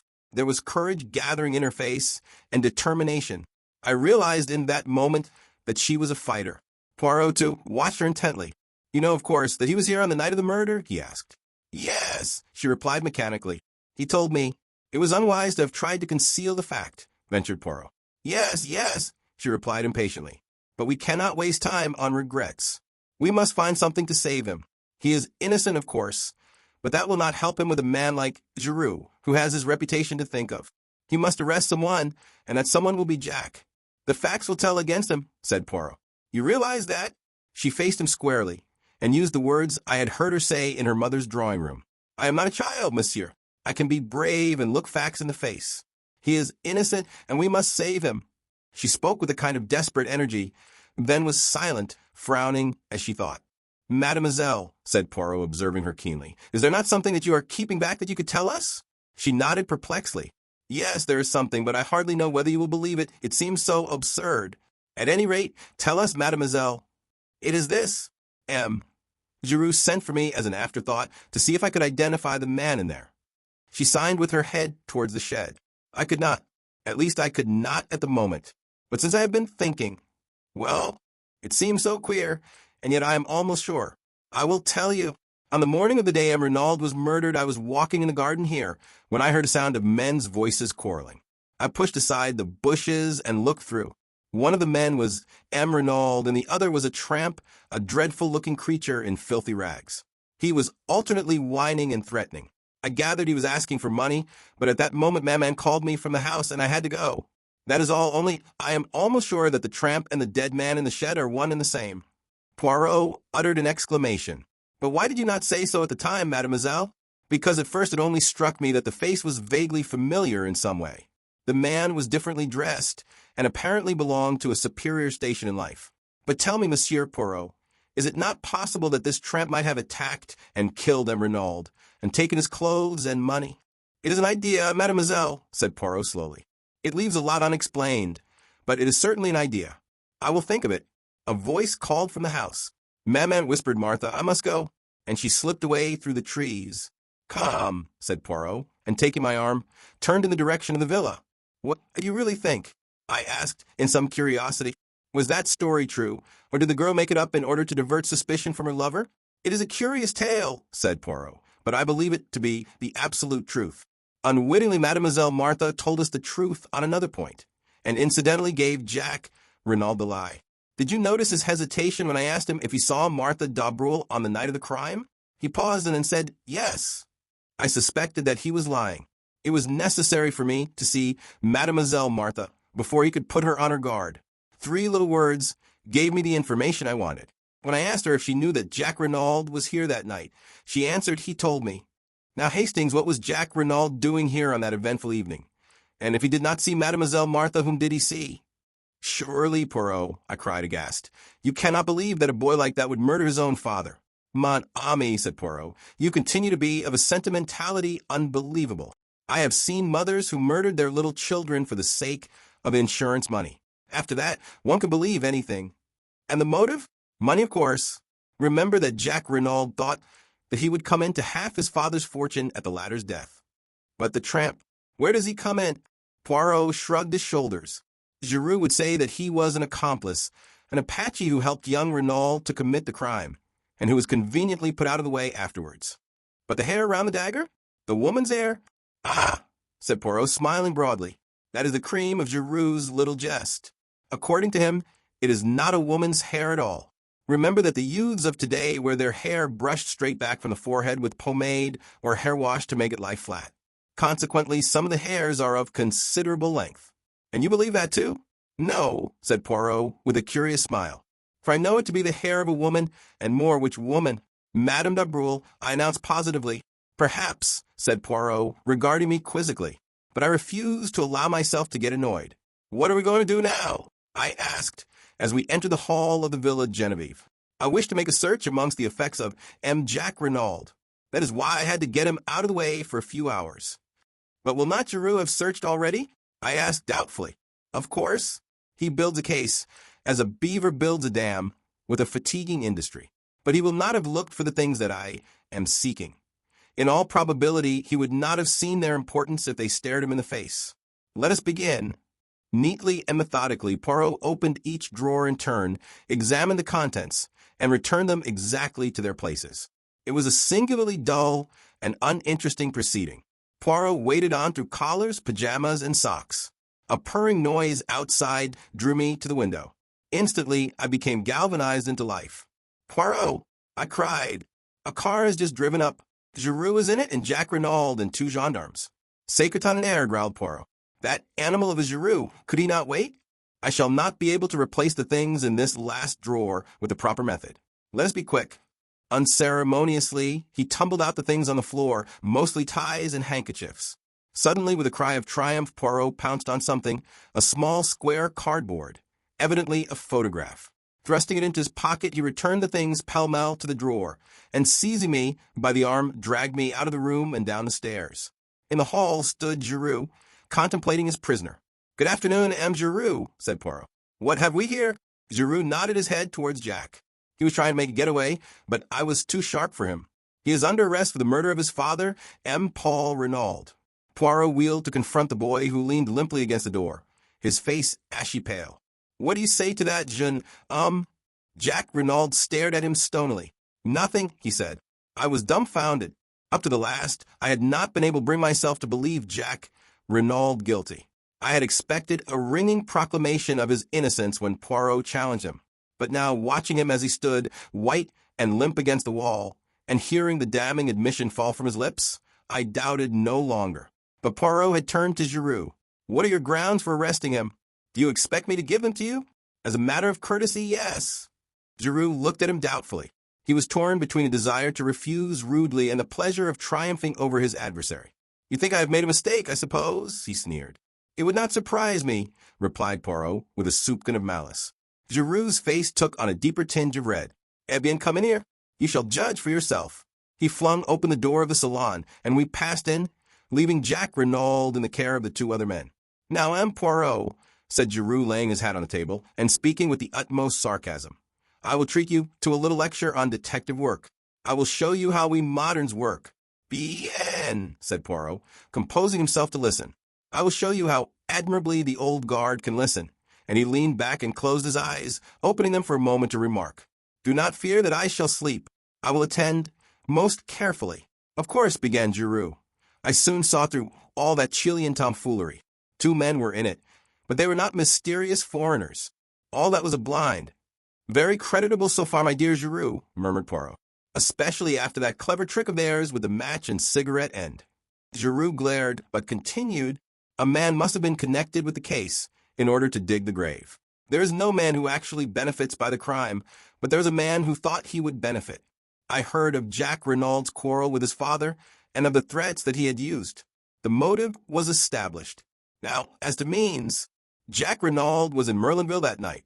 He concealed the fact, which turned suspicion into certainty. Then we found a second victim, stabbed with the same dagger. We know when that dagger was stolen. Captain Hastings here can fix the time. Jack Renaud, arriving from Cherbourg, was the only person who could have taken it. I have accounted for all the other members of the household. Poirot interrupted. You are wrong. There is one other person who could have taken the dagger. You refer to M. Stona? He arrived at the front door in an automobile which had brought him straight from Calais. Believe me, I have looked into everything. Jack Renaud arrived by train. An hour elapsed between his arrival and the moment he presented himself at the house. Without doubt, he saw Captain Hastings and his companion leave the shed, slipped it himself, and took the dagger, stabbed his accomplice in the shed. Who was already dead. Giroux shrugged his shoulders. Possibly he did not observe that. He may have judged him to be sleeping. Without doubt, they had a rendezvous. In any case, he knew this apparent second murder would greatly complicate the case. It did, but it could not deceive M. Giroux, murmured Poirot. You mock yourself at me, but I will give you one last irrefutable proof. Madame Renaud's story was false, a fabrication from beginning to end. We believe Madame Renaud to have loved her husband, yet she lied to shield his murderer. For whom will a woman lie? Sometimes for herself, usually for the man she loves. always for her children. That is the irrefutable proof. You cannot get round it. Giroux paused, flushed and triumphant. Poirot regarded him steadily. That is my case, said Giroux. What have you to say to it? Only that there is one thing you have failed to take into account. What is that? Jack Renaud was presumably acquainted with the planning out of the golf course. He knew that the body would be discovered almost at once when they started to dig the bunker. Giroux laughed out loud. But it is idiotic what you say there. He wanted the body to be found. Until it was found, he could not presume death and would have been unable to enter into his inheritance. I saw a quick flash of green in Poirot's eyes as he rose to his feet. Then why bury it? He asked softly. Reflect, Giroux. Since it was to Jack Renaud's advantage that the body should be found without delay, why dig a grave at all? Giroux did not reply. The question found him unprepared. He shrugged his shoulders as though to intimate that it was of no importance. Poirot moved towards the door. I followed him. There is one more thing that you have failed to take into account, he said over his shoulder. What is that? The piece of lead piping, said Poirot, and left the room. Jack Renaud still stood in the hall with a white, dumb face, but as we came out of the salon, he looked up sharply. At the same moment, there was the sound of a footfall on the staircase. Mrs. Renaud was descending it. At the sight of her son standing between the two myrmidons of the law, she stopped as though petrified. Jack, she faltered. Jack, what is this? He looked up at her, his face set. They have arrested me, mother. What? She uttered a piercing cry, and before anyone could get to her, swayed and fell heavily. We both ran to her and lifted her up. In a minute, Poirot stood up again. She has cut her head badly on the corner of the stairs. I fancy there is a slight concussion also. If Giroux wants a statement from her, he will have to wait. She will probably be unconscious for at least a week. Denise and Françoise had run to their mistress, and leaving her in their charge, Poirot left the house. He walked with his head bent down, frowning thoughtfully at the ground. For some time I did not speak, but at last I ventured to put a question to him. Do you believe then, in spite of all appearances to the contrary, that Jack Renaud may not be guilty? Poirot did not answer at once, but after a long wait, he said gravely, I do not know, Hastings. There is just a chance of it. Of course Giroux is all wrong. Wrong from beginning to end. If Jack Renaud is guilty, it is in spite of Giroux's arguments, not because of them. And the gravest indictment against him is known only to me. What is that? I asked, impressed. If you would use your gray cells and see the whole case clearly as I do, you too would perceive it, my friend. This was what I called one of Poirot's irritating answers. He went on, without waiting for me to speak. Let us walk this way to the sea. We will sit on that little mound there overlooking the beach and review the case. You shall know all that I know, but I would prefer that you should come at the truth by your own efforts, not by my leading you by the hand. We established ourselves on the grassy knoll as Poirot had suggested, looking out to sea. From farther along the sand, the cries of the bathers reached us faintly. The sea was of the palest blue, and the halcyon calm reminded me of the day we had arrived at Merlinville, my own good spirits, and Poirot's suggestion that I was fey. What a long time seemed to have elapsed since then, and in reality it was only 3 days. Think, my friend, said Poirot's voice encouragingly. Arrange your ideas. Be methodical. Be orderly. There is the secret of success. I endeavored to obey him, casting my mind back over all the details of the case. And reluctantly it seemed to me that the only clear and possible solution was that of Giroux, which Poirot despised. I reflected anew. If there was daylight anywhere, it was in the direction of Madame Dole. Giroux was ignorant of her connection with the Baroldi case. Poirot had declared the Baroldi case to be all-important. It was there I must seek. I was on the right track now, and suddenly I started as an idea of bewildering luminosity shot into my brain. Trembling, I built up my hypothesis. You have a little idea? I see, mon ami. Capital. We progress. I sat up and lit a pipe. Poirot, I said, it seems to me we have been strangely remiss. I say we, although I dare say I would be nearer the mark. But you must pay the penalty of your determined secrecy. So I say again, we have been strangely remiss. There is someone we have forgotten. And who is that? Inquired Poirot with twinkling eyes. Georges Canot. The next moment Poirot embraced me warmly. Enfin, you have arrived, and all by yourself. It is superb. Continue your reasoning. You are right. Decidedly we have done wrong to forget Georges Canot. I was so flattered by the little man's approval that I could hardly continue. But at last I collected my thoughts and went on. Georges Canot disappeared 20 years ago, but we have no reason to believe that he is dead. Document, agreed, Poirot. Proceed. Therefore, we will assume that he is alive. Exactly. Or that he was alive until recently. The mute and the mute. We will presume, I continued, my enthusiasm rising, that he has fallen on evil days. He has become a criminal, an Apache, a tramp, a what you will. He chances to come to Merlinville. There he finds the woman he has never ceased to love. The sentimentality, warned Poirot. Where one hates, one also loves. I quoted or misquoted. At any rate, he finds her there, living under an assumed name. But she has a new lover, the Englishman Renaud. Georges Cano, the memory of old wrongs rising in him, quarrels with this Renaud. He lies in wait for him as he comes to visit his mistress and stabs him in the back. Then, terrified at what he has done, he starts to dig a grave. I imagine it likely that Madame d'Abreuil comes out to look for her lover. She and Cano have a terrible scene. He drags her into the shed, and there suddenly falls down in an epileptic fit. Now supposing Jack Renaud to appear. Madame d'Abreuil tells him all, points out to him the dreadful consequences to her daughter if this scandal of the past is revived. His father's murderer is dead. Let them do their best to hush it up. Jack Renaud consents, goes to the house and has an interview with his mother, winning her over to his point of view. Primed with the story that Madame d'Abreuil has suggested to him, she permits herself to be gagged and bound. There, Poirot, what do you think of that? I leaned back, flushed with the pride of successful reconstruction. Poirot looked at me thoughtfully. I think that you should write for the Kinema, mon ami, he remarked at last. You mean?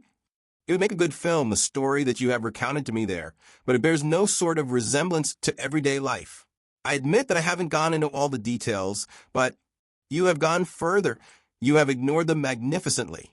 What about the way the two men were dressed? Do you suggest that after stabbing his victim, Cano removed his suit of clothes, donned it himself, and replaced the dagger? I don't see that that matters, I objected rather huffily.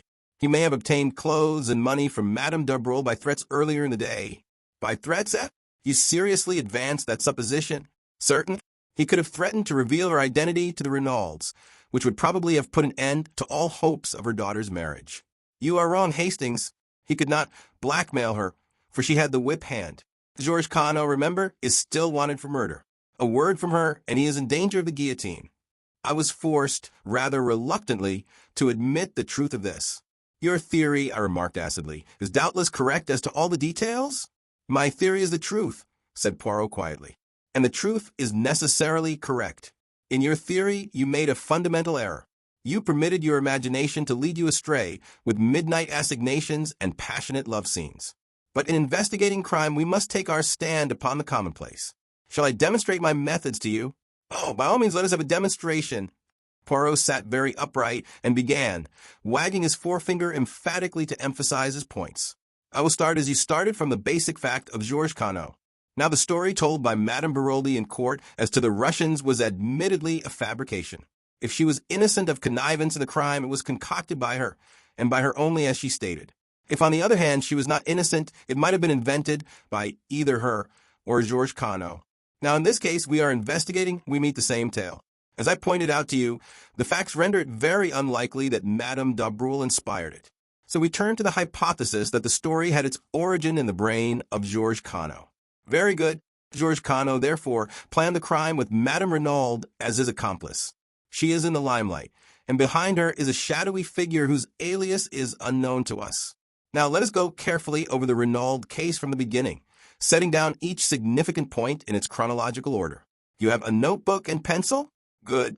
Now what is the earliest point to note down? The letter to you? That was the first we knew of it, but it is not the proper beginning of the case. The first point of any significance, I should say, is the change that came over M. Renaud shortly after arriving in Merlinville, and which is attested to by several witnesses. We have also to consider his friendship with Madame d'Abreuil and the large sums of money paid over to her. From thence we can come directly to the May 23rd. Poirot paused, cleared his throat, and signed to me to write. May 23rd, M. Renaud quarrels with his son over latter's wish to marry Martha d'Abreuil. Son leaves for Paris. May 24th, M. Renaud alters his will, leaving entire control of his fortune in his wife's hands. June 7th, quarrel with tramp in garden, witnessed by Martha d'Abreuil. Letter written to M. Hercule Poirot, imploring assistance. Telegram sent to Jack Renaud. bidding him proceed by the Anzora to Buenos Aires. Chauffeur Masters sent off on a holiday. Visit of a lady that evening. As he is seeing her out, his words are yes, yes, but for God's sake go now. Poirot paused. There, Hastings, take each of those facts one by one. Consider them carefully by themselves and in relation to the whole, and see if you do not get new light on the matter. I endeavored conscientiously to do as he had said. After a moment or two, I said rather doubtfully, as to the first points, the question seems to be whether we adopt the theory of blackmail or of an infatuation for this woman. Blackmail, decidedly. You heard what Stoner said as to his character and habits. Mrs. Renaud did not confirm his view, I argued. We have already seen that Madame Renaud's testimony cannot be relied upon in any way. We must trust to Stoner on that point. Still, if Renaud had an affair with a woman called Bella, there seems no inherent improbability in his having another with Madame de Breuil. None whatever, I grant you, Hastings. But did he? The letter, Poirot? You forget the letter. No, I do not forget. But what makes you think that letter was written to M. Renaud? Why it was found in his pocket and that is all, cut in Poirot. There was no mention of any name to show to whom the letter was addressed. We assumed it was to the dead man because it was in the pocket of his overcoat. Now, mon ami, something about that overcoat struck me as unusual. I measured it and made the remark that he wore his overcoat very long. That remark should have given you to think. I thought you were just saying it for the sake of saying something. I confessed. Ah, quelle idée! Lady, you observed me measuring the overcoat of M. Jack Renaud. Et bien M. Jack Renaud wears his overcoat very short. Put those two facts together with a third, namely that M. Jack Renaud flung out of the house in a hurry on his departure for Paris, and tell me what you make of it. I see, I said slowly, as the meaning of Poirot's remarks bore in upon me. That letter was written to Jack Renaud, not to his father. He caught up the wrong overcoat in his haste and agitation. Poirot nodded. Precisement. We can return to this point later. For the moment, let us content ourselves with accepting the letter as having nothing to do with M. Renaud père, and pass to the next chronological event. May 23rd, I read, M. Renaud quarrels with his son over ladders, wished to marry Martha d'Abril. Son leaves for Paris. I don't see anything much to remark upon there. And the altering of the will the following day seems straightforward enough. It was the direct result of the quarrel. We agree, mon ami, at least as to the cause. But what exact motive underlay this procedure of M. Renaud's? I opened my eyes in surprise. Anger against his son, of course. Yet he wrote him affectionate letters to Paris? So Jack Renaud says, but he cannot produce them. Well, let us pass from that. Now we come to the day of the tragedy. You have placed the events of the morning in a certain order. Have you any justification for that? I have ascertained that the letter to me was posted at the same time as the telegram was dispatched.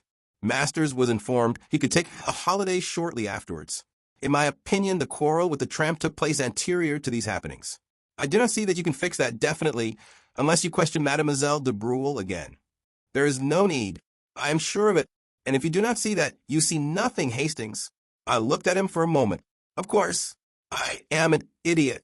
If the tramp was Georges Cano, it was after the stormy interview with him that Mr. Renaud apprehended danger. He sent away the chauffeur, Masters, whom he suspected of being in the other's pay. He wired to his son and sent for you. A faint smile crossed Poirot's lips.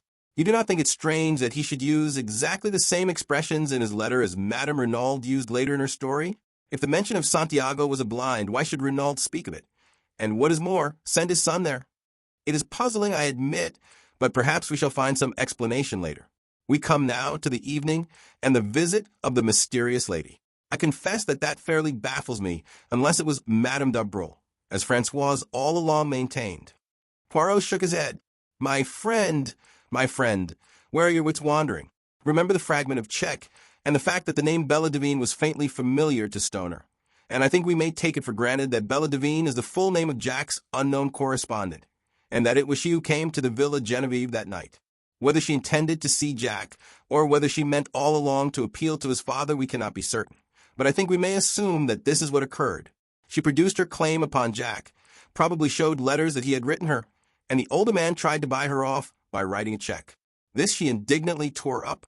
The terms of her letter are those of a woman genuinely in love, and she would probably deeply resent being offered money.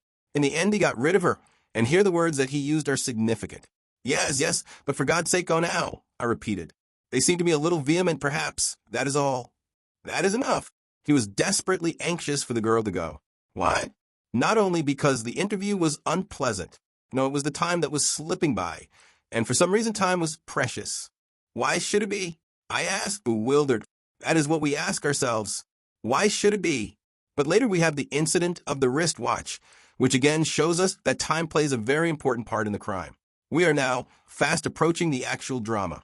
It is 10:30 when Bella Devine leaves, and by the evidence of the wristwatch we know that the crime was committed, or at any rate that it was staged, before 12 o'clock. We have reviewed all the events anterior to the murder. There remains only one unplaced.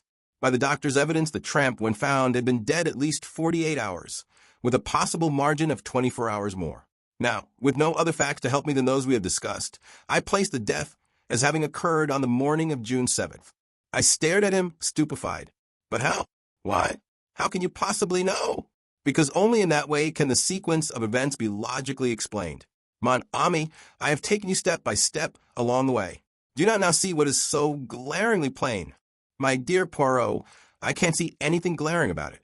I did think I was beginning to see my way before, but I'm now hopelessly fogged.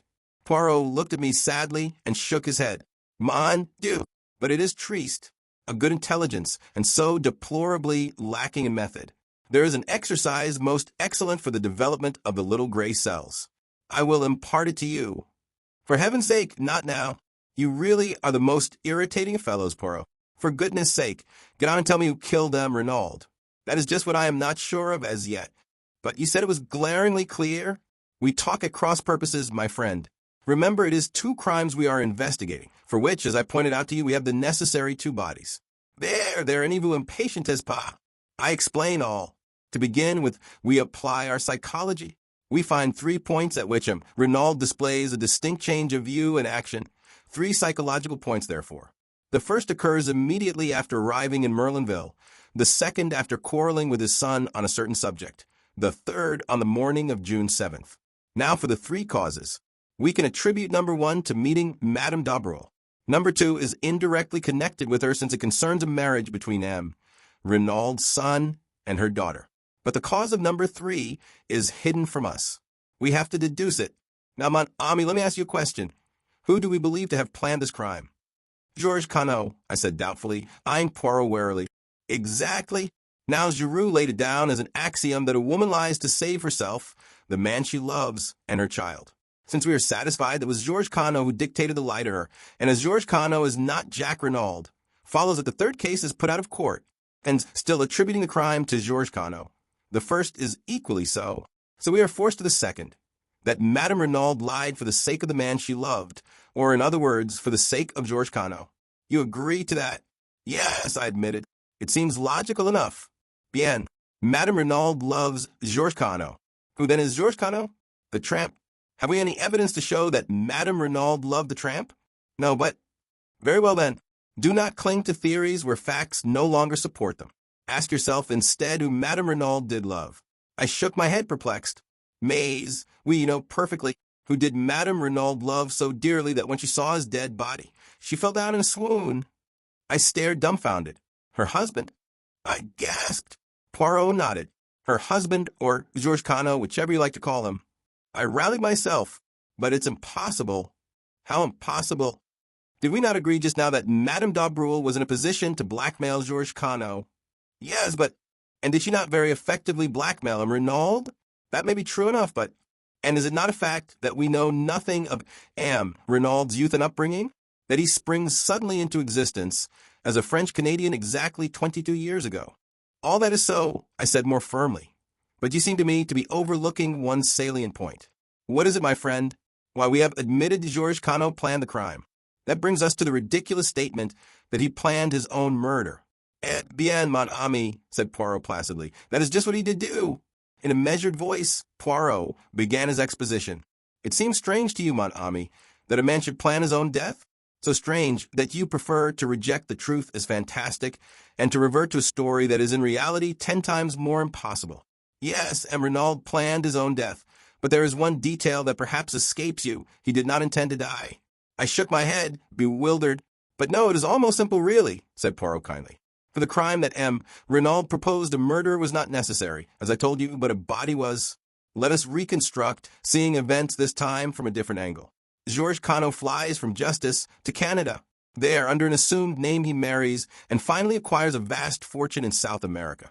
But there is a nostalgia upon him for his own country. 20 years have elapsed. He is considerably changed in appearance, besides being a man of such eminence that no one is likely to connect him with a fugitive from justice many years ago. He deems it quite safe to return.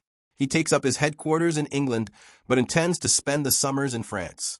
And ill fortune, that obscure justice which shapes men's ends and will not allow them to evade the consequences of their acts, takes him to Merlinville. There, in the whole of France, is the one person who is capable of recognizing him. It is, of course, a gold mine to Madame d'Arbrul, and a gold mine of which she is not slow to take advantage. He is helpless, absolutely in her power, and she bleeds him heavily. And then the inevitable happens.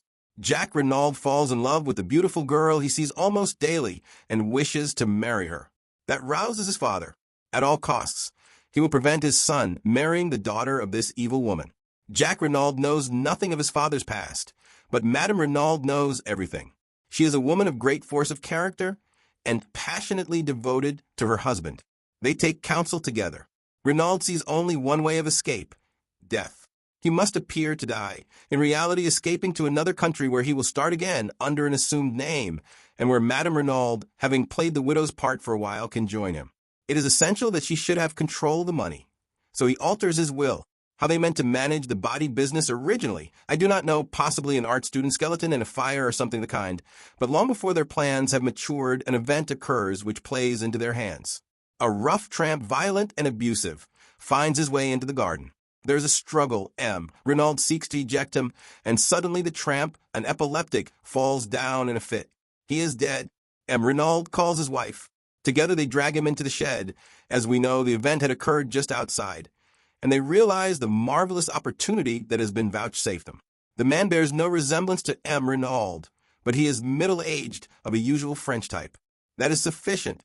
I rather fancy that they sat on the bench up there, out of earshot from the house, discussing matters. Their plan was quickly made.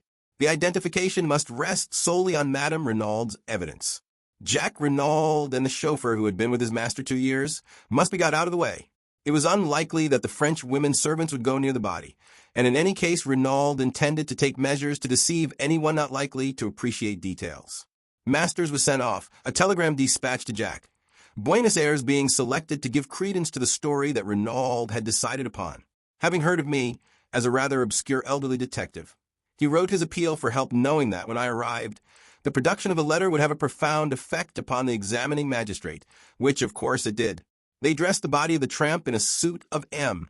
Renaud's and left his ragged coat and trousers by the door of the shed, not daring to take them into the house. And then, to give credence to the tale Madame Renaud was to tell, they drove the aeroplane dagger through his heart. That night, M. Renaud will first bind and gag his wife, and then, taking a spade, will dig a grave in that particular spot of ground where he knows bunker is to be made. It is essential that the body should be found. Madame d'Arbrul must have no suspicions. On the other hand, if a little time elapses, any dangers as to identity will be greatly lessened. Then M. Renaud will don the tramp's rags and shuffle off to the station, where he will leave unnoticed by the 12:10 train. Since the crime will be supposed to have taken place 2 hours later, no suspicion can possibly attach to him. You see now his annoyance at the inopportune visit of the girl Bella. Every moment of delay is fatal to his plans. He gets rid of her as soon as he can, however. Then to work, he leaves the front door slightly ajar to create the impression that the assassins left that way. He binds and gags Madame Renaud, correcting his mistake of 22 years ago, when the looseness of the bonds caused suspicion to fall upon his accomplice, but leaving her primed with essentially the same story as he had invented before, proving the unconscious recoil of the mind against originality. The night is chilly, and he slips on an overcoat over his underclothing, intending to cast it into the grave with the dead man. He goes out by the window, smoothing over the flower bed carefully, and thereby furnishing the most positive evidence against himself. He goes out onto the lonely golf links, and he digs, and then, yes. And then, said Poirot gravely, the justice that he has so long eluded overtakes him. An unknown hand stabs him in the back. Now, Hastings, you understand what I mean when I talk of 2 crimes. The first crime, the crime that M. Renaud, in his arrogance, asked us to investigate. But he made a famous mistake there. He misjudged Hercule Poirot is solved. But behind it lies a deeper riddle. And to solve that will be difficult, since the criminal in his wisdom has been content to avail himself of the devices prepared by M. Renaud. It has been a particularly perplexing and baffling mystery to solve. A young hand, like Giroux, who does not place any reliance on the psychology, is almost certain to fail. "You're marvelous, Poirot," I said with admiration. "Absolutely marvelous. No one on earth but you could have done it." I think my praise pleased him. For once in his life, he looked almost embarrassed. Then you no longer despise poor old Papa Poirot? You shift your allegiance back from the human foxhound. His term for Giroux never failed to make me smile. Rather, you've scored over him handsomely. "That poor Giroux," said Poirot, trying unsuccessfully to look modest. "Without doubt it is not all stupidity. He has had la mauvaise chance once or twice. That dark hair coiled round the dagger, for instance. To say the least, it was misleading." "To tell you the truth, Poirot," I said slowly, "even now I don't quite see whose hair was it." "Madame Renaud's, of course. That is where la mauvaise chance came in. Her hair, dark originally, is almost completely silvered. It might just as easily have been a gray hair. And then by no conceivable effort could Giroux have persuaded himself it came from the head of Jack Renaud. But it is all of a piece. Always the facts must be twisted to fit the theory. Did not Giroux find the traces of two persons, a man and a woman, in the shed? And how does that fit in with his reconstruction of the case? I will tell you it does not fit in, and so we shall hear no more of them. I ask you, is that a methodical way of working? The great Giroux is nothing but a toy balloon, swollen with its own importance. But Hercule Poirot, whom he despises, will be the little pin that pricks the big balloon, come see A. And he made an expressive gesture. Then calming down, he resumed, "Without doubt, when Madame Renaud recovers, she will speak. The possibility of her son being accused of the murder never occurred to her. How should it, when she believed him safely at sea on board the Anzara? Voila en femme, Hastings! What force, what self-command! She only made one slip, on his unexpected return. It does not matter now." And no one noticed, no one realized the significance of those words. What a terrible part she has had to play, poor woman. Imagine the shock when she goes to identify the body and instead of what she expects, sees the actual lifeless form of the husband she has believed miles away by now. No wonder she fainted. But since then, despite her grief and her despair, how resolutely she has played her part, and how the anguish of it must wring her. She cannot say a word to set us on the track of the real murderers. For her son's sake, no one must know that Paul Renaud was Georges Cano, the criminal. Final and most bitter blow, she has admitted publicly that Madame d'Abreuil was her husband's mistress, for a hint of blackmail might be fatal to her secret. How cleverly she dealt with the examining magistrate when he asked her if there was any mystery in her husband's past life. Nothing so romantic, I am sure, M. le Duc. It was perfect, the indulgent tone, the soupçon of sad mockery. At once M. Hautet felt himself foolish and melodramatic. Yes, she is a great woman. If she loved a criminal, she loved him royally. Poirot lost himself in contemplation. One thing more, Poirot, what about the piece of lead piping? You do not see? To disfigure the victim's face so that it would be unrecognizable. It was that which first set me on the right track. And that imbecile of a Giroux, swarming all over it to look for match ends. Did I not tell you that a clue of 2 feet long was quite as good as a clue of 2 inches? Well, Giroux will sing small now, I observed hastily, to lead the conversation away from my own shortcomings. As I said before, will he? If he has arrived at the right person by the wrong method, he will not permit that to worry him. But surely, I paused as I saw the new trend of things. You see, Hastings, we must now start again. Who killed M. Renaud? Someone who was near the villa just before 12 o'clock that night, someone who would benefit by his death. The description fits Jack Renaud only too well. The crime need not have been premeditated. And then, the dagger? I had not realized that point. Of course, I said. The second dagger we found in the tramp was Mrs. Renaud's. There were 2 then. Certainly, and since they were duplicates, it stands to reason that Jack Renaud was the owner. But that would not trouble me so much. In fact, I have a little idea as to that. No, the worst indictment against him is again psychological. Heredity, mon ami, heredity. Like father, like son Jack Renaud, when all is said or done, is the son of Georges Cano. His tone was grave and earnest, and I was impressed in spite of myself. What is your little idea that you mentioned just now? I asked. For answer, Poirot consulted his turnip-faced watch, and then asked, "What time is the afternoon boat from Calais?" "About 5, I believe." "That will do very well. We shall just have time." "You are going to England?" "Yes, my friend." "Why?" "To find a possible witness." "Who?" With a rather peculiar smile upon his face, Poirot replied, "Miss Bella Devine." "But how will you find her? What do you know about her?" "I know nothing about her, but I can guess a good deal. We may take it for granted that her name is Bella Devine, and since that name was faintly familiar to M. Stoner, though evidently not in connection with the Renaud family, it is probable that she is on the stage. Jack Renaud was a young man with plenty of money and 20 years of age. The stage is sure to have been the home of his first love. It tallies, too, with M. Renaud's attempt to placate her with a check. I think I shall find her all right, especially with the help of this." And he brought out the photograph I had seen him take from Jack Renaud's drawer. "With love from Bella" was scrawled across the corner, but it was not that which held my eyes fascinated.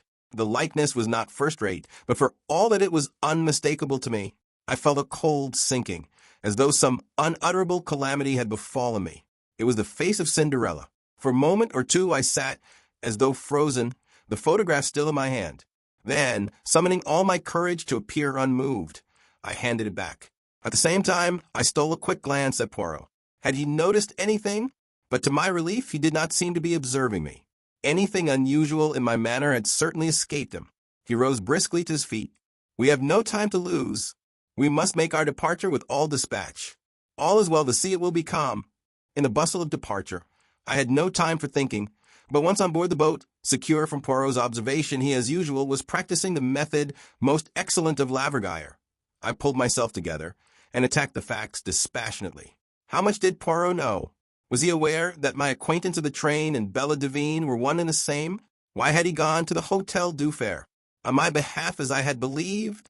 Or had I only fatuously thought so? And was this visit undertaken with a deeper and more sinister purpose? But in any case, why was he bent on finding this girl? Did he suspect her of having seen Jack Renaud commit the crime? Or did he suspect? But that was impossible. The girl had no grudge against the elder Renaud, no possible motive for wishing his death. What had brought her back to the scene of the murder?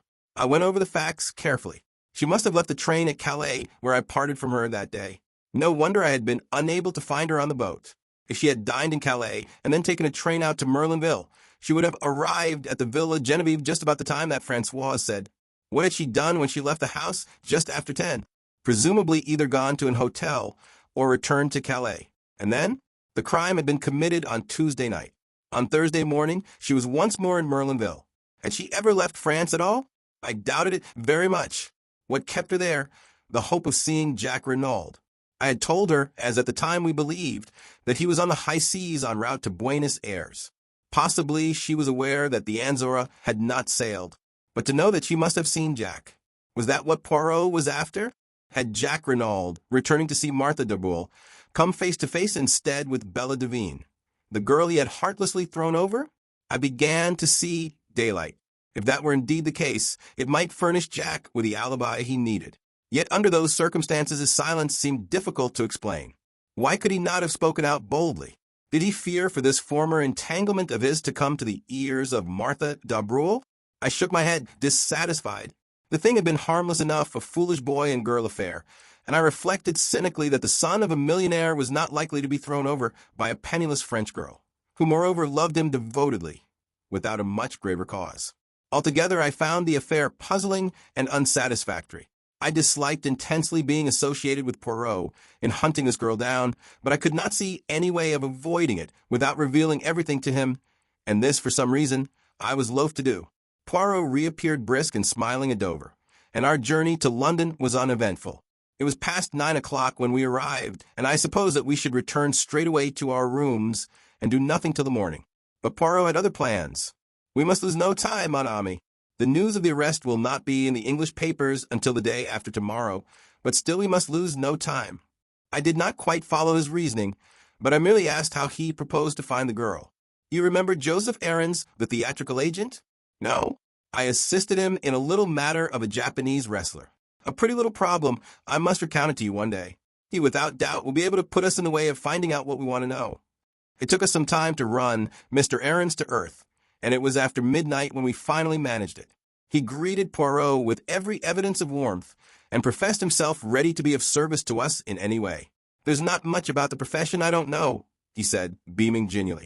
"Eh bien, errands, I desire to find a young girl called Bella Devine." Bella Devine. I know the name, but for the moment I can't place it. What's her line?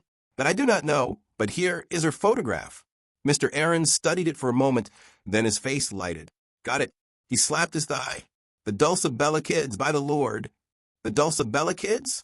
"That's it. They're sisters. Acrobats, dancers, and singers. Give quite a good little turn. They're in the provinces somewhere, I believe, if they're not resting. They've been on in Paris for the last 2 or 3 weeks. Can you find out for me exactly where they are? Easy as a bird. You go home, and I'll send you round the dope in the morning." With this promise, we took leave of him. He was as good as his word. About 11 o'clock the following day, a scribbled note reached us. "The Dulcibella sisters are on at the Palace in Coventry.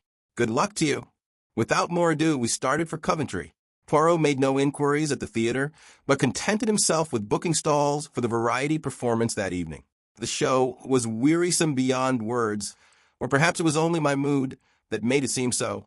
Japanese families balanced themselves precariously would-be fashionable men, in greenish evening dress and exquisitely slicked hair, reeled off society patter and danced marvelously. Stout prima donnas sang at the top of the human register. A comic comedian endeavored to be Mr. George Robey and failed signally. At last the number went up which announced the Dulcibella kids. My heart beat sickeningly. There she was, there they both were, the pair of them, one flaxen-haired, one dark, matching as to size, with short fluffy skirts and immense Buster Brown bows. They looked a pair of extremely piquant children. They began to sing. Their voices were fresh and true, rather thin and music-hally, but attractive. It was quite a pretty little turn. They danced neatly and did some clever little acrobatic feats. The words of their songs were crisp and catchy. When the curtain fell, there was a full meed of applause. Evidently, the Dulcibella kids were a success. Suddenly, I felt that I could remain no longer. I must get out into the air. I suggested leaving to Poirot. "Go by all means, mon ami. I amuse myself and will stay to the end. I will rejoin you later."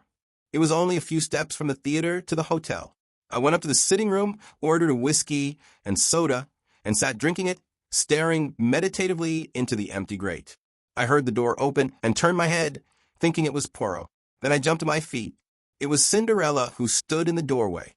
She spoke haltingly, her breath coming in little gasps. "I saw you in front, you and your friend. When you got up to go, I was waiting outside and followed you. Why are you here in Coventry? What were you doing there tonight? Is the man who was with you the detective?" She stood there, the cloak she had wrapped round her stage dress slipping from her shoulders. I saw the whiteness of her cheeks under the rouge and heard the terror in her voice. And in that moment I understood everything, understood why Poirot was seeking her and what she feared, and understood at last my own heart. "Yes," I said gently. "Is he looking for me?" she half whispered. Then, as I did not answer for a moment, she slipped down by the big chair and burst into violent, bitter weeping. I knelt down by her, holding her in my arms and smoothing the hair back from her face. "Don't cry, child, don't cry, for God's sake. You're safe here. I'll take care of you. Don't cry, darling. Don't cry. I know everything. Oh, but you don't. I think I do." And after a moment, as her sobs grew quieter, I asked, "It was you who took the dagger, wasn't it?" "Yes." "That was why you wanted me to show you round? And why you pretended to faint?" Again she nodded. It was a strange thought to come to me at the moment, but it shot into my mind that I was glad her motive was what it had been, rather than the idle and morbid curiosity I had accused her of at the time. How gallantly she had played her part that day, inwardly racked with fear and trepidation as she must have been. Poor little soul, bearing the burden of a moment's impetuous action. "Why did you take the dagger?" I asked presently. She replied as simply as a child. "I was afraid there might be finger marks on it. But didn't you remember that you had worn gloves?" She shook her head as though bewildered, and then said slowly, "Are you going to give me up to the police?" "Good God, no." Her eyes sought mine long and earnestly, and then she asked in a little quiet voice that sounded afraid of itself, "Why not?" It seemed a strange place and a strange time for a declaration of love, and God knows, in all my imagining, I had never pictured love coming to me in such a guise. But I answered simply and naturally enough, "Because I love you, Cinderella." She bent her head down, as though ashamed, and muttered in a broken voice, you can't, not if you knew." And then, as though rallying herself, she faced me squarely and asked, What do you know then? I know that you came to see Mr. Renaud that night. He offered you a check, and you tore it up indignantly. Then you left the house. I paused. Go on, what next? I don't know whether you knew that Jack Renaud would be coming that night, or whether you just waited about on the chance of seeing him, but you did wait about. Perhaps you were just miserable and walked aimlessly. But at any rate, just before 12 you were still near there, and you saw a man on the golf links. Again I paused. I had leapt to the truth in a flash as she entered the room, but now the picture rose before me even more convincingly. I saw vividly the peculiar pattern of the overcoat on the dead body of Mr. Renaud, and I remembered the amazing likeness that had startled me into believing for one instant that the dead man had risen from the dead when his son burst into our conclave in the salon. Go on, repeated the girl steadily. I fancy his back was to you, but you recognized him or thought you recognized him. The gait and the carriage were familiar to you, and the pattern of his overcoat. I paused. You told me in the train on the way from Paris that you had Italian blood in your veins, and that you had nearly got into trouble once with it. You used a threat in one of your letters to Jack Renaud. When you saw him there, your anger and jealousy drove you mad, and you struck. I don't believe for a minute that you meant to kill him, but you did kill him, Cinderella. She had flung up her hands to cover her face, and in a choked voice she said, You're right, you're right. I can see it all as you tell it. Then she turned on me almost savagely. And you love me? Knowing what you do, how can you love me? I don't know, I said a little wearily. I think love is like that, a thing one cannot help. I have tried, I know, ever since the first day I met you. And love has been too strong for me. And then suddenly, when I least expected it, she broke down again, casting herself down on the floor and sobbing wildly. Oh, I can't, she cried. I don't know what to do. I don't know which way to turn. Oh, pity me, someone, and tell me what to do. Again, I knelt by her, soothing her as best I could. Don't be afraid of me, Bella. For God's sake, don't be afraid of me. I love you, that's true, but I don't want anything in return. Only let me help you.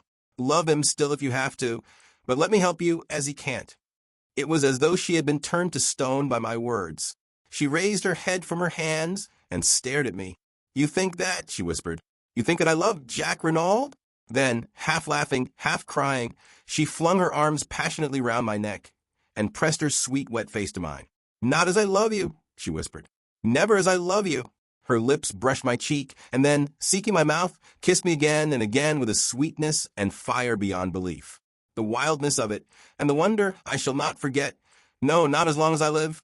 It was a sound in the doorway that made us look up. Poirot was standing there looking at us. I did not hesitate. With a bound I reached him and pinioned his arms to his sides. Quick, I said to the girl. Get out of here. As fast as you can. I'll hold him. With one look at me, she fled out of the room past us. I held Poirot in a grip of iron. Mon ami, observed the latter mildly. You do this sort of thing very well. The strong man holds me in his grasp, and I am helpless as a child. But all this is uncomfortable and slightly ridiculous. Let us sit down and be calm. You won't pursue her? Mon Dieu. No. Am I Giroux? Release me, my friend. Keeping a suspicious eye upon him, for I paid Poirot the compliment of knowing that I was no match for him in astuteness, I relaxed my grip, and he sank into an armchair, feeling his arms tenderly. It is that you have the strength of a bull when you are roused, Hastings. Bien. And do you think you have behaved well to your old friend? I show you the girl's photograph and you recognize it, but you never say a word. There was no need if you knew that I recognized it, I said rather bitterly. So Poirot had known all along. I had not deceived him for an instant. You did not know that I knew that. And tonight you helped the girl to escape when we have found her with so much trouble. Bien. It comes to this. Are you going to work with me or against me, Hastings? For a moment or two I did not answer. To break with my old friend gave me great pain. Yet I must definitely range myself against him. Would he ever forgive me, I wondered? He had been strangely calm so far, but I knew him to possess marvelous self-command. Poirot, I said, I'm sorry. I admit I've behaved badly to you over this, but sometimes one has no choice, and in future I must take my own line. Poirot nodded his head several times. I understand, he said. The mocking light had quite died out of his eyes, and he spoke with a sincerity and kindness that surprised me. It is that, my friend, is it not? It is love that has come, not as you imagine it, all cock-a-hoop with fine feathers, but sadly with bleeding feet. Well, I warned you. When I realized that this girl must have taken the dagger, I warned you. Perhaps you remember, but already it was too late. But tell me, how much do you know? I met his eyes squarely. Nothing that you could tell me would be any surprise to me, Poirot. Understand that. But in case you think of resuming your search for Miss Devine, I should like you to know one thing clearly. If you have any idea that she was concerned in the crime, or was the mysterious lady who called upon Mr. Renaud that night, you are wrong. I traveled home from France with her that day, and parted from her at Victoria that evening, so that it is clearly impossible for her to have been in Merlinville. Poirot looked at me thoughtfully. And you would swear to that in a court of law? Most certainly I would. Poirot rose and bowed. Mon ami, vive l'amour. It can perform miracles. It is decidedly ingenious what you have thought of there. It defeats even Hercule Poirot. After a moment of stress such as I have just described, reaction is bound to set in. I retired to rest that night on a note of triumph, but I woke to realize that I was by no means out of the wood. True, I could see no flaw in the alibi I had so suddenly conceived. I had but to stick to my story, and I failed to see how Bella could be convicted in face of it. It was not as though there was any old friendship between us that could be raked up, and which might lead them to suspect that I was committing perjury. It could be proved that in actual fact I had only seen the girl on 3 occasions. No, I was still satisfied with my idea. Had not even Poirot admitted that it defeated him? But there I felt the need of treading warily. All very well for my little friend to admit himself momentarily nonplussed. I had far too much respect for his abilities to conceive of him as being content to remain in that position. I had a very humble opinion of my wits when it came to matching them against his. Poirot would not take defeat lying down. Somehow or other, he would endeavor to turn the tables on me, and that in the way, and at the moment, when I least expected it. We met at breakfast the following morning as though nothing had happened. Poirot's good temper was imperturbable, yet I thought I detected a film of reserve in his manner which was new. After breakfast, I announced my intention of going out for a stroll. A malicious gleam shot through Poirot's eyes. If it is information you seek, you need not be at the pains of deranging yourself. I can tell you all you wish to know. The Dulcibella sisters have cancelled their contract, and have left Coventry for an unknown destination. Is that really so, Poirot? You can take it from me, Hastings. I made inquiries the first thing this morning. After all, what else did you expect? True enough, nothing else could be expected under the circumstances. Cinderella had profited by the slight start I had been able to assure her, and would certainly not lose a moment in removing herself from the reach of the pursuer. It was what I had intended and planned. Nevertheless, I was aware of being plunged into a network of fresh difficulties. I had absolutely no means of communicating with the girl, and it was vital that she should know the line of defense that had occurred to me, and which I was prepared to carry out. Of course, it was possible that she might try to send word to me in some way or another, but I hardly thought it likely. She would know the risk she ran of a message being intercepted by Poirot, thus setting him on her track once more. Clearly, her only course was to disappear utterly for the time being. But in the meantime, what was Poirot doing? I studied him attentively. He was wearing his most innocent air and staring meditatively into the far distance. He looked altogether too placid and supine to give me reassurance. I had learned with Poirot that the less dangerous he looked, the more dangerous he was. His quiescence alarmed me. Observing a troubled quality in my glance, he smiled benignantly. "You are puzzled, Hastings? You ask yourself why I do not launch myself in pursuit. Well, something of the kind. It is what you would do were you in my place. I understand that. But I am not of those who enjoy rushing up and down a country seeking a needle in a haystack, as you English say. No, let Mademoiselle Bella Devine go. Without doubt, I shall be able to find her when the time comes. Until then, I am content to wait." I stared at him doubtfully. Was he seeking to mislead me? I had an irritating feeling that, even now, he was master of the situation. My sense of superiority was gradually waning. I had contrived the girl's escape, and evolved a brilliant scheme for saving her from the consequences of her rash act. But I could not rest easy in my mind. Poirot's perfect calm awakened 1,000 apprehensions. "I suppose, Poirot," I said rather diffidently, "I mustn't ask what your plans are? I've forfeited the right." "But not at all. There is no secret about them. We return to France without delay." Precisely, we. You know very well that you cannot afford to let Papa Poirot out of your sight. Is it not so, my friend? But remain in England, by all means, if you wish." I shook my head. He had hit the nail on the head. I could not afford to let him out of my sight. Although I could not expect his confidence after what had happened, I could still check his actions. The only danger to Bella lay with him. Giroux and the French police were indifferent to her existence. At all costs, I must keep near Poirot. Poirot observed me attentively as these reflections passed through my mind and gave a nod of satisfaction. I am right, am I not? And as you are quite capable of trying to follow me, disguised with some absurdity such as a false beard, which everyone would perceive, bien entendu, I much prefer that we should voyage together. It would annoy me greatly that anyone should mock themselves at you. Very well, then, but it's only fair to warn you. I know all. You are my enemy. Be my enemy, then. It does not worry me at all. So long as it's all fair and above board, I don't mind. You have to the full the English passion for fair play. Now your scruples are satisfied, let us depart immediately. There's no time to be lost. Our stay in England has been short but sufficient. I know what I wanted to know. The tone was light, but I read a veiled menace into the words. Still, I began and stopped. Still, as you say, without doubt you are satisfied with the part you are playing. Me, I preoccupy myself with Jack Renaud. Jack Renaud. The words gave me a start. I had completely forgotten that aspect of the case. Jack Renaud in prison with the shadow of the guillotine looming over him. I saw the part one was playing in a more sinister light. I could save Bella. Yes, but in doing so I ran the risk of sending an innocent man to his death. I pushed the thought from me with horror. It could not be. He would be acquitted. Certainly he would be acquitted. But the cold fear came back. Suppose he were not? What then? Could I have it on my conscience? Horrible thought. Would it come to that in the end? A decision.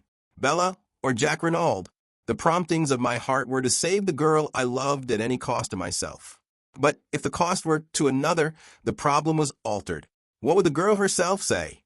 I remembered that no word of Jack Renaud's arrest had passed my lips. As yet she was in total ignorance of the fact that her former lover was in prison charged with a hideous crime which he had not committed. When she knew, how would she act?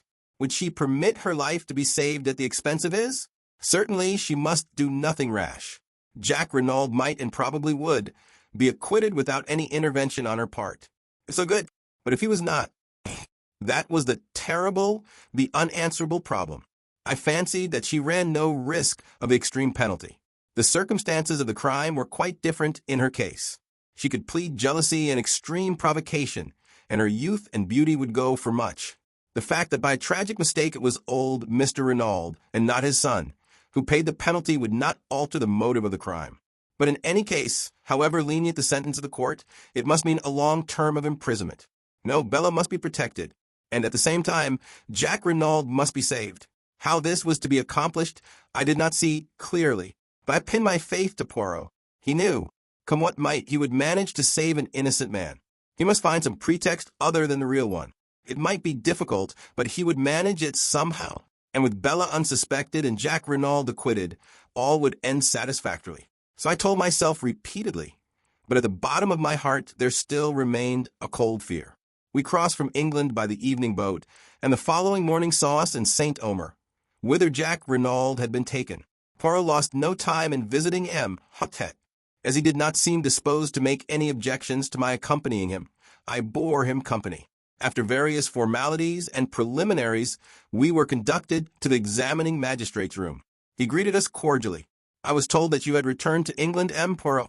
I am glad to find that such is not the case. It is true that I went there, M. Le Juge, but it was only for a flying visit. A side issue, but one that I fancied might repay investigation. And it did. Poirot shrugged his shoulders. M. Hotet nodded, sighing. We must resign ourselves, I fear. That animal Giroux, his manners are abominable, but he is undoubtedly clever.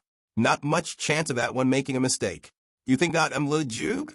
It was the examining magistrate's turn to shrug his shoulders. Eh bien, speaking frankly in confidence, c'est entendu. Can you come to any other conclusion? Frankly, M. Le Juge, there seem to me to be many points that are obscure. Such as? But Poirot was not to be drawn. I have not yet tabulated them, he remarked. It was a general reflection that I was making. I like the young man, and should be sorry to believe him guilty of such a hideous crime. By the way, what has he to say for himself on the matter? The magistrate frowned. I cannot understand him. He seems incapable of putting up any sort of defense. It has been most difficult to get him to answer questions. He contents himself with a general denial, and beyond that takes refuge in a most obstinate silence. I am interrogating him again tomorrow. Perhaps you would like to be present? We accepted the invitation with empressement. A distressing case, said the magistrate with a sigh. My sympathy for Madame Renaud is profound. How is Madame Renaud? She has not yet recovered consciousness. It is merciful in a way, poor woman, she is being spared much. The doctors say that there is no danger, but that when she comes to herself, she must be kept as quiet as possible. It was, I understand, quite as much the shock as the fall which caused her present state. It would be terrible if her brain became unhinged, but I should not wonder at all. No, really, not at all. Hotet leaned back, shaking his head with a sort of mournful enjoyment, as he envisaged the gloomy prospect. He roused himself at length, and observed with a start. That reminds me, I have here a letter for you, Poirot. Let me see, where did I put it? He proceeded to rummage amongst his papers. At last he found the missive, and handed it to Poirot. It was sent under cover to me, in order that I might forward it to you, he explained. But as you left no address, I could not do so. Poirot studied the letter curiously. It was addressed in a long, sloping foreign hand, and the writing was decidedly a woman's. Poirot did not open it. Instead, he put it in his pocket and rose to his feet. A domain, then, le Duc. Many thanks for your courtesy and amiability. But not at all. I am always at your service.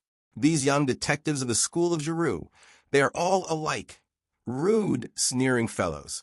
They do not realize that an examining magistrate of my experience is bound to have a certain discernment, a certain flair. Enfin, the politeness of the old school is infinitely more to my taste. Therefore, my dear friend, command me in any way you will. We know a thing or two, and laughing heartily, enchanted with himself and with us, Hotet bade us adieu. I am sorry to have to record that Poirot's first remark to me, as we traversed the corridor, was, "A famous old imbecile, that one, of a stupidity to make pity." We were just leaving the building when we came face to face with Giroux, looking more dandified than ever, and thoroughly pleased with himself. Poirot, he cried airily. You have returned from England, then? As you see, said Poirot, the end of the case is not far off now, I fancy. I agree with you, Giroux. Poirot spoke in a subdued tone. His crestfallen manner seemed to delight the other. Of all the milk and water criminals, not an idea of defending himself. It is extraordinary. So extraordinary that it gives one to think, does it not? Suggested Poirot mildly. But Giroux was not even listening. He twirled his cane amicably. Well, good day, Poirot. I am glad you're satisfied of young Renaud's guilt at last. But I am not in the least satisfied. Jack Renaud is innocent.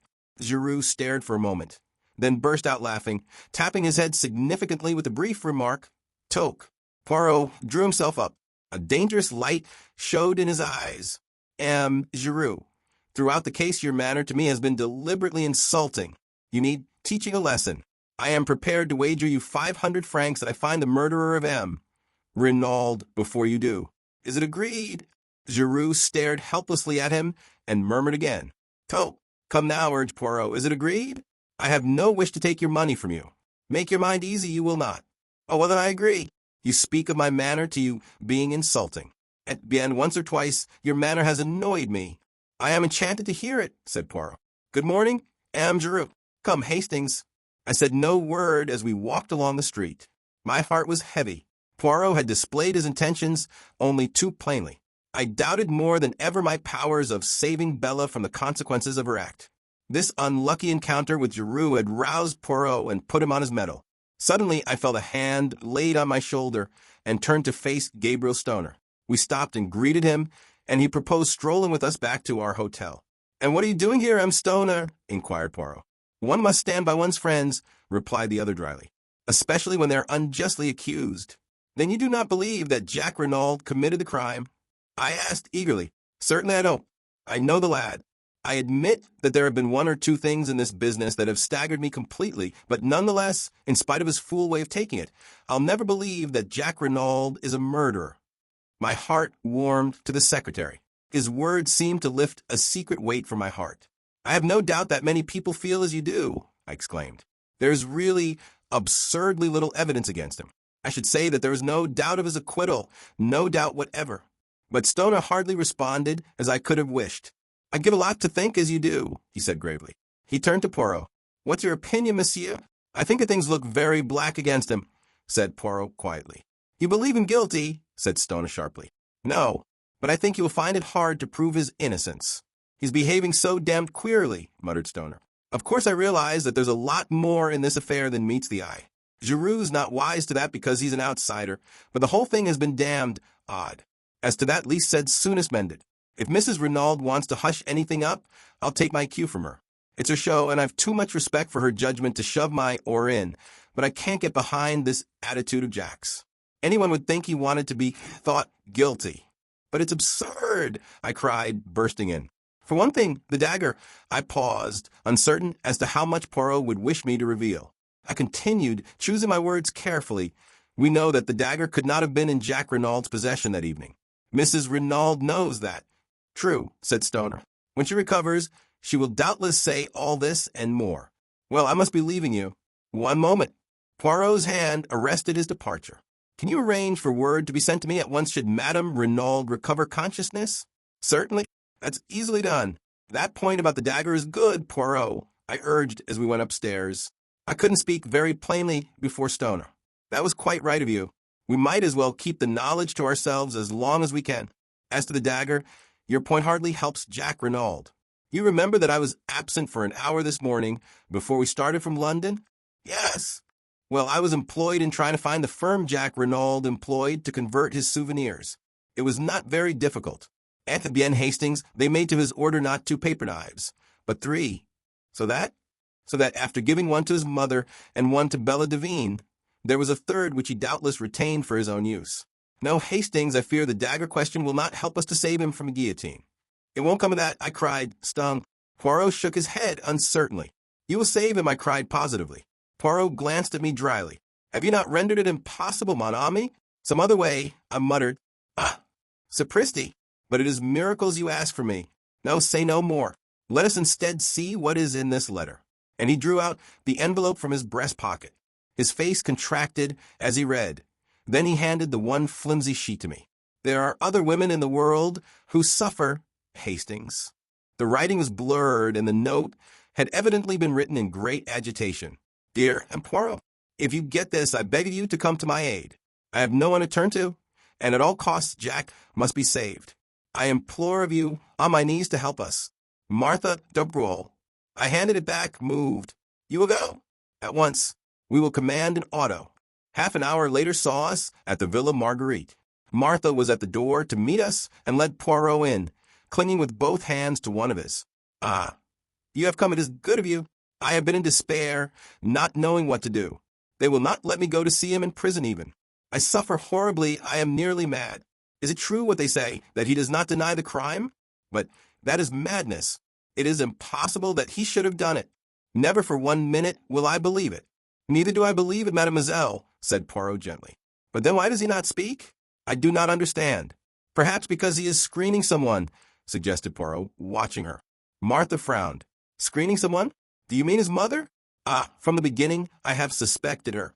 Who inherits all that vast fortune. She does. It is easy to wear widow's weeds and play the hypocrite. And they say that when he was arrested, she fell down like that. She made a dramatic gesture. And without doubt, Stoner, the secretary, he helped her. They are thick as thieves, those two. It is true she is older than he. But what do men care if a woman is rich? There was a hint of bitterness in her tone. Stoner was in England, I put it. He says so, but who knows? Mademoiselle, said Poirot quietly, if we are to work together, you and I, we must have things clear. First, I will ask you a question. Yes, monsieur. Are you aware of your mother's real name? Martha looked at him for a minute. Then, letting her head fall forward on her arms, she burst into tears. There, said Poirot, patting her on the shoulder. Calm yourself, petite. I see that you know. Now, second question. Did you know who M. Renaud was? M. Renaud. She raised her head from her hands and gazed at him wonderingly. I see you do not know that. Now listen to me carefully. Step by step, he went over the case, much as he had done to me on the day of our departure for England. Martha listened spellbound. When he had finished, she drew a long breath. But you are wonderful, magnificent. You are the greatest detective in the world. With a swift gesture, she slipped off her chair and knelt before him with an abandonment that was wholly French. Save him, monsieur, she cried. I love him so. Oh, save him, save him, save him. We were present the following morning at the examination of Jack Renaud. Short as the time had been, I was shocked at the change that had taken place in the young prisoner. His cheeks had fallen in, there were deep black circles round his eyes, and he looked haggard and distraught, as one who had wooed sleep in vain for several nights. He betrayed no emotion at seeing us. The prisoner and his counsel, Maitre Grosier, were accommodated with chairs. A formidable guard with resplendent sabers stood before the door. The patient greffier sat at his desk. The examination began. "Renaud," began the magistrate, "do you deny that you were in Merlinville on the night of the crime?" Jack did not reply at once. Then he said with a hesitancy of manner which was piteous, I told you that I was in Cherbourg." Maitre Grosier frowned and sighed. I realized at once that Jack Renaud was obstinately bent on conducting his own case as he wished, to the despair of his legal representative. The magistrate turned sharply. "Send in the station witnesses." In a moment or two the door opened to admit a man whom I recognized as being a porter at Merlinville Station. "You were on duty on the night of June 7th? "Yes, monsieur." "You witnessed the arrival of the 11:40 train?" "Yes, monsieur." "Look at the prisoner. Do you recognize him as having been one of the passengers to alight?" "Yes, monsieur le juge." "There is no possibility of your being mistaken?" "No, monsieur. I knew M. Jack Renaud well." "Nor of your being mistaken as to the date?" "No, monsieur, because it was the following morning, June 8th, that we heard of the murder." Another railway official was brought in and confirmed the first one's evidence. The magistrate looked at Jack Renaud. "These men have identified you positively. What have you to say?" Jack shrugged his shoulders. "Nothing." M. Hotet exchanged a glance with the greffier, as the scratching of the latter's pen recorded the answer. "Renaud," continued the magistrate, "do you recognize this?" He took something from the table by his side and held it out to the prisoner. I shuddered as I recognized the aeroplane dagger. "Pardon," cried Maitre Grosier. "I demand to speak to my client before he answers that question." But Jack Renaud had no consideration for the feelings of the wretched Grosier. He waved him aside and replied quietly, "Certainly I recognize it. It is a present given by me to my mother as a souvenir of the war. Is there, as far as you know, any duplicate of that dagger in existence?" Again Maitre Grosier burst out, and again Jack overrode him. "Not that I know of. The setting was my own design." Even the magistrate almost gasped at the boldness of the reply. It did, in very truth, seem as though Jack was rushing on his fate. I realized, of course, the vital necessity he was under of concealing for Bella's sake the fact that there was a duplicate dagger in the case. So long as there was supposed to be only one weapon, no suspicion was likely to attach to the girl who had had the second paper knife in her possession. He was valiantly shielding the woman he had once loved, but at what a cost to himself. I began to realize the magnitude of the task I had so lightly set Poirot. It would not be easy to secure the acquittal of Jack Renaud by anything short of the truth. M. Hotet spoke again, with a peculiarly biting inflection. "Madame Renaud told us that this dagger was on her dressing table on the night of the crime. But Madame Renaud is a mother. It will doubtless astonish you, Renaud, but I consider it highly likely that Madame Renaud was mistaken, and that, by inadvertence perhaps, you had taken it with you to Paris. Doubtless you will contradict me." I saw the lad's handcuffed hands clench themselves. The perspiration stood out in beads upon his brow, as with a supreme effort he interrupted M. Hotet in a hoarse voice. "I shall not contradict you. It is possible." It was a stupefying moment. Maitre Grosier rose to his feet, protesting. "My client has undergone a considerable nervous strain. I should wish it put on record that I do not consider him answerable for what he says." The magistrate quelled him angrily. For a moment a doubt seemed to arise in his own mind. Jack Renaud had almost overdone his part. He leaned forward and gazed at the prisoner searchingly. "Do you fully understand, Renaud, that on the answers you have given me, I shall have no alternative but to commit you for trial?" Jack's pale face flushed. He looked steadily back. "M. Hotet, I swear that I did not kill my father." But the magistrate's brief moment of doubt was over. He laughed a short, unpleasant laugh. Without doubt, they are always innocent, our prisoners. By your own mouth you are condemned. You can offer no defense, no alibi, only a mere assertion which would not deceive a babe, that you are not guilty. You killed your father, Renaud, cruel and cowardly murder, for the sake of money which you believed would come to you at his death. Your mother was an accessory after the fact. Doubtless, in view of the fact that she acted as a mother, the courts will extend an indulgence to her that they will not accord to you. And rightly so. Your crime was a horrible one, to be held in abhorrence by gods and men. Hotet was enjoying himself, working up his period, steeped in the solemnity of the moment, and his own role as representative of justice. You killed, and you must pay the consequences of your action. I speak to you not as a man, but as justice, eternal justice, which, Hotet was interrupted, to his intense annoyance. The door was pushed open. Lejeug, stammered the attendant. There's a lady who says. Who says what? Cried the justly incensed magistrate. This is highly irregular. I forbid it, I absolutely forbid it. But a slender figure pushed the stammering gendarme aside. Dressed all in black, with a long veil that hid her face, she advanced into the room.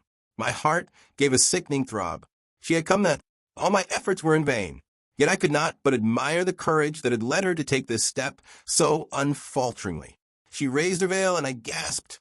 For though as like her as two peas, this girl was not Cinderella. On the other hand, now that I saw her without the fair wig she had worn on the stage, I recognized her as the girl of the photograph in Jack Renaud's room. You are the Juge d'instruction Hotet, she queried. Yes, but I forbid. My name is Bella Devine. I wish to give myself up for the murder of Mr. Renaud.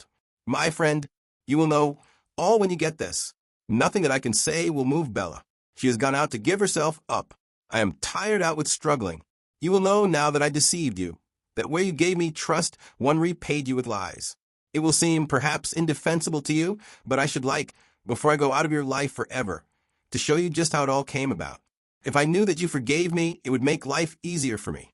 It wasn't for myself I did it. That's the only thing I can put forward to say for myself. I'll begin from the day I met you in the boat train from Paris. I was uneasy then about Bella. She was just desperate about Jack Renaud. She'd have lain down on the ground for him to walk on. And when he began to change and to stop writing so often, she began getting in a state. She got it into her head that he was keen on another girl. And of course, as it turned out afterwards, she was quite right there. She'd made up her mind to go to their villa at Merlinville and try and see Jack. She knew I was against it and tried to give me the slip. I found she was not on the train at Calais, and determined I would not go on to England without her. I'd an uneasy feeling that something awful was going to happen if I couldn't prevent it. I met the next train from Paris. She was on it and set upon going out then and there to Merlinville. I argued with her for all I was worth, but it wasn't any good. She was all strung up and set upon having her own way. Well, I washed my hands of it. I'd done all I could. It was getting late. I went to an hotel, and Bella started for Merlinville. I still couldn't shake off my feeling of what the books call impending disaster. The next day came, but no Bella. She'd made a date with me to meet at the hotel, but she didn't keep it. No sign of her all day. I got more and more anxious. Then came an evening paper with the news. It was awful. I couldn't be sure, of course, but I was terribly afraid. I figured out that Bella had met Papa Renaud and told him about her and Jack, and that he'd insulted her or something like that. We both got terribly quick tempers. Then all the masked foreigner business came out, and I began to feel more at ease. But it still worried me that Bella hadn't kept her date with me. By the next morning, I was so rattled that I just got to go and see what I could. First thing, I ran up against you. All that, when I saw the dead man looking so like Jack, and wearing Jack's fancy overcoat, I knew. And there was the identical paper knife, wicked little thing, that Jack had given Bella. 10-1, it had her finger marks on it. I can't hope to explain to you the sort of helpless horror of that moment. I only saw one thing clearly. I must get hold of that dagger and get right away with it before they found out it was gone. I pretended to faint, and whilst we were away getting water, I took the thing and hid it away in my dress. I told her that I was staying at the Hotel du Fer, but of course really I made a beeline back to Calais, and then on to England by the first boat. When we were in mid-channel, I dropped that little devil of a dagger into the sea. Then I felt I could breathe again. Bella was at our digs in London. She looked like nothing on God's earth. I told her what I'd done, and that she was pretty safe for the time being. She stared at me, and then began laughing. It was horrible to hear her. I felt that the best thing to do was to keep busy. She'd go mad if she had time to brood on what she'd done. Luckily, we got an engagement at once. And then I saw you and your friend watching us that night. I was frantic. You must suspect, or you wouldn't have tracked us down. I had to know the worst, so I followed you. I was desperate, and then, before I had time to say anything, I tumbled to it that it was me you suspected, not Bella. Or at least that you thought I was Bella since I'd stolen the dagger. I wish, honey, that you could see back into my mind at that moment. You'd forgive me, perhaps. I was so frightened and muddled and desperate. All I could get clearly was that you would try and save me, I didn't know whether you'd be willing to save her. I thought very likely not. It wasn't the same thing, and I couldn't risk it. Bella's my twin. I got to do the best for her. So I went on lying. I felt mean. I feel mean still. That's all. Enough too, you'll say, I expect. I ought to have trusted you. If I had, as soon as the news was in the paper that Jack Renaud had been arrested, it was all up. Bella wouldn't even wait to see how things went. I'm very tired. I can't write any more. She had begun to sign herself Cinderella, but had crossed that out and written instead Dulcie Divine. It was an ill-written, blurred epistle, but I have kept it to this day. Poirot was with me when I read it. The sheets fell from my hand, and I looked across at him. Did you know all the time that it was the other? Yes, my friend. Why did you not tell me? To begin with, I could hardly believe it conceivable that you could make such a mistake. You had seen the photograph. The sisters are very alike, but by no means incapable of distinguishment. But the fair hair?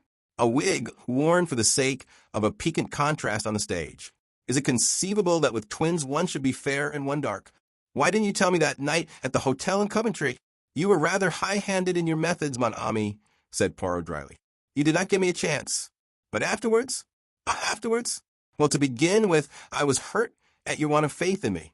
And then I wanted to see whether your feelings would stand the test of time. In fact, whether it was love or a flash in the pan with you. I should not have left you long in your error. I nodded. His tone was too affectionate for me to bear resentment. I looked down on the sheets of the letter. Suddenly, I picked them up from the floor and pushed them across to him. Read that, I said. I'd like you to. He read it through in silence. Then he looked up at me. What is it that worries you, Hastings? This was quite a new mood in Poirot. His mocking manner seemed laid quite aside. I was able to say what I wanted without too much difficulty. She doesn't say, well, not whether she cares for me or not. Poirot turned back the pages. I think you are mistaken, Hastings. Where? I cried, leaning forward eagerly. Poirot smiled. She tells you that in every line of the letter, mon ami. But where am I to find her? There's no address on the letter. There's a French stamp, that's all. Excite yourself not. Leave it to Papa Poirot. I can find her for you as soon as I have 5 little minutes. Congratulations, M. Jack, said Poirot, wringing the lad warmly by the hand. Young Renaud had come to us as soon as he was liberated, before starting for Merlinville to rejoin Martha and his mother. Stoner accompanied him. His heartiness was in strong contrast to the lad's wan looks. It was plain that the boy was on the verge of a nervous breakdown. Although delivered from the immediate peril that was hanging over him, the circumstances of his release were too painful to let him feel full relief.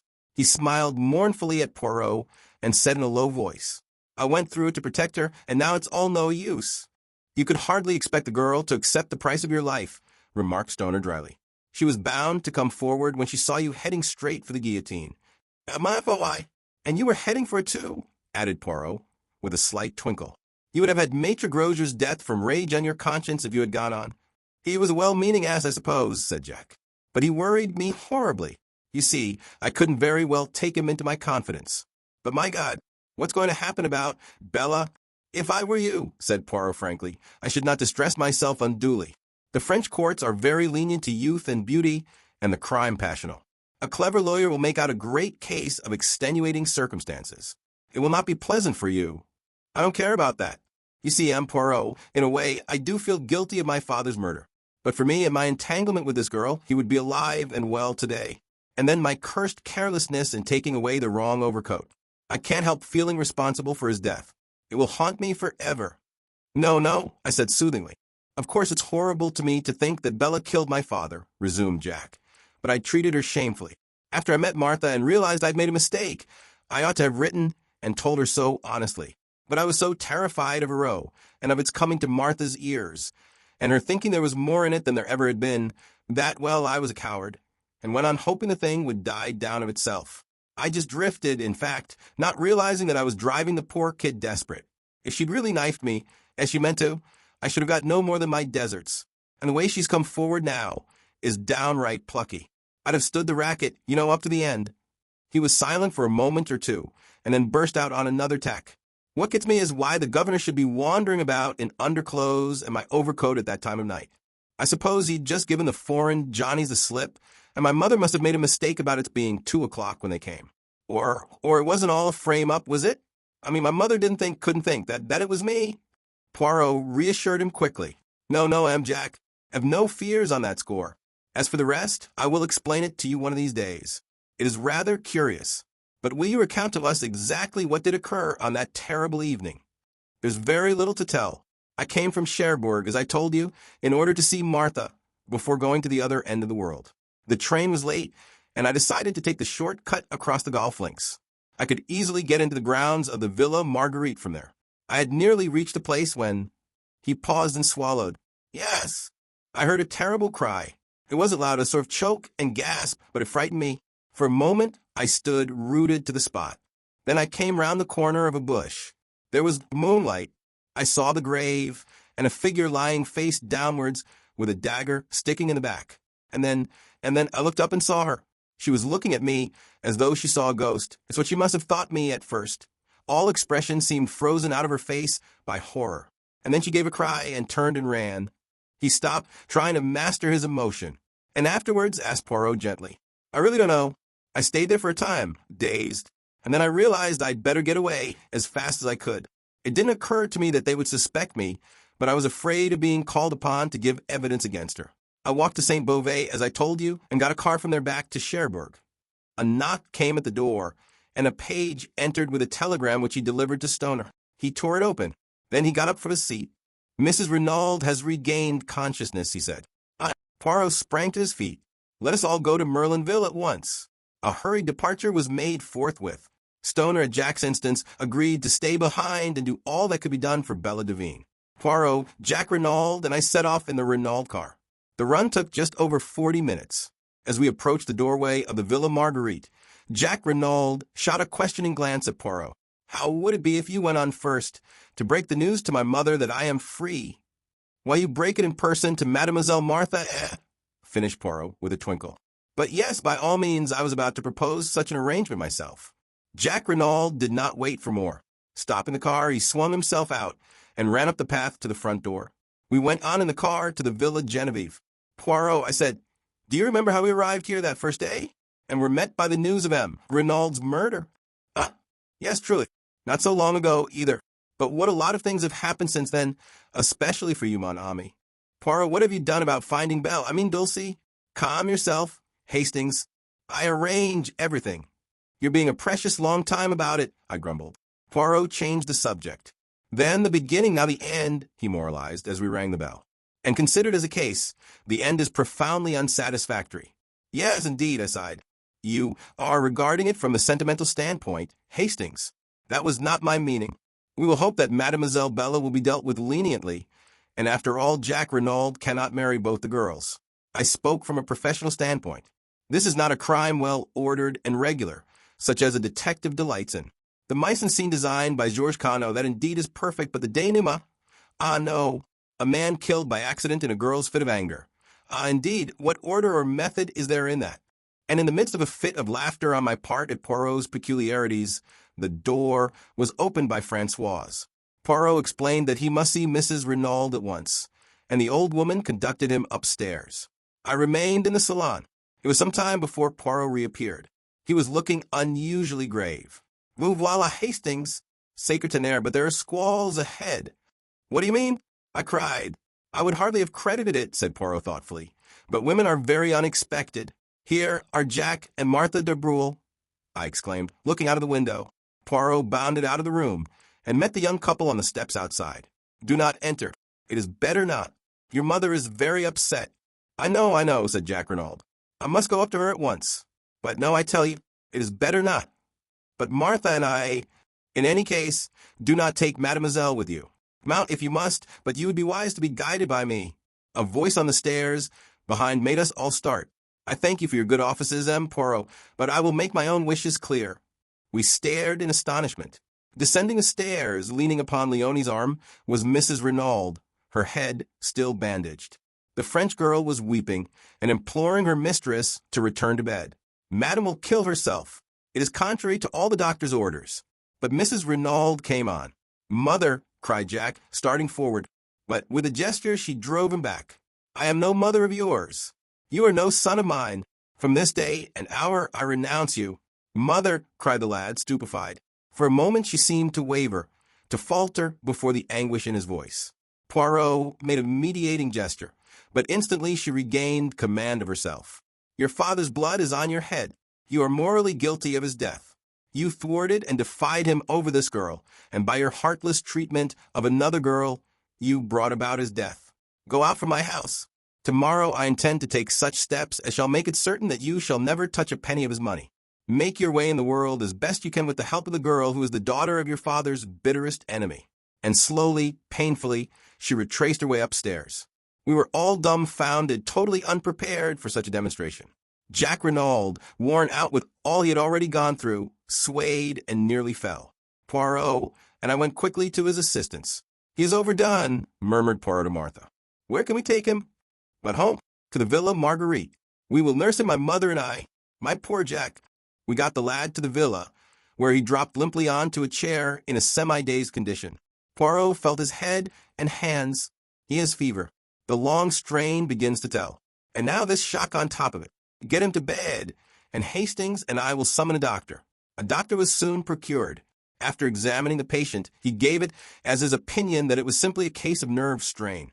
With perfect rest and quiet, the lad might be almost restored by the next day, but if excited, there was a chance of brain fever. It would be advisable for someone to sit up all night with him. Finally, having done all we could, we left him in the charge of Martha and her mother and set out for the town. It was past our usual hour of dining, and we were both famished.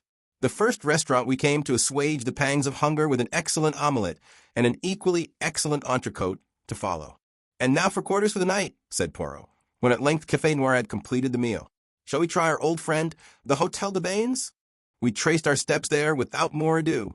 Yes, Messrs. Could be accommodated with 2 good rooms overlooking the sea. Then Poirot asked a question which surprised me. Has an English lady, Miss Robinson, arrived? Yes, monsieur. She is in the little salon. Poirot, I cried, keeping pace with him as he walked along the corridor. Who on earth is Miss Robinson? Poirot beamed kindly on me. It is that I have arranged you a marriage, Hastings. But I say, bah, said Poirot, giving me a friendly push over the threshold of the door. Do you think I wish to trumpet aloud in Merlinville the name of Devine? It was indeed Cinderella who rose to greet us. I took her hands in both of mine. My eyes said the rest. Poirot cleared his throat. Mes enfants, he said.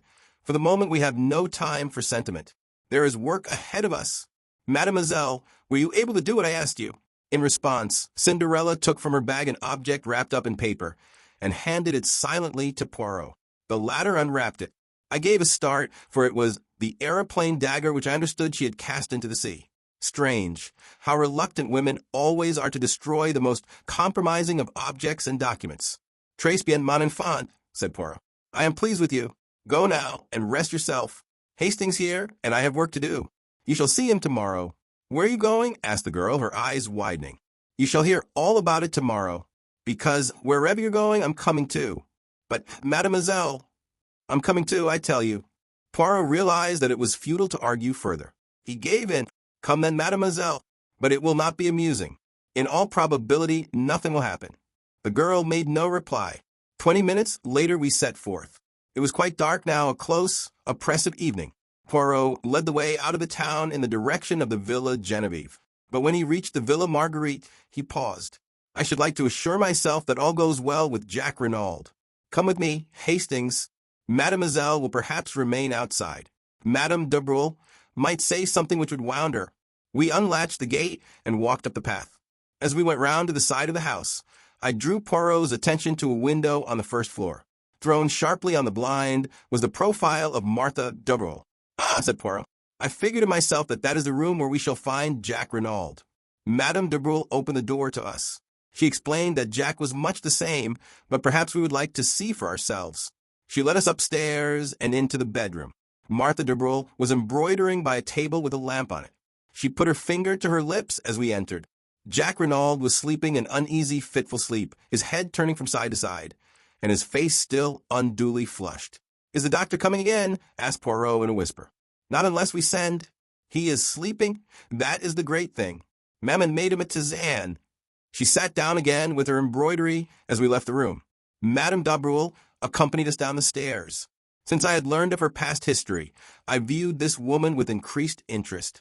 She stood there with her eyes cast down, the same very faint, enigmatical smile that I remembered on her lips. and suddenly I felt afraid of her, as one might feel afraid of a beautiful poisonous snake. "I hope we have not deranged you, madam," said Poirot politely as she opened the door for us to pass out. "Not at all, monsieur."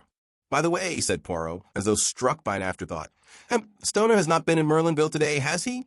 I could not at all fathom the point of this question, which I well knew to be meaningless as far as Poirot was concerned. Madame Dubreau replied quite composedly, "Not that I know of. He has not had an interview with Mrs. Renaud? How should I know that, monsieur?" "True," said Poirot. "I thought you might have seen him coming or going." "That is all. Good night, madam." "Why," I began. "No wise, Hastings. There will be time for that later."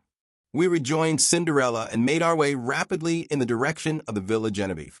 Poirot looked over his shoulder once at the lighted window and the profile of Martha as she bent over her work. "He is being guarded at all events," he muttered. Arrived at the Villa Genevieve, Poirot took up his stand behind some bushes to the left of the drive, where, whilst enjoying a good view ourselves, we were completely hidden from sight. The villa itself was in total darkness. Everybody was without doubt in bed and asleep. We were almost immediately under the window of Mrs. Renaud's bedroom, which window I noticed was open. It seemed to me that it was upon this spot that Poirot's eyes were fixed. "What are we going to do?" I whispered. "Watch." But I do not expect anything to happen for at least an hour, probably 2 hours, but his words were interrupted by a long, thin, drawn cry. "Help!" A light flashed up in the second-floor room on the right-hand side of the house. The cry came from there, and even as we watched there came a shadow on the blind, as of two people struggling. "Miltonaires!" cried Poirot. "She must have changed her room." Dashing forward, he battered wildly on the front door. Then rushing to the tree in the flower bed, he swarmed up it with the agility of a cat. I followed him, as with a bound he sprang in through the open window. Looking over my shoulder, I saw Dulcie reaching the branch behind me. "Take care," I exclaimed. "Take care of your grandmother," retorted the girl. "This is child's play to me." Poirot had rushed through the empty room and was pounding on the door leading into the corridor. "Locked and bolted on the outside," he growled, "and it will take time to burst it open." The cries for help were getting noticeably fainter. I saw despair in Poirot's eyes. He and I together put our shoulders to the door. Cinderella's voice, calm and dispassionate, came from the window. "You'll be too late. I guess I'm the only one who can do anything." Before I could move a hand to stop her, she appeared to leap upward into space. I rushed and looked out. To my horror, I saw her hanging by her hands from a roof, propelling herself along by jerks in the direction of a lighted window. "Good heavens! She'll be killed," I cried. "You forget. She's a professional acrobat, Hastings. It was the providence of the good God that made her insist on coming with us tonight. I only pray that she may be in time." A cry of absolute terror floated out onto the night as the girl disappeared through the right-hand window. Then in Cinderella's clear tones came the words, "No, you don't. I've got you, and my wrists are just like steel." At the same moment, the door of our prison was opened cautiously by Françoise. Poirot brushed her aside unceremoniously and rushed down the passage to where the other maids were grouped round the further door. "It's locked on the inside, monsieur." There was the sound of a heavy fall within. After a moment or two the key turned and the door swung slowly open. Cinderella, very pale, beckoned us in. "She is safe?" demanded Poirot. "Yes, I was just in time." She was exhausted. Mrs. Renaud was half sitting, half lying on the bed. She was gasping for breath. "Nearly strangled me," she murmured painfully. The girl picked up something from the floor and handed it to Poirot. It was a rolled-up ladder of silk rope, very fine but quite strong. "A getaway," said Poirot. "By the window, whilst we were battering at the door." "Where is the other?" The girl stood aside a little and pointed. On the ground lay a figure wrapped in some dark material, a fold of which hid the face. "Dead?" She nodded. "I think so. Head must have struck the marble fender." "But who is it?" I cried. "The murderer of M. Renaud, Hastings, and the would-be murderer of Madame Renaud." Puzzled and uncomprehending, I knelt down and, lifting a fold of cloth, looked into the dead, beautiful face of Martha Dubreau. I have confused memories of the further events of that night. Poirot seemed deaf to my repeated questions. He was engaged in overwhelming Françoise with reproaches for not having told him of Mrs. Renaud's change of sleeping quarters. I caught him by the shoulder, determined to attract his attention and make myself heard. "But you must have known," I expostulated. "You were taken up to see her this afternoon." Poirot deigned to attend to me for a brief moment. "She had been wheeled on a sofa into the middle room, her boudoir," he explained. "But, monsieur," cried Francoise, "Madame changed her room almost immediately after the crime. The associations, they were too distressing." "Then why was I not told?" vociferated Poirot, striking the table, and working himself into a first-class passion. "I demand you, why was I not told? You are an old woman, completely imbecile, and Leonie and Denise are no better. All of you are triple idiots. Your stupidity has nearly caused the death of your mistress. But for this courageous child—" He broke off, and darting across the room to where the girl was bending over ministering to Mrs. Renaud, he embraced her with Gallic fervor, slightly to my annoyance. I was aroused from my condition of mental fog by a sharp command from Poirot to fetch the doctor immediately on Mrs. Renaud's behalf. After that, I might summon the police. And he added to complete my dudgeon, "It will hardly be worth your while to return here. I shall be too busy to attend to you, and of Mademoiselle here I make a garde malade." I retired with what dignity I could command. Having done my errands, I returned to the hotel. I understood next to nothing of what had occurred. The events of the night seemed fantastic and impossible. Nobody would answer my questions. Nobody had seemed to hear them. Angrily, I flung myself into bed and slept the sleep of the bewildered and utterly exhausted. I awoke to find the sun pouring in through the open windows and Poirot, neat and smiling, sitting beside the bed. "Enfin you wake.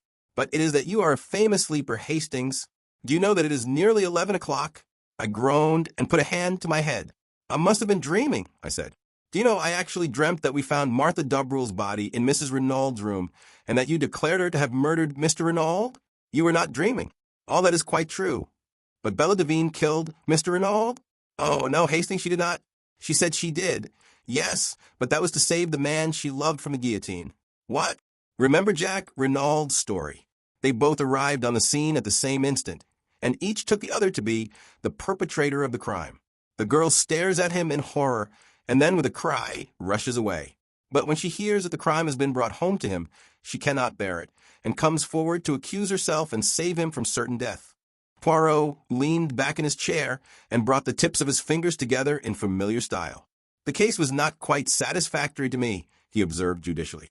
"All along I was strongly under the impression that we were dealing with a cold-blooded and premeditated crime committed by someone who had been contented very cleverly with using M. Renaud's own plans for throwing the police off the track. The great criminal, as you may remember my remarking to you once, is always supremely simple." I nodded. Now, to support this theory, the criminal must have been fully cognizant of Mr. Renaud's plans. That leads us to Madame Renaud. But facts fail to support any theory of her guilt. Is there anyone else who might have known of them? Yes. From Martha Dubrul's own lips, we have the admission that she overheard M. Renaud's quarrel with the tramp. If she could overhear that, there's no reason why she should not have heard everything else, especially if M. and Madame Renaud were imprudent enough to discuss their plans sitting on the bench. Remember how easily you overheard Martha's conversation with Jack Renaud from that spot. But what possible motive could Martha have for murdering Mr. Renaud? I argued. What motive? Money? And Renaud was a millionaire several times over, and at his death, or so she and Jack believed, half that vast fortune would pass to his son. Let us reconstruct the scene from the standpoint of Martha Dubrul. Martha Dubrul overhears what passes between Renaud and his wife. So far he has been a nice little source of income to the Dubrul mother and daughter, but now he proposes to escape from their toils. At first, possibly, her idea is to prevent that escape, but a bolder idea takes its place, and one that fails to horrify the daughter of Jean Baroldi. At present, M. Renaud stands inexorably in the way of her marriage with Jack. If the latter defies his father, he will be a pauper, which is not at all to the mind of Mademoiselle Martha. In fact, I doubt if she has ever cared a straw for Jack Renaud. She can simulate emotion, but in reality she is of the same cold, calculating type as her mother. I doubt, too, whether she was really very sure of her hold over the boy's affections. She had dazzled and captivated him, but separated from her, as his father could so easily manage to separate him. She might lose him. But with M. Renaud dead and Jack the heir to half his millions, the marriage can take place at once, and at a stroke she will attain wealth, not the beggarly thousands that have been extracted from him so far. And her clever brain takes in the simplicity of the thing. It is all so easy. Renaud is planning all the circumstances of his death. She has only to step in at the right moment and turn the farce into a grim reality. And here comes in the second point, which led me infallibly to Martha Dubrul, the dagger. Jack Renaud had 3 souvenirs made. One he gave to his mother, one to Bella Devine. Was it not highly probable that he had given the third one to Martha de Breuil? So then, to sum up, there were 4 points of note against Martha de Breuil. 1. Martha de Breuil could have overheard M. Renaud's plans. 2. Martha de Breuil had a direct interest in causing M. Renaud's death. 3. Martha de Breuil was the daughter of the notorious Madame Beroldi, who in my opinion was morally and virtually the murderess of her husband, although it may have been Georges Quenoux's hand which struck the actual blow. For Martha de Breuil was the only person, besides Jack Renaud, likely to have the third dagger in her possession. Poirot paused and cleared his throat. Of course, when I learned of the existence of the other girl, Bella Devine, I realized that it was quite possible that she might have killed M. Renaud. The solution did not commend itself to me because, as I pointed out to you, Hastings, an expert such as I am, likes to meet a foeman worthy of his steel. Still, one must take crimes as one finds them, not as one would like them to be. It did not seem very likely that Bella Devine would be wandering about carrying a souvenir paper knife in her hand. But of course, she might have had some idea all the time of revenging herself on Jack Renaud. When she actually came forward and confessed to the murder, it seemed that all was over. And yet, I was not satisfied, mon ami. I was not satisfied. I went over the case again minutely, and I came to the same conclusion as before. If it was not Bella Devine, the only other person who could have committed the crime was Martha de Breuil. But I had not one single proof against her. And then you showed me that letter from Mademoiselle Dulcie, and I saw a chance of settling the matter once for all. The original dagger was stolen by Dulcie Devine and thrown into the sea, since, as she thought, it belonged to her sister. But if by any chance it was not her sister's, but the one given by Jack to Martha de Breuil, why then Bella Devine's dagger would be still intact.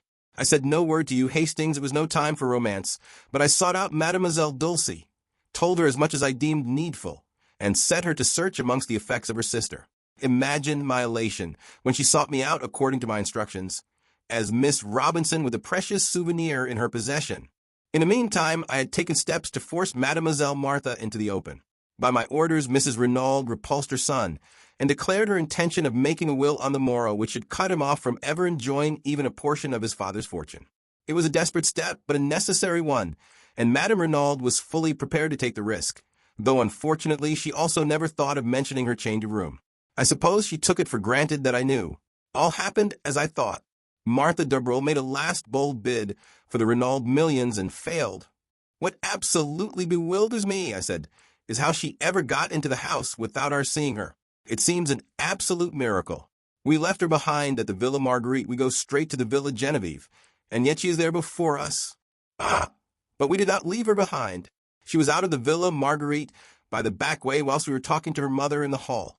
That is where, as the Americans say, she put it over on Hercule Poirot. But the shadow on the blind? We saw it from a road. Eh bien, when we looked up, Madame de Breuil had just had time to run upstairs and take her place. Madame de Breuil? Yes. One is old and one is young, one dark and one fair, but for the purpose of a silhouette on a blind. Their profiles are singularly alike. Even I did not suspect, triple imbecile that I was. I thought I had plenty of time before me, that she would not try to gain admission to the villa until much later. She had brains, that beautiful Mademoiselle Martha. And her object was to murder Mrs. Renaud? Yes. The whole fortune would then pass to her son. But it would have been suicide, mon ami. On the floor by Martha de Breuil's body, I found a pad and a little bottle of chloroform and a hypodermic syringe containing a fatal dose of morphine. You understand? The chloroform first, then when the victim is unconscious, the prick of the needle. By the morning, the smell of the chloroform has quite disappeared, and the syringe lies where it has fallen from Madame Renaud's hand. What would he say, the excellent M. Hotet? Poor woman. What did I tell you? The shock of joy, it was too much on top of the rest. Did I not say that I should not be surprised if her brain became unhinged? Altogether a most tragic case, the Renaud case. However, Hastings, things did not go quite as Mademoiselle Martha had planned. To begin with, Madame Renaud was awake and waiting for her. There is a struggle, but Madame Renaud is terribly weak still. There is a last chance for Martha de Breuil. The idea of suicide is at an end, but if she can silence Madame Renaud with her strong hands, make a getaway with her little silk ladder whilst we are still battering on the inside of the further door, and be back at the Villa Marguerite, before we return there, it will be hard to prove anything against her. But she was checkmated not by Hercule Poirot, but by La Petite Acrobate with her wrists of steel. I mused over the whole story. When did you first begin to suspect Martha de Breuil, Poirot? When she told us she had overheard the quarrel in the garden? Poirot smiled. My friend, Do you remember when we drove into Merlinville that first day? And the beautiful girl we saw standing at the gate? You asked me if I had not noticed a young goddess, and I replied to you that I had seen only a girl with anxious eyes. That is how I have thought of Martha de Brule from the beginning. The girl with the anxious eyes. Why was she anxious? Not on Jack Renaud's behalf, for she did not know then that he had been in Merlinville the previous evening. By the way, I exclaimed, how's Jack Renaud? Much better. He is still at the Villa Marguerite. But Madame de Brule has disappeared. The police are looking for her. Was she in with her daughter? Do you think? We shall never know. Madame is a lady who can keep her secrets. And I doubt very much if the police will ever find her. Has Jack Renaud been told? Not yet. It will be a terrible shock to him. Naturally. And yet, do you know, Hastings, I doubt if his heart was ever seriously engaged. So far we have looked upon Bella Devine as a siren and Martha de Brule as the girl he really loved. But I think that if we reverse the terms, we should come nearer to the truth. Martha de Brule was very beautiful. She set herself to fascinate Jack, and she succeeded. But remember his curious reluctance to break with the other girl. And see how he was willing to go to the guillotine rather than implicate her. I have a little idea that when he learns the truth, he will be horrified, revolted, and his false love will wither away. What about Giroux? He has a crisis of the nerves, that one. He has been obliged to return to Paris. We both smiled. Poirot proved a fairly true prophet. When at length the doctor pronounced Jack Renaud strong enough to hear the truth, it was Poirot who broke it to him. The shock was indeed terrific. Yet Jack rallied better than I could have supposed possible. His mother's devotion helped him to live through those difficult days. The mother and son were inseparable now. There was a further revelation to come. Poirot had acquainted Mrs. Renaud with the fact that he knew her secret, and had represented to her that Jack should not be left in ignorance of his father's past. To hide the truth never does it avail, madam. Be brave and tell him everything. With a heavy heart, Mrs. Renaud consented, and her son learned that the father he had loved had been in actual fact a fugitive from justice. A halting question was promptly answered by Poirot. Reassure yourself, M. Jack. The world knows nothing. As far as I can see, there is no obligation for me to take the police into my confidence. Throughout the case, I have acted not for them, but for your father. Justice overtook him at last, but no one need ever know that he and Georges Cano were one and the same. There were, of course, various points in the case that remained puzzling to the police, but Poirot explained things in so plausible a fashion that all query about them was gradually stilled. Shortly after we got back to London, I noticed a magnificent model of a foxhound adorning Poirot's mantelpiece. In answer to my inquiring glance, Poirot nodded. Mais, I got my 500 francs. Is he not a splendid fellow? I call him Giroux. A few days later, Jack Renaud came to see us with a resolute expression on his face. Poirot, I've come to say goodbye. I'm sailing for South America almost immediately. My father had large interests over the continent, and I mean to start a new life out there. You go alone, M. Jack? My mother comes with me, and I shall keep Stoner on as my secretary. He likes out-of-the-way parts of the world. No one else goes with you? Jack flushed. You mean? A girl who loves you very dearly, who has been willing to lay down her life for you. How could I ask her? Muttered the boy. After all that has happened, could I go to her and... Oh, what sort of a lame story could I tell? Les femmes, they have a wonderful genius for manufacturing crutches for stories like that. Yes, but I've been such a damned fool. So have all of us at one time and another, observed Poirot philosophically. But Jack's face had hardened. There's something else. I'm my father's son. Would anyone marry me knowing that? You are your father's son, you say. Hastings here will tell you that I believe in heredity. Well then, wait. I know a woman of courage and endurance, capable of great love, of supreme self-sacrifice. The boy looked up. His eyes softened. My mother? Yes. You are your mother's son as well as your father's. Go then to Mademoiselle Bella. Tell her everything. Keep nothing back and see what she will say. Jack looked irresolute. Go to her as a boy no longer, but a man bowed by the fate of the past and the fate of today, but looking forward to a new and wonderful life. Ask her to share it with you. You may not realize it, but your love for each other has been tested in the fire and not found wanting. You have both been willing to lay down your lives for each other. And what of Captain Arthur Hastings, humble chronicler of these pages?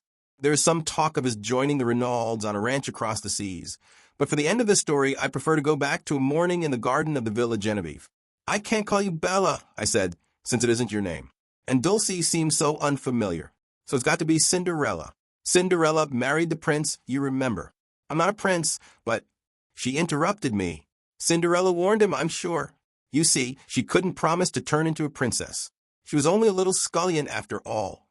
It's the prince's turn to interrupt, I interpolated. Do you know what he said? No, said the prince and kissed her, and I suited the action to the word. The truth is far more disturbing than it seems. Subscribe and continue the story on my channel.